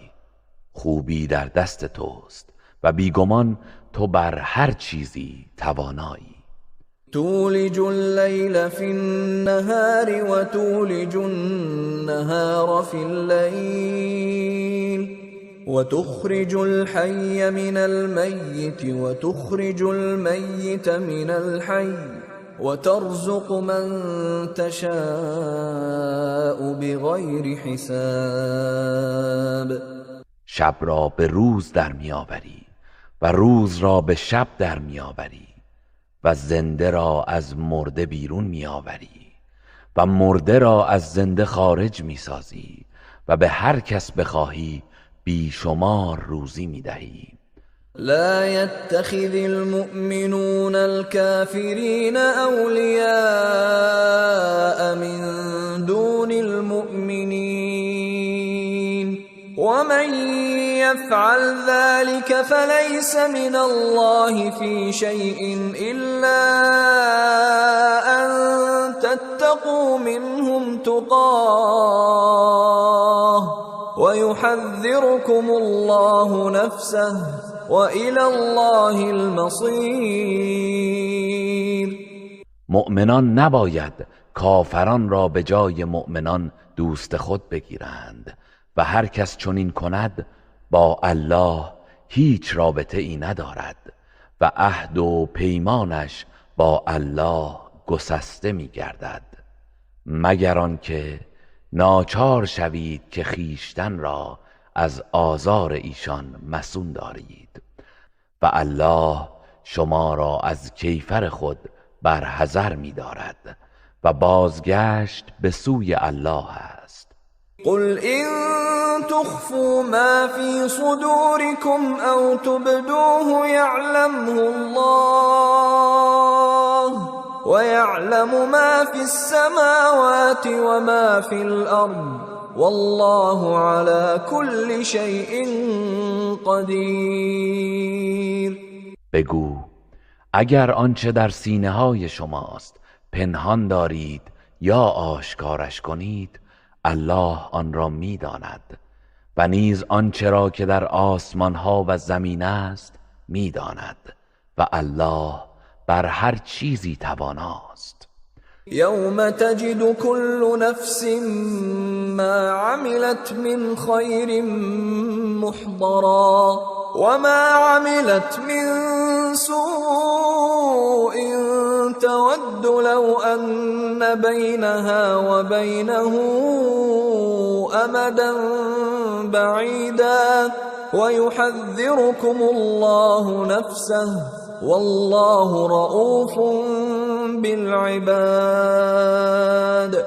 روزی که هر کس آنچه را از کار نیک انجام داده حاضر می‌بیند و آرزو می‌کند میان او و آنچه از اعمال بد انجام داده فاصله بسیاری باشد و الله شما را از نافرمانی و کیفر خود برحذر می‌دارد و الله با بندگان مهربان است.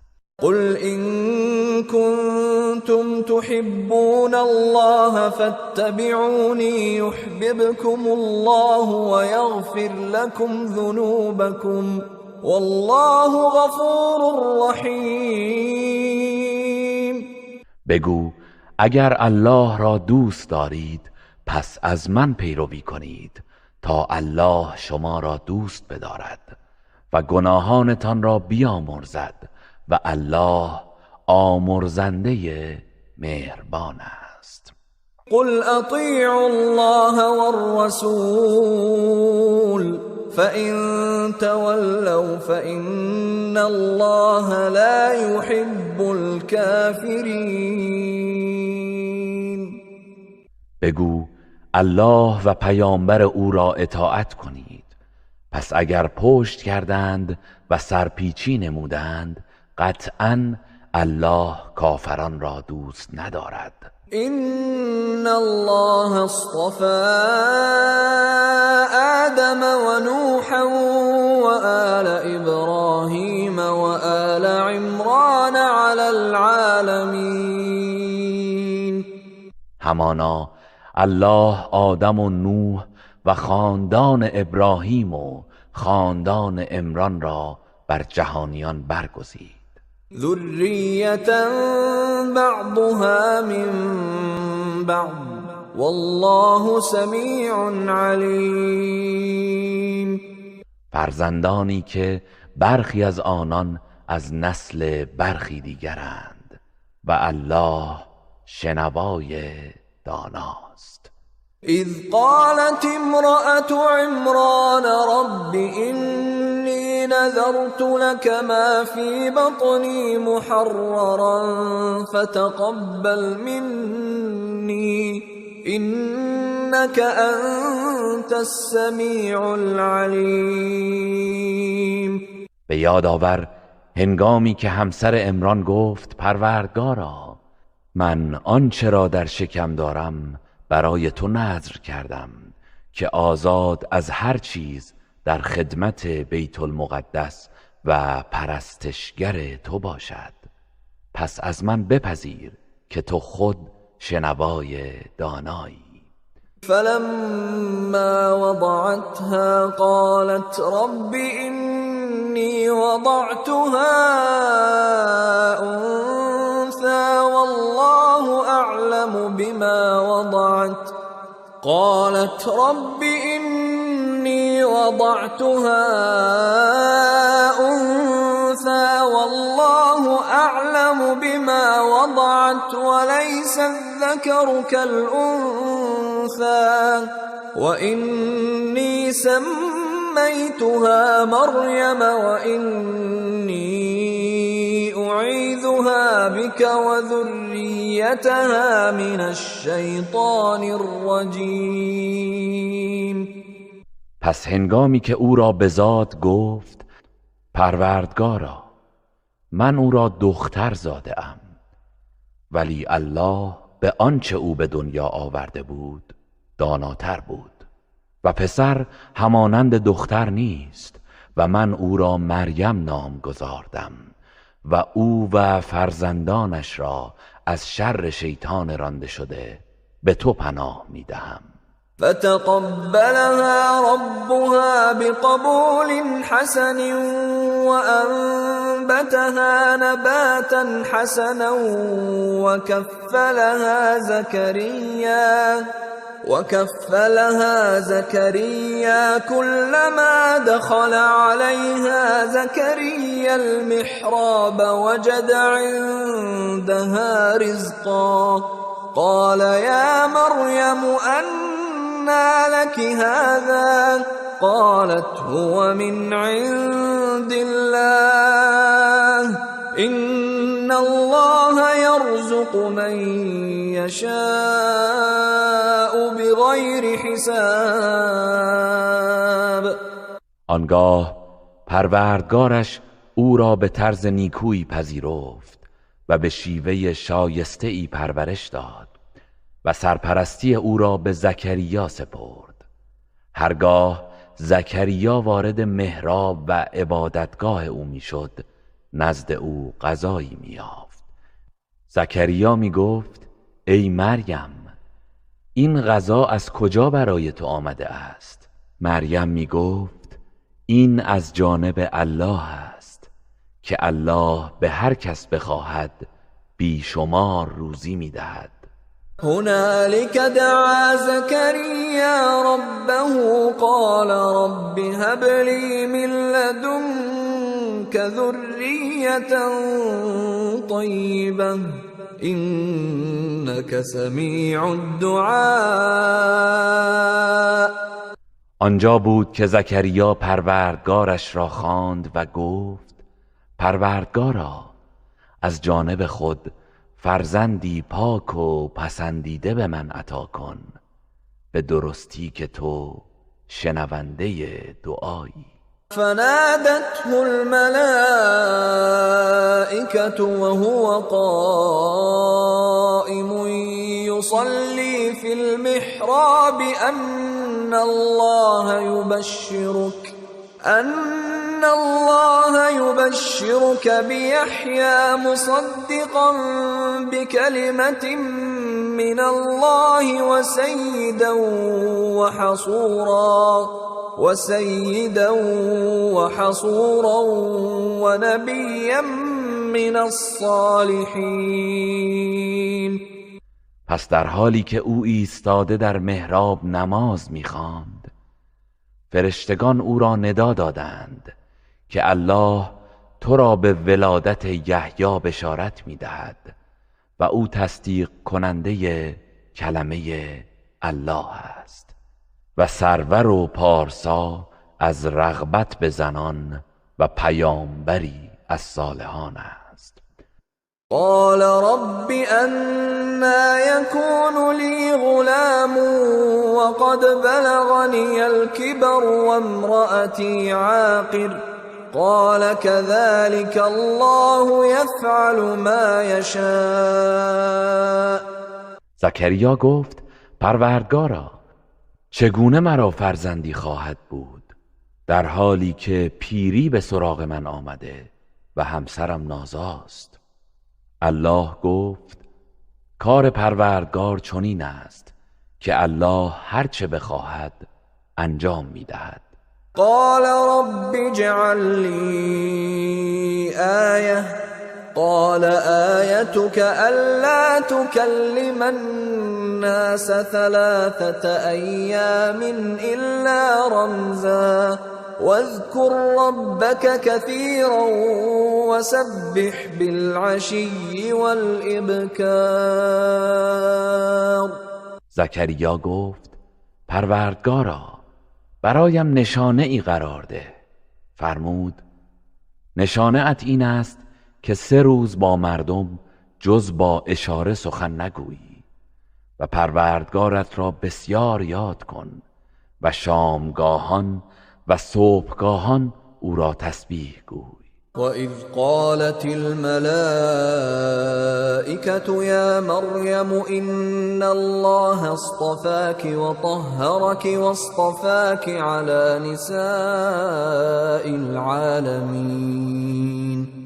و به یاد آور هنگامی را که فرشتگان گفتند ای مریم الله تو را برگزیده و پاک ساخته و تو را بر زنان جهان برتری داده است. یا مریم اقنتی لربک واسجدی وارکعی مع الراکعین. ای مریم فرمانبر پروردگار خود باش و سجده کن و با رکوع کنندگان رکوع کن. ذلك من انباء الغیب نوحیه الیک وما كنت لديهم اذ يلقون اقلامهم ايهم يكفل مريم وما كنت لديهم اذ يختصمون. ای پیامبر این از خبرهای غیبی است که به تو وحی می‌کنیم و تو در آن هنگام که قلم‌های خود را برای قرعه کشی به آب می‌افکندند تا تعیین کنند که کدام یک سرپرستی مریم را به عهده گیرد نزد آنان نبودی و نیز وقتی که با یکدیگر کشمکش می‌کردند نزدشان نبودی. اذ قالت الملائكة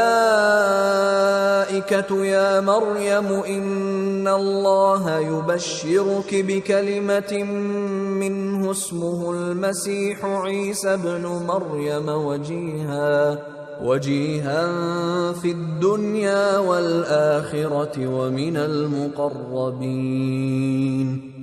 و به یاد آور هنگامی که فرشتگان گفتند ای مریم الله تو را به کلمه ای از جانب خود بشارت می دهد که نامش مسیح عیسی ابن مریم است در حالی که او در دنیا و آخرت آبرومند و از مقربان درگاه الهی است. و یکلم الناس فی المهد و کهلا و من الصالحین.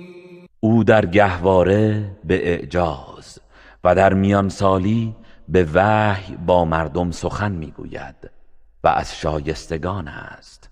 قالت رب أنا يكون لي ولد ولم يمسسني بشر قال كذلك الله يخلق ما يشاء إذا قضى أمرا فإنما يقول له كن فيكون. مریم گفت پروردگارا چگونه مرا فرزندی خواهد بود در حالی که بشری به من دست نزده است؟ فرشته گفت الله بدین سان هر چرا بخواهد می آفریند و هرگاه که اراده چیزی کند فقط به آن میگوید موجود باش، پس آن بیدرنگ موجود می شود. ويعلمه الكتاب والحكمة والتوراة والإنجيل و به او کتاب و حکمت و تورات و انجیل می آموزد. ورسولا إلى بني إسرائيل أني قد جئتكم بآية من ربكم أني أخلق لكم من الطين كهيئة الطير فأنفخ فيه فيكون طيرا بإذن الله وأبرئ الأكمه والأبرص وأحيي الموتى بإذن الله وأنبئكم بما تأكلون وما تدخرون في بيوتكم إن في ذلك لآية لكم إن كنتم مؤمنين. و پیامبری است به سوی بنی اسرائیل که به آنان میگوید من از سوی پروردگارتان برایتان نشانه ای آورده‌ام. من از گل برای شما چیزی به شکل پرنده می سازم، آنگاه در آن می دمم و به فرمان الله پرنده ای می شود و به فرمان الله کور مادرزاد و مبتلایان به پیسی را بهبودی می بخشم و مردگان را زنده می کنم و از آن چه می خورید و در خانه هایتان ذخیره می کنید به شما خبر می دهم. مسلماً اگر ایمان داشته باشید در اینها نشانه ای برای شماست. ومصدقا لما بين يدي من التوراة ولأحل لكم بعض الذي حرم عليكم وجئتكم بآية من ربكم فاتقوا الله وأطيعون.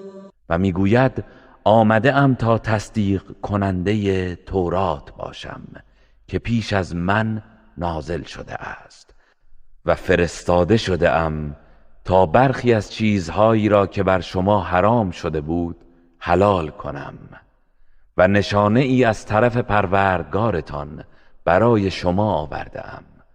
پس از الله پروا نمایید و مرا اطاعت کنید. إن الله ربي وربكم فاعبدوه هذا صراط مستقیم. به راستی که الله پروردگار من و پروردگار شماست، پس او را بپرستید که این است راه راست. فلما أحس عيسى منهم الكفر قال من أنصاري إلى الله قال الحواريون نحن أنصار الله آمنا بالله واشهد بأننا مسلمون.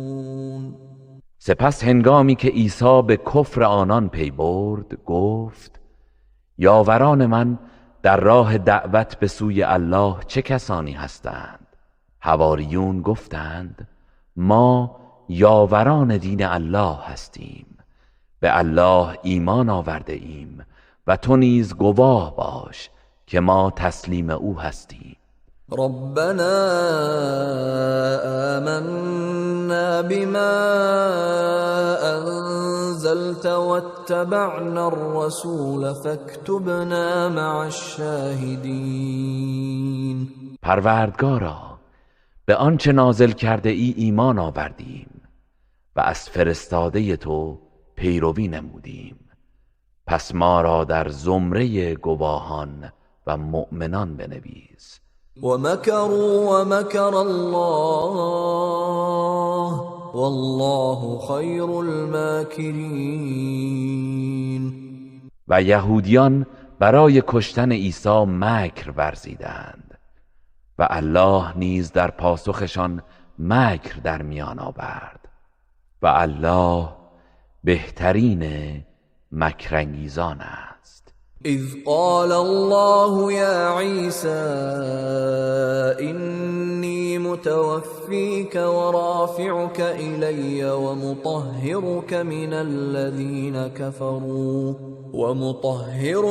الذین كفروا وجاعل الذین اتبعوک فوق الذین كفروا الی یوم القیامة ثم إلي مرجعكم فأحكم بينكم فيما كنتم فيه تختلفون. به یاد آورید هنگامی را که الله به عیسی فرمود ای عیسی، همانا من تو را برگرفته و به سوی خیش بالا میبرم و تو را از آلایش و تهمت کسانی که کافر شدند پاک میگردانم و تا روز رستاخیز کسانی را که از تو پیروی کردند برتر از کسانی که کافر شدند قرار میدهم. پس بازگشت شما به سوی من است. آنگاه در آنچه در آن اختلاف میکردید در میان شما داوری میکنم. فأما الذين كفروا فأعذبهم عذابا شديدا في الدنيا والآخرة وما لهم من ناصرين. اما کسانی که کافر شدند در دنیا و آخرت آنان را به عذابی سخت عذاب میکنم و یاورانی نخواهند داشت.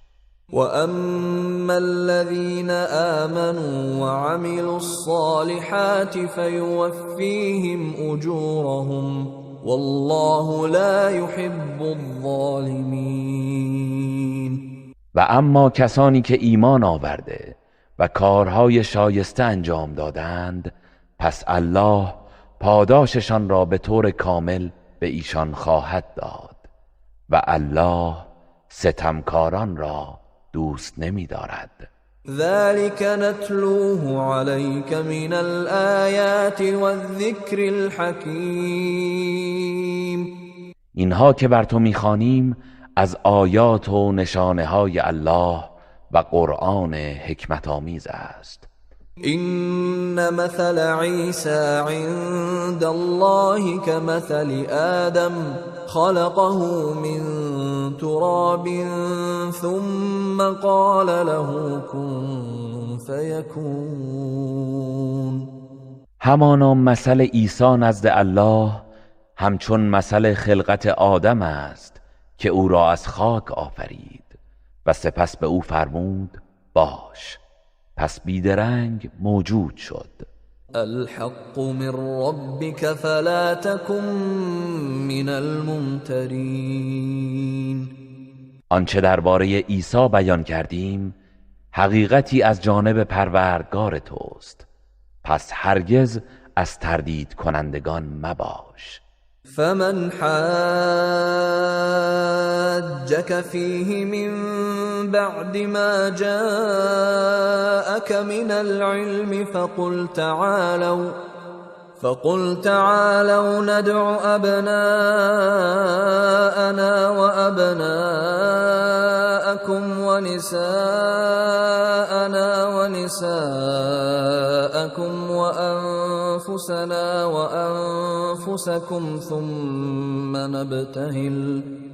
ثم نبتهل فنجعل لعنت الله علی الكاذبین.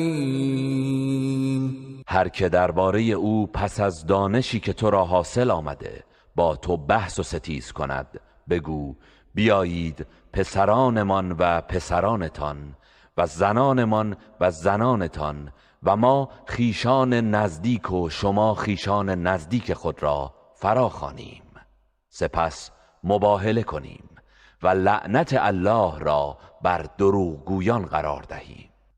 إن هذا لهو القصص الحق وما من إله إلا الله وإن الله لهو العزيز الحكيم. این همان داستان حقیقی مسیح است و معبودی جز الله نیست و بیگمان الله است که شکست ناپذیر و حکیم است. فَإِن تَوَلَّوْا فَإِنَّ اللَّهَ عَلِيمٌ بِالْمُفْسِدِينَ. پس اگر روی گردانند بدان که الله از حال تباهکاران آگاه است. قل يا أهل الكتاب تعالوا إلى كلمة سواء بيننا وبينكم ألا نعبد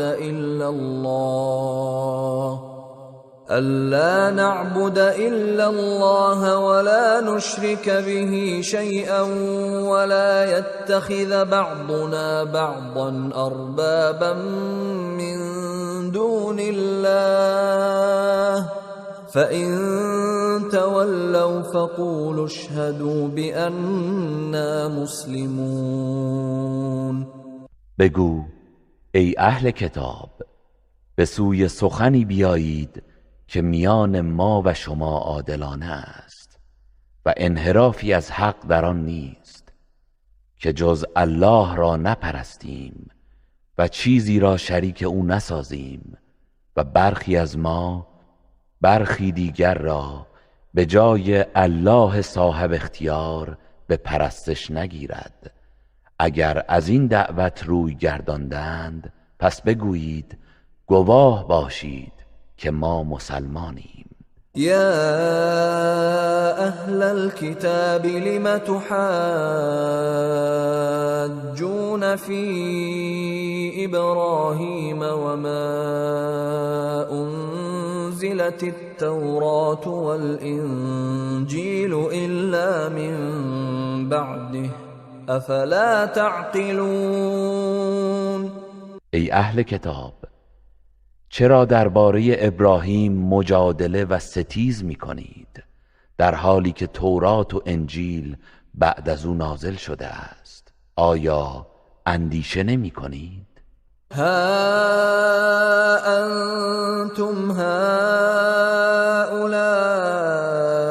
حاججتم فيما لكم به علم فلم تحاجون فيما ليس لكم به علم والله يعلم وأنتم لا تعلمون. هان، شما اهل کتاب کسانی هستید که درباره آنچه نسبت به آن آگاهی و علم داشتید بحث و ستیز کردید. پس چرا در مورد چیزی که بدان علم ندارید بحث و ستیز می کنید؟ و الله می داند و شما نمی دانید. ما كان إبراهيم يهوديا ولا نصرانيا ولكن كان حنيفا مسلما وما كان من المشركين. ابراهیم نه یهودی بود و نه مسیحی، بلکه یکتا پرستی مسلمان بود و هرگز از مشرکان نبود. إن أولى الناس بإبراهيم للذين اتبعوه وهذا النبي والذين آمنوا والله ولي المؤمنين. به راستی سزاوارترین مردم به ابراهیم همان کسانی هستند که او را پیروی کردند و نیز این پیامبر و کسانی که به او ایمان آورده اند و الله یاور و ولی مؤمنان است. ودت طائفة من اهل الكتاب لو يضلونكم وما يضلون الا انفسهم وما يشعرون. گروهی از اهل کتاب آرزو می کردند و دوست داشتند کاش شما را گمراه می کردند، در حالی که جز خودشان کسی را گمراه نمی کنند و نمی فهمند. یا اهل الكتاب لم تکفرون بآیات الله وانتم تشهدون.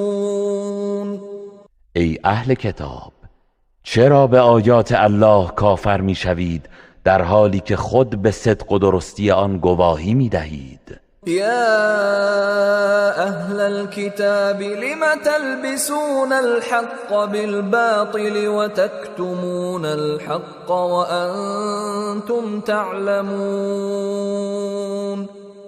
ای اهل کتاب، چرا حق را به باطل می‌آمیزید و حق را کتمان می‌کنید در حالی که خود می‌دانید؟ وقال طائفة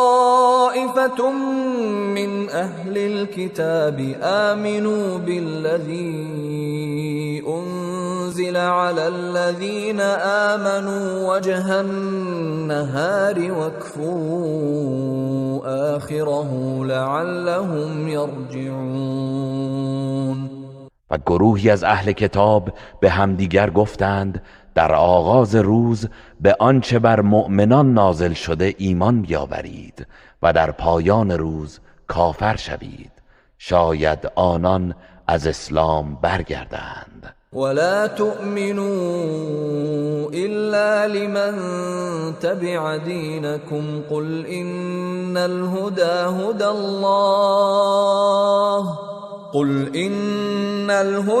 هدى الله أن يؤتى أحد مثل ما أوتيتم أو يحاجوكم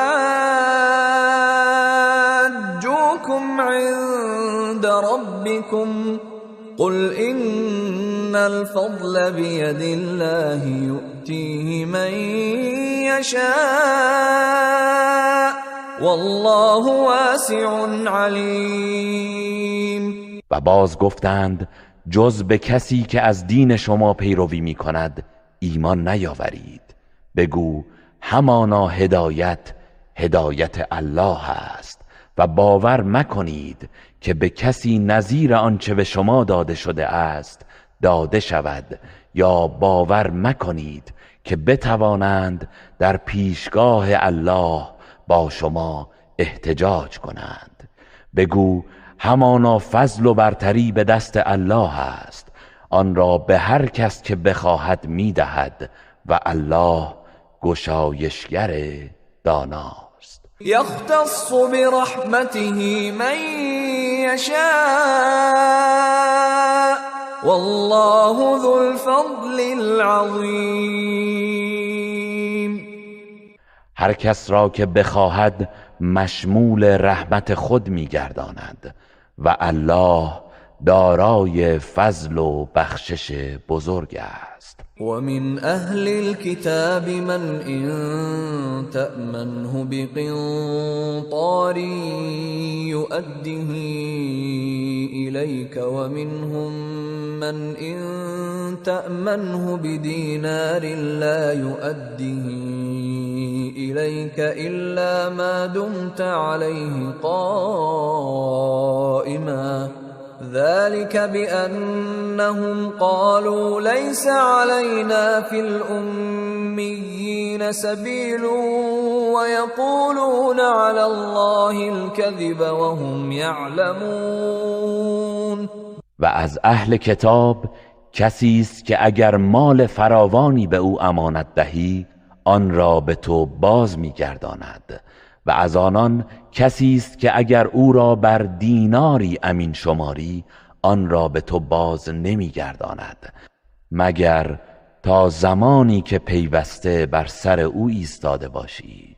این بدان خاطر است که آنان میگویند در مورد خوردن اموال قوم عرب گناهی بر ما نیست و در حالی که حقیقت را میدانند بر الله دروغ میبندند. بلى من اوفى بعهده واتقى فإن الله يحب المتقین. آری این کار گناه است، اما هر که به پیمان خود وفا کند و پرهیزکاری نماید پس بداند که بیگمان الله پرهیزکاران را دوست دارد. إن الذين يشترون بعهد الله وأيمانهم ثمنا قليلا أولئك لا خلاق لهم في الآخرة ولا يكلمهم الله ولا ينظر إليهم يوم القيامة ولا يزكيهم ولهم عذاب علیم. همانا کسانی که پیمان الله و سوگندهای خود را به بهای ناچیزی می فروشند بهره ای در آخرت نخواهند داشت و الله در روز قیامت با آنان سخن نمی گوید و به ایشان نمی نگرد و آنها را از گناه پاک نمی سازد و عذاب دردناکی خواهند داشت. وَإِنَّ مِنْهُمْ لَفَرِيقًا يَلْوُونَ أَلْسِنَتَهُم بِالْكِتَابِ لِتَحْسَبُوهُ مِنَ الْكِتَابِ وَمَا هُوَ مِنَ الْكِتَابِ وَيَقُولُونَ هُوَ مِنْ عِندِ اللَّهِ وَمَا هُوَ مِنْ عِندِ اللَّهِ وَيَقُولُونَ عَلَى اللَّهِ الْكَذِبَ وَهُمْ يَعْلَمُونَ. و از میان آنان گروهی هستند که زبان خود را به هنگام تلاوت کتاب تورات چنان می‌گردانند که گمان کنید آنچه را می‌خوانند از آن کتاب است در حالی که از کتاب نیست و می‌گویند آن از جانب الله است در صورتی که از جانب الله نیست و بر الله دروغ می‌بندند در حالی که خود نیز می‌دانند. ما كان لبشر أن يؤتيه الله الكتاب والحكم والنبوة ثم يقول للناس كونوا عبادا لي من دون الله ولكن كونوا ربانيين بما كنتم تعلمون الكتاب وبما كنتم تدرسون. برای هیچ بشری سزاوار نیست که الله به او کتاب و حکم و پیامبری بدهد سپس او به مردم بگوید به جای الله بندگان من باشید، بلکه سزاوار پیامبران این است که به مردم بگویند به سبب آنکه کتاب تورات را آموزش میدادید و از آن رو که به درس و بحث آن می پرداختید مردمانی ربانی و الهی باشید. ولا يأمركم أن تتخذوا الملائكة والنبيين أربابا أيأمركم بالكفر بعد إذ أنتم مسلمون. و نه اینکه به شما فرمان دهد که فرشتگان و پیامبران را به جای الله صاحب اختیار به پرستش بگیرید. آیا شما را پس از آن که مسلمان شدید به کفر فرمان می دهد؟ وَإِذْ أَخَذَ اللَّهُ مِيثَاقَ النَّبِيِّينَ لَمَا آتَيْتُكُم مِّن كِتَابٍ وَحِكْمَةٍ ثُمَّ جَاءَكُمْ رَسُولٌ مُصَدِّقٌ لِّمَا مَعَكُمْ لَتُؤْمِنُنَّ بِهِ وَلَتَنصُرُنَّهُ قال أأقررتم وأخذتم على ذلكم إصري قالوا أقررنا قال فاشهدوا وأنا معكم من الشاهدين. و به یاد آورید هنگامی را که خداوند از پیامبران پیمان گرفت که هرگاه به شما کتاب و حکمتی دادم سپس شما را فرستاده ای آمد که آنچه را با شماست تصدیق کرد باید به او ایمان آورید و یاریش کنید. آنگاه فرمود آیا اقرار کردید و در این باره پیمانم را پذیرفتید؟ آنان گفتند اقرار کردیم. فرمود پس گواه باشید و من نیز با شما از گواهانم. فمن تولى بعد ذلك فأولئك هم الفاسقون. پس هر کس که بعد از این پیمان روی گرداند آنانند که فاسق و نافرمانند. افغیر دین الله یبغون افغیر دین الله یبغون وله اسلم من فی السماوات والارض طوعا وکرها والیه یرجعون. آیا کافران جز دین الله را می جویند؟ حالان که هر که در آسمان ها و زمین است خواه و ناخواه سر به فرمان او نهاده و به سوی او بازگردانده می شوند. قل آمنا بالله وما أنزل علينا وما أنزل على إبراهيم وإسماعيل وإسحاق ويعقوب والأسباط وما أوتي موسى وعيسى والنبيون من ربهم لا نفرق بين أحد منهم ونحن له مسلمون. بگو به الله آنچه بر ما نازل شده و آنچه بر ابراهیم و اسماعیل و اسحاق و یعقوب و اسباط نازل گردیده و آنچه به موسی و عیسی و دیگر پیامبران از جانب پروردگارشان داده شده است ایمان آوردیم. میان هیچ یک از آنان فرقی نمیگذاریم و ما فرمان بردار او هستیم. ومن يبتغ غير الإسلام دينا فلن يقبل منه وهو في الآخرة من الخاسرين.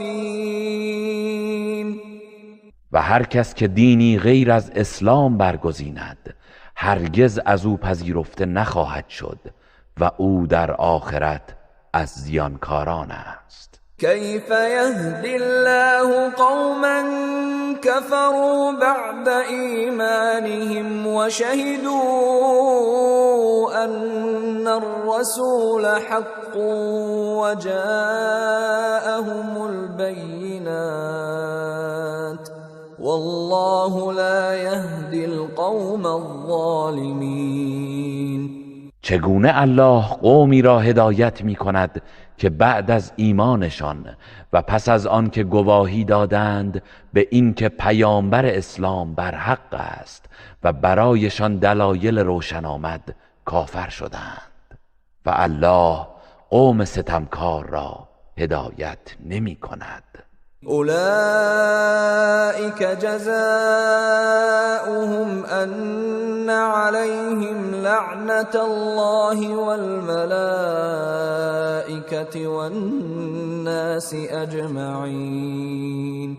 جزایشان این است که لعنت الله و فرشتگان و مردم همگی بر آنهاست.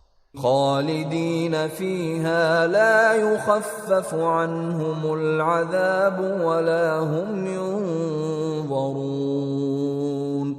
در آن لعنت جاودانه میمانند، نه عذاب از ایشان کاسته می شود و نه مهلت می‌یابند. الا الذين تابوا من بعد ذلك واصلحوا فان الله غفور رحیم.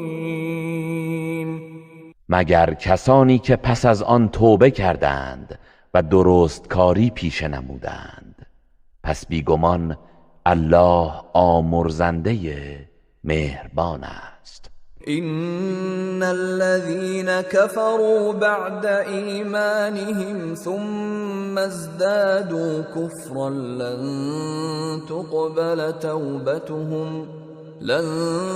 تقبل توبتهم واولئك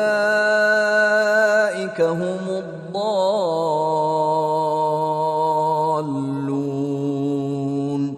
همانا کسانی که پس از ایمان خود کافر شدند و بر کفر خود افزودند، هرگز توبه آنان پذیرفته نخواهد شد و آنانند که گمراهانند. ان الذين كفروا وماتوا وهم كفار فلن يقبل من احدهم ملء الارض ذهبا ولو افتدى به اولئك لهم عذاب أليم وما لهم من ناصرین. کسانی که کافر شدند و در حال کفر از دنیا رفتند، اگرچه روی زمین پر از طلا باشد و آن را به عنوان فدیه و کفاره اعمال بد خویش بپردازند، هرگز از هیچ یک از آنها پذیرفته نخواهد شد و برای آنان مجازاتی دردناک است و یاورانی ندارند.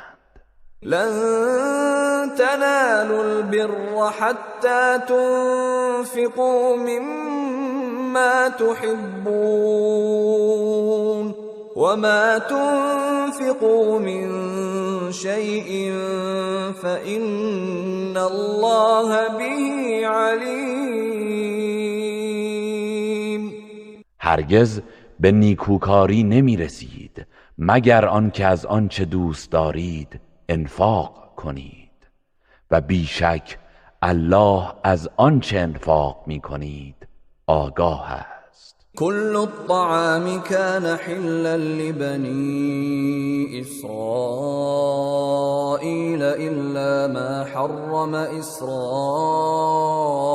على نفسه من قبل أن تنزل التوراة قل فأتوا بالتوراة فاتلوها إن كنتم صادقين. همه غذاها برای بنی اسرائیل حلال بود مگر آنچه یعقوب پیش از نزول تورات بر خود حرام کرده بود. بگو اگر راست میگویید و سخن مرا باور ندارید، تورات را بیاورید و آن را بخوانید. فمن افترى على الله الكذب من بعد ذلك فأولئك هم الظالمون. پس هر کس که پس از آن بر الله دروغ بندد، آنانند که ستمکارانند. قل صدق الله فاتبعوا ملة إبراهيم حنيفا وما كان من المشركين. بگو الله راست گفت، پس از آیین ابراهیم که یکتا پرست و حق گرا بود و از مشرکان نبود پیروی کنید.